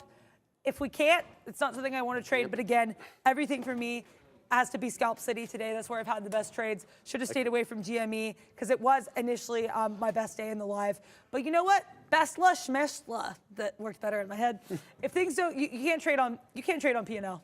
If you like what you like, 100%. Get involved. So that's kind of been my ethos today, my mantra. Come on, NVIDIA. I'd like all the smoke. Please and thank you. Sincerely, me. How are you doing? MTC still going, Adair. We haven't had a trade on this one, but this one continues to move up, and it continues to absolutely hug. Why am I not trading this? The 10-period moving average. There has not been a breach on a closing basis of the 10-period since 10:30. And when it breached it, you guess where it held up? Yeah, you guessed it, the 20. AMC so halted. this one continuing to AMC go. It did will put a resume bit at 12 of a topping hours, tail 44 candle minutes right and now 17 through the break seconds. of 8. Having issues with 8, and it's been having issues for a while, going back almost half an hour now with this $8 level. But the dips into the 10-period or off 750 have been printing. But as I see this trade, I can tell you the spread is like 30 pennies on it because it's moving from the bid to the ask. The bid is on 56. The ask looked at 78. There you go. You just saw that in real time. So when you have an entry like that, or sorry, a spread like that, it makes it awfully hard, number one, to get in, but also to get out. Because you have to have a corresponding party on the ask. And if there's such a big difference between the bid and the ask, it makes it a bit tough. In addition to that, it is having trouble with 8. What's going on with GameStop, Katina Man? Let me just flip back to GameStop here. The Katina Man, are you short? The Katina Man is short 55s on game. So he essentially took VWAP and took that monster back down. So $5.50 in the money as we talk right now. So the Katina Man been printing on this GameStop for a hot minute. It is finding a bit of support at this 48 RKDA. and a quarter or 48 and a third for whatever reason. But even though it is finding that support, look at this, Katina Man, lower high, lower high, lower high, man. I'm gonna hope that you get a flat bottom break, baby, through the Katina. I love it, bro. I absolutely love it. I'm rooting for you, homie. The Katina Man is bidding 41s. That's a cool $8 from where we're trading. Shout out to him, man. I hope he absolutely prints on this. This flat bottom break could absolutely come in, and it could come in hard. Yeah, I mean, look. And I got he's short AMC on the halt again. The Katina Man is now short on AMC on this halt. I want to mention this, that ever since we broke down below the 50 period at this down halt here at 9:35. Look at all the moves back into the 50 period. 10 o'clock, you come into the 50 period, reject. Double top at 11:05 and 11:10 off the 50 period. And then the latest series to include the 50 period, this 12:10 pop. Every single move back into the 50 period exponential moving average on the 5-minute chart has rejected. And it is looking like it might set up for a flat bottom break. If you are long this name, make sure that you're exercising proper risk management skills and or techniques or whatever. And yeah, that's all I have to say about that. SPWR. Neil brought us SPWR earlier as a fantastic kind of, other related meme stock in the solar sector that's running. And this was a beautiful looking upward channel until it wasn't. So it did break down here at around 12:15 as well. And now we are making lower lows and lower highs. Keep your eye out though for this $4 area. We had support earlier at 4. I do anticipate possible support again at 4. I know that I'll want to know when this hits 4, so I'm going to put an alert for 4:10 so that I can make whatever decision I want to at the time, depending on what we're doing here on these markets. So a bit of a kind of skewed looking head and shoulders here, possibly on the 5, but we'll look to trade the price action on SPWR if it comes into my level of there. Yeah, I'm in that NVIDIA short. I'm literally just trying to breathe. I want to see us break below. What I was like. I like a dog panting here. This has I been didn't see it. Very stressful. I was like, I want us. Sorry for being. I want to see us get below 906. I don't know if we will, but I'd be pleased with punch if we do. I'm watching the future. We're breaking down a little bit here in the future. Less than a minute. Come on, NVIDIA. That 907 has been support earlier. It was rejection. I might have been a little bit late to this party. We tried a little. Like I said, I want to see what we do at 907.50. We got to 907.30. So I'm like, okay, NVIDIA, you want to keep rejecting? Please do so. I am still that panting dog. Like, come on, give me some water. Owner taking me on a walk. But yeah, I want to see what we do here. I really want to see that rejection. This is I don't even want to take this out of my sight. Again, continue to feel like a child, someone babysitting my child. But yeah, we're going to watch NVIDIA here. We're going to keep an eye on that one. We're going to get something set up here right around this 906 because that's what I want. I want all the smoke. Here we go. Ahmed Alwala saying, sorry, Dora, just long NVIDIA. Laughing at. I mean, it's all good. Go to you. I just took my $1 club on NVIDIA. So okay, shout out to you. I do think there is a long opportunity there. It's my first $1 club is getting in live. Hold it's on. Like 95 cents. But yeah, well, that still counts. Thank you. You got to tell me when you Well, get it's just the first clubs, one. This is because then we have to do this as well. Thank you. There it Okay, is. hello. I don't know what he's saying, but the Katina Man is doing things off. Yeah, shout out to Ahmed. Yeah, I agree with you that we are getting tighter. I think if we break above that 907, it could be a really nice look. With me always too, if anybody's new as well, because I know sometimes my trades are a little bit basically, everything I get involved in is more or less going to be a scalp unless I say otherwise. So that was what I was going there for, NVDA. Shout out to you, Ahmed. Hope you print, to quote Sharif, and also just our general ethos. Also, we have a Google DJ here at the Google event. Nice. We started. Right now, we did start. He has a little bit of Persian guitar, a little bit of djembe, a little bit of flamenco guitar, just mixing here. He's a very interesting guy. The music was certainly not calming my nerves while I was in NVIDIA, I'll put it that way. But yeah, right now, this guy's still in control here. Roaring Kitty, market's roaring here. Also worth noting, we're supposed to get Sundar Pichai coming in at 1, so that's why I have this open. He had a great interview. Brendo, what's her name again? Emily Chang. Thank you, Brendo. She works for Bloomberg. Brendo told me about this interview, so I watched it on the weekend. Very level-headed dude. What's going on? GME? So okay, we gotta interrupt this whole thing. Let's have a look at GameStop over here, baby, because okay, GameStop looks like it's tanking according to the Katina Man. I'm bringing in the chart in a second there. He's got bids at 41. Don't forget about that. Go to his chart. So that's where you got in at the 55. Been covering a little bit there, but waiting for that 40. Wow, 45 incoming Katina Man. Flat bottom break, baby. Shout out to him. There it is. We're halting to the downside. There we go. Are you kidding me? $7 in the money. He's not playing around, and he wants to make that point. Well, okay, I guess he is. I don't know. Everything's tanking, and shout out to him, baby. Great shorts on those bad boys. Halted to the downside is AMC. Halted to the downside is GME. 46.50 6:15 halt, 6:53 halt on AMC. Both those bad boys about a minute. Well, AMC's a minute long. GME just halted. We'll keep eyes on that. GME will resume at 12 hours, 51 minutes, and 4 seconds. For the Katina Man, $9 and the AMC will resume at 12 hours, 50 minutes, and 38 seconds. Oh, I want to mention one quick thing. So Big Kyle sent me this on the gram, and he wants me to let everybody know that this is the chart of AMD, and this is the anchored, the Brian Shannon anchored VWAP from Friday. It is finding support at the anchored VWAP. Keep a look at that, as this is today's, I'm assuming, the 14th anchored VWAP, and that is the anchored VWAP from Friday. Shout out to Big Kyle. Let me know how that trade goes, my man. So big move up there on, or sorry, not big move up, big move down on AMD and AMC, or GME and AMC.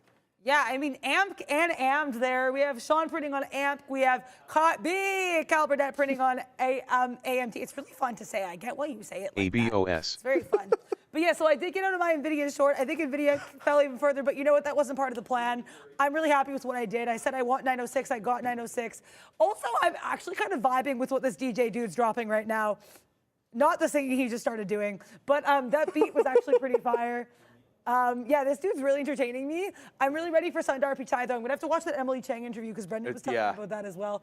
But yeah, I'm trying to, this BYND, I was mentioning I should have gotten shorts. I should have just gotten shorts. Tried the long, didn't work. Happy with how I managed it. It was a bit of an L there. Robinhood falling. I'm trying to look for some opportunities here. This guy's maniacally laughing now in my ear. But let's see what we do. This Google event's really interesting. I want to see what we do at 18 on Robinhood. If we bounce, I might take a long here, but I definitely don't want to assume that we'll bounce. Why I say we might bounce? A, whole dollar level. B, we had that resistance area earlier. C, we're kind of trying to bounce. So Robinhood, this could be a watch, but that would be pretty small position. I don't know. That could be a nail biter, and I don't know if I'm really in the mood to bite nails here, especially ahead of that Google event. What else do we have that I was looking at earlier today? Amazon. Amazon. Okay, I see you. I want more confluence before I get involved in this, but if we reject at this 185.80, this could be, you know, another rejection. I'll take that short. I had a couple fun shorts in Amazon. Currently, oh, sorry, NVIDIA is my best name of the day right now, which is words I did not think I'd be saying in the live, so I'm pretty happy with that. But Amazon also up there. 2 super chats. Thank you so much, Big Cal Burdett. Google DJ looks like the Wayfair version of Johnny Depp. That's hilarious. He's a, you know, interesting guy. There he is. But yeah, thank you to Kyle Burdett for the Wayfair version. Wayfair, you got just what I need.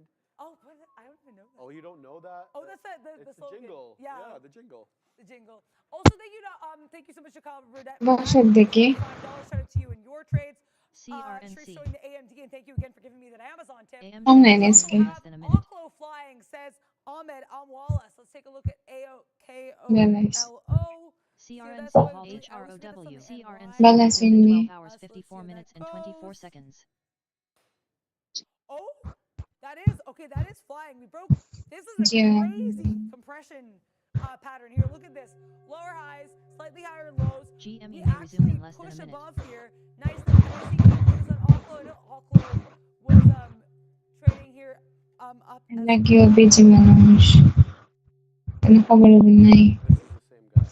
yeah. Fabian was sending us some other clips of the Google DJ. Not seeing anything on Oklo, but apparently this one has been associated with some of the.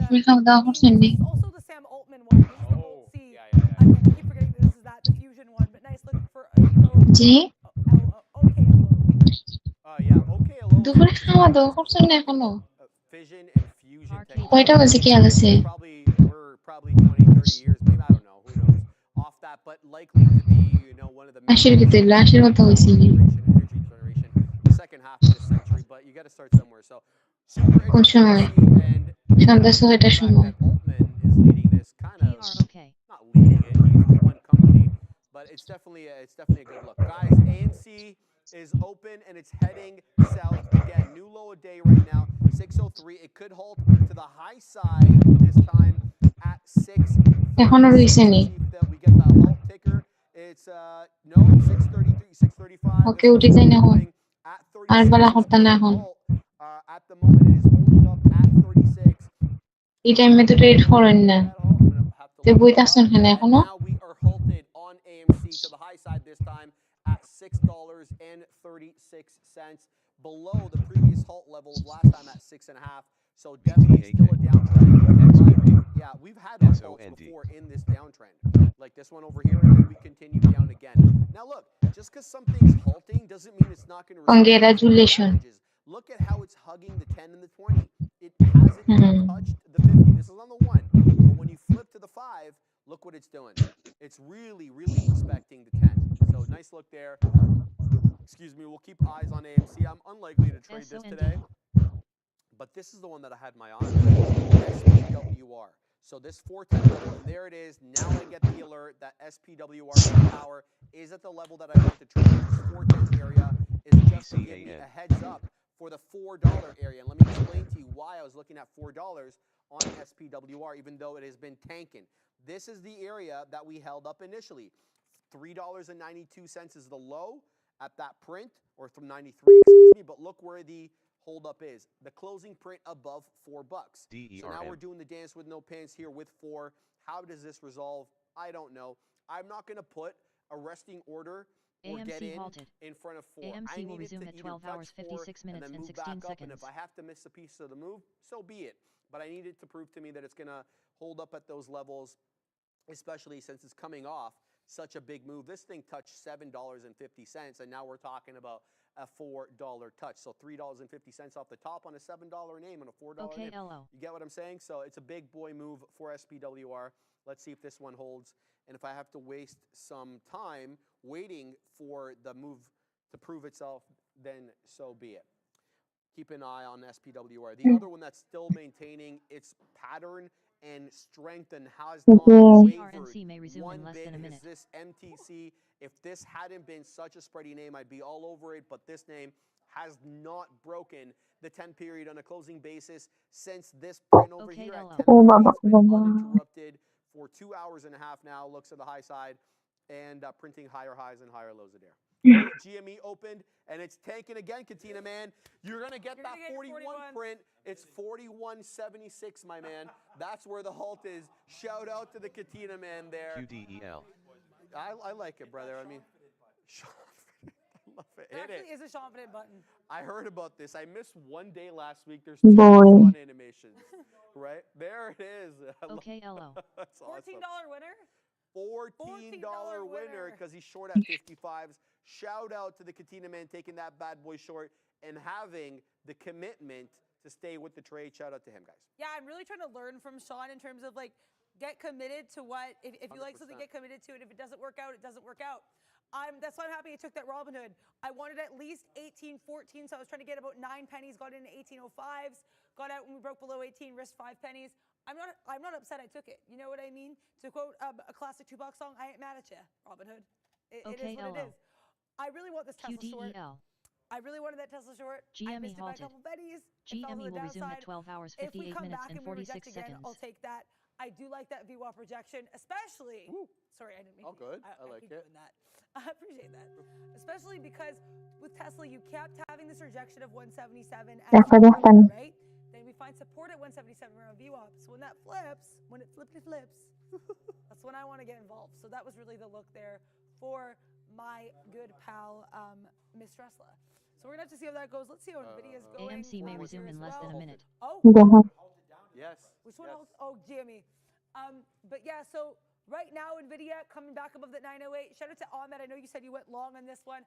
Happy with my scalp short, so just gotta keep switching it up. Whatever works for you. You know what I mean? What I've noticed too is sometimes Sharif and I will take the same names at the same time. It's very rare, and we'll take them differently, right? Because you'll have different approaches. So not every stock is gonna be one size fits all approach. You're always gonna have different ways to approach things. So I just wanted to put that out there. Shout out to you, Ahmed. Hope you are printing on that.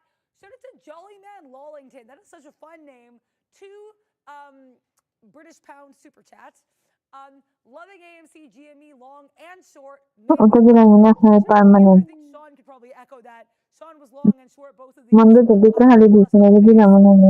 you there, Jollyman Lawlington. I'm sure you are very jolly over there with that. So thank you so much. Another super chat. Thank you so much, Kazrao. Wow. OW. $2 super chat. You didn't get filled yet. Hearing Atlas HF brought Kitty Twitter account to pump. I don't know about that. I'm gonna have to look into that. But thank you for telling us about that, Kazro. Thank you so much before with the super chat. Kita? Shout out to Sean for bringing us that live GME trade. You know, I tried to bring a couple meme trades here. Gina, 아침에 헛다. 밑에 이렇게 트레이드 I mean, you know, oh, he is. 괜찮아 거기가 이건. 앞으로 골든 대담 이런 거 하잖아. So yeah, we might have 가까운 가나마. many button for Sean, but I know I don't have to tell you twice to ring that. Shout out to Sean. This has been such a fun day. If this is what meme stock season is like, it's like Christmas in May. Sean's $1 in the money, guys. When I pulled this up, Unreal, 70 cents in the money. Unreal. He's now $1.10 in the money. What is this AMC? This is AMD $1 in the money as well. Let's take. I know Kyle Burdett was involved in that as well. So let's take a look. Ooh. Okay, I like this look at He's AMD as well. $16 in the money combined. Okay, this. I'm gonna take this AMD short. I think. I said I like this level. I said if we don't go, I like this level. I think I'm going to take AMD short. Sorry, guys, for all of the speedy speaking. This has just been such a fun day. We've had so many opportunities, and I hope you guys have been, here with us. We're getting ready for Sundar Pichai to take the mic on Google 3 minutes away. Hope you guys are having as much fun as we are. Thank you, guys. I'm just happy to be here. I'm just so happy to be here. I love it. I love your attitude is sick. Guys, I'm long MTC. So even though this is the very wide spread for a $7 name, it's what is this? 9-penny spread at the moment. So we'll see what we get here. Stops in place, profit takers in place. Come what may. Let's do this. I just got a crazy, dark print on this thing. Oh, there, I just removed it. So this platform removes the dark prints because I just got a dark print and then it removed it. Very interesting. Big Kyle Burdett poll: does GME go red? Production team, could you be interested in that? And by production team, I'm talking about Ram. Could you be interested in putting that, Ram? Does GME go red? Let's see what people think. Well, right now, GME, where's GME at right now? SERV. Well, we're still up 37.14%, but we're down 34.33% since the open. So since we printed that first print at 9 a.m., we are down AMC 34 halted. and a AMC will resume at 13 hours, 3 minutes, and 27 seconds. 43.39% down since the open. That outweighs how much we're up on the day. We're still up on the day 23.7%, but looks like we're giving some of that back. Keep eyes on that. Yes, the poll. What'd you say, Ram? Yeah, GME. Does GME close red? So we'll see what we get there. And bang on MTC, we get the fill. Please.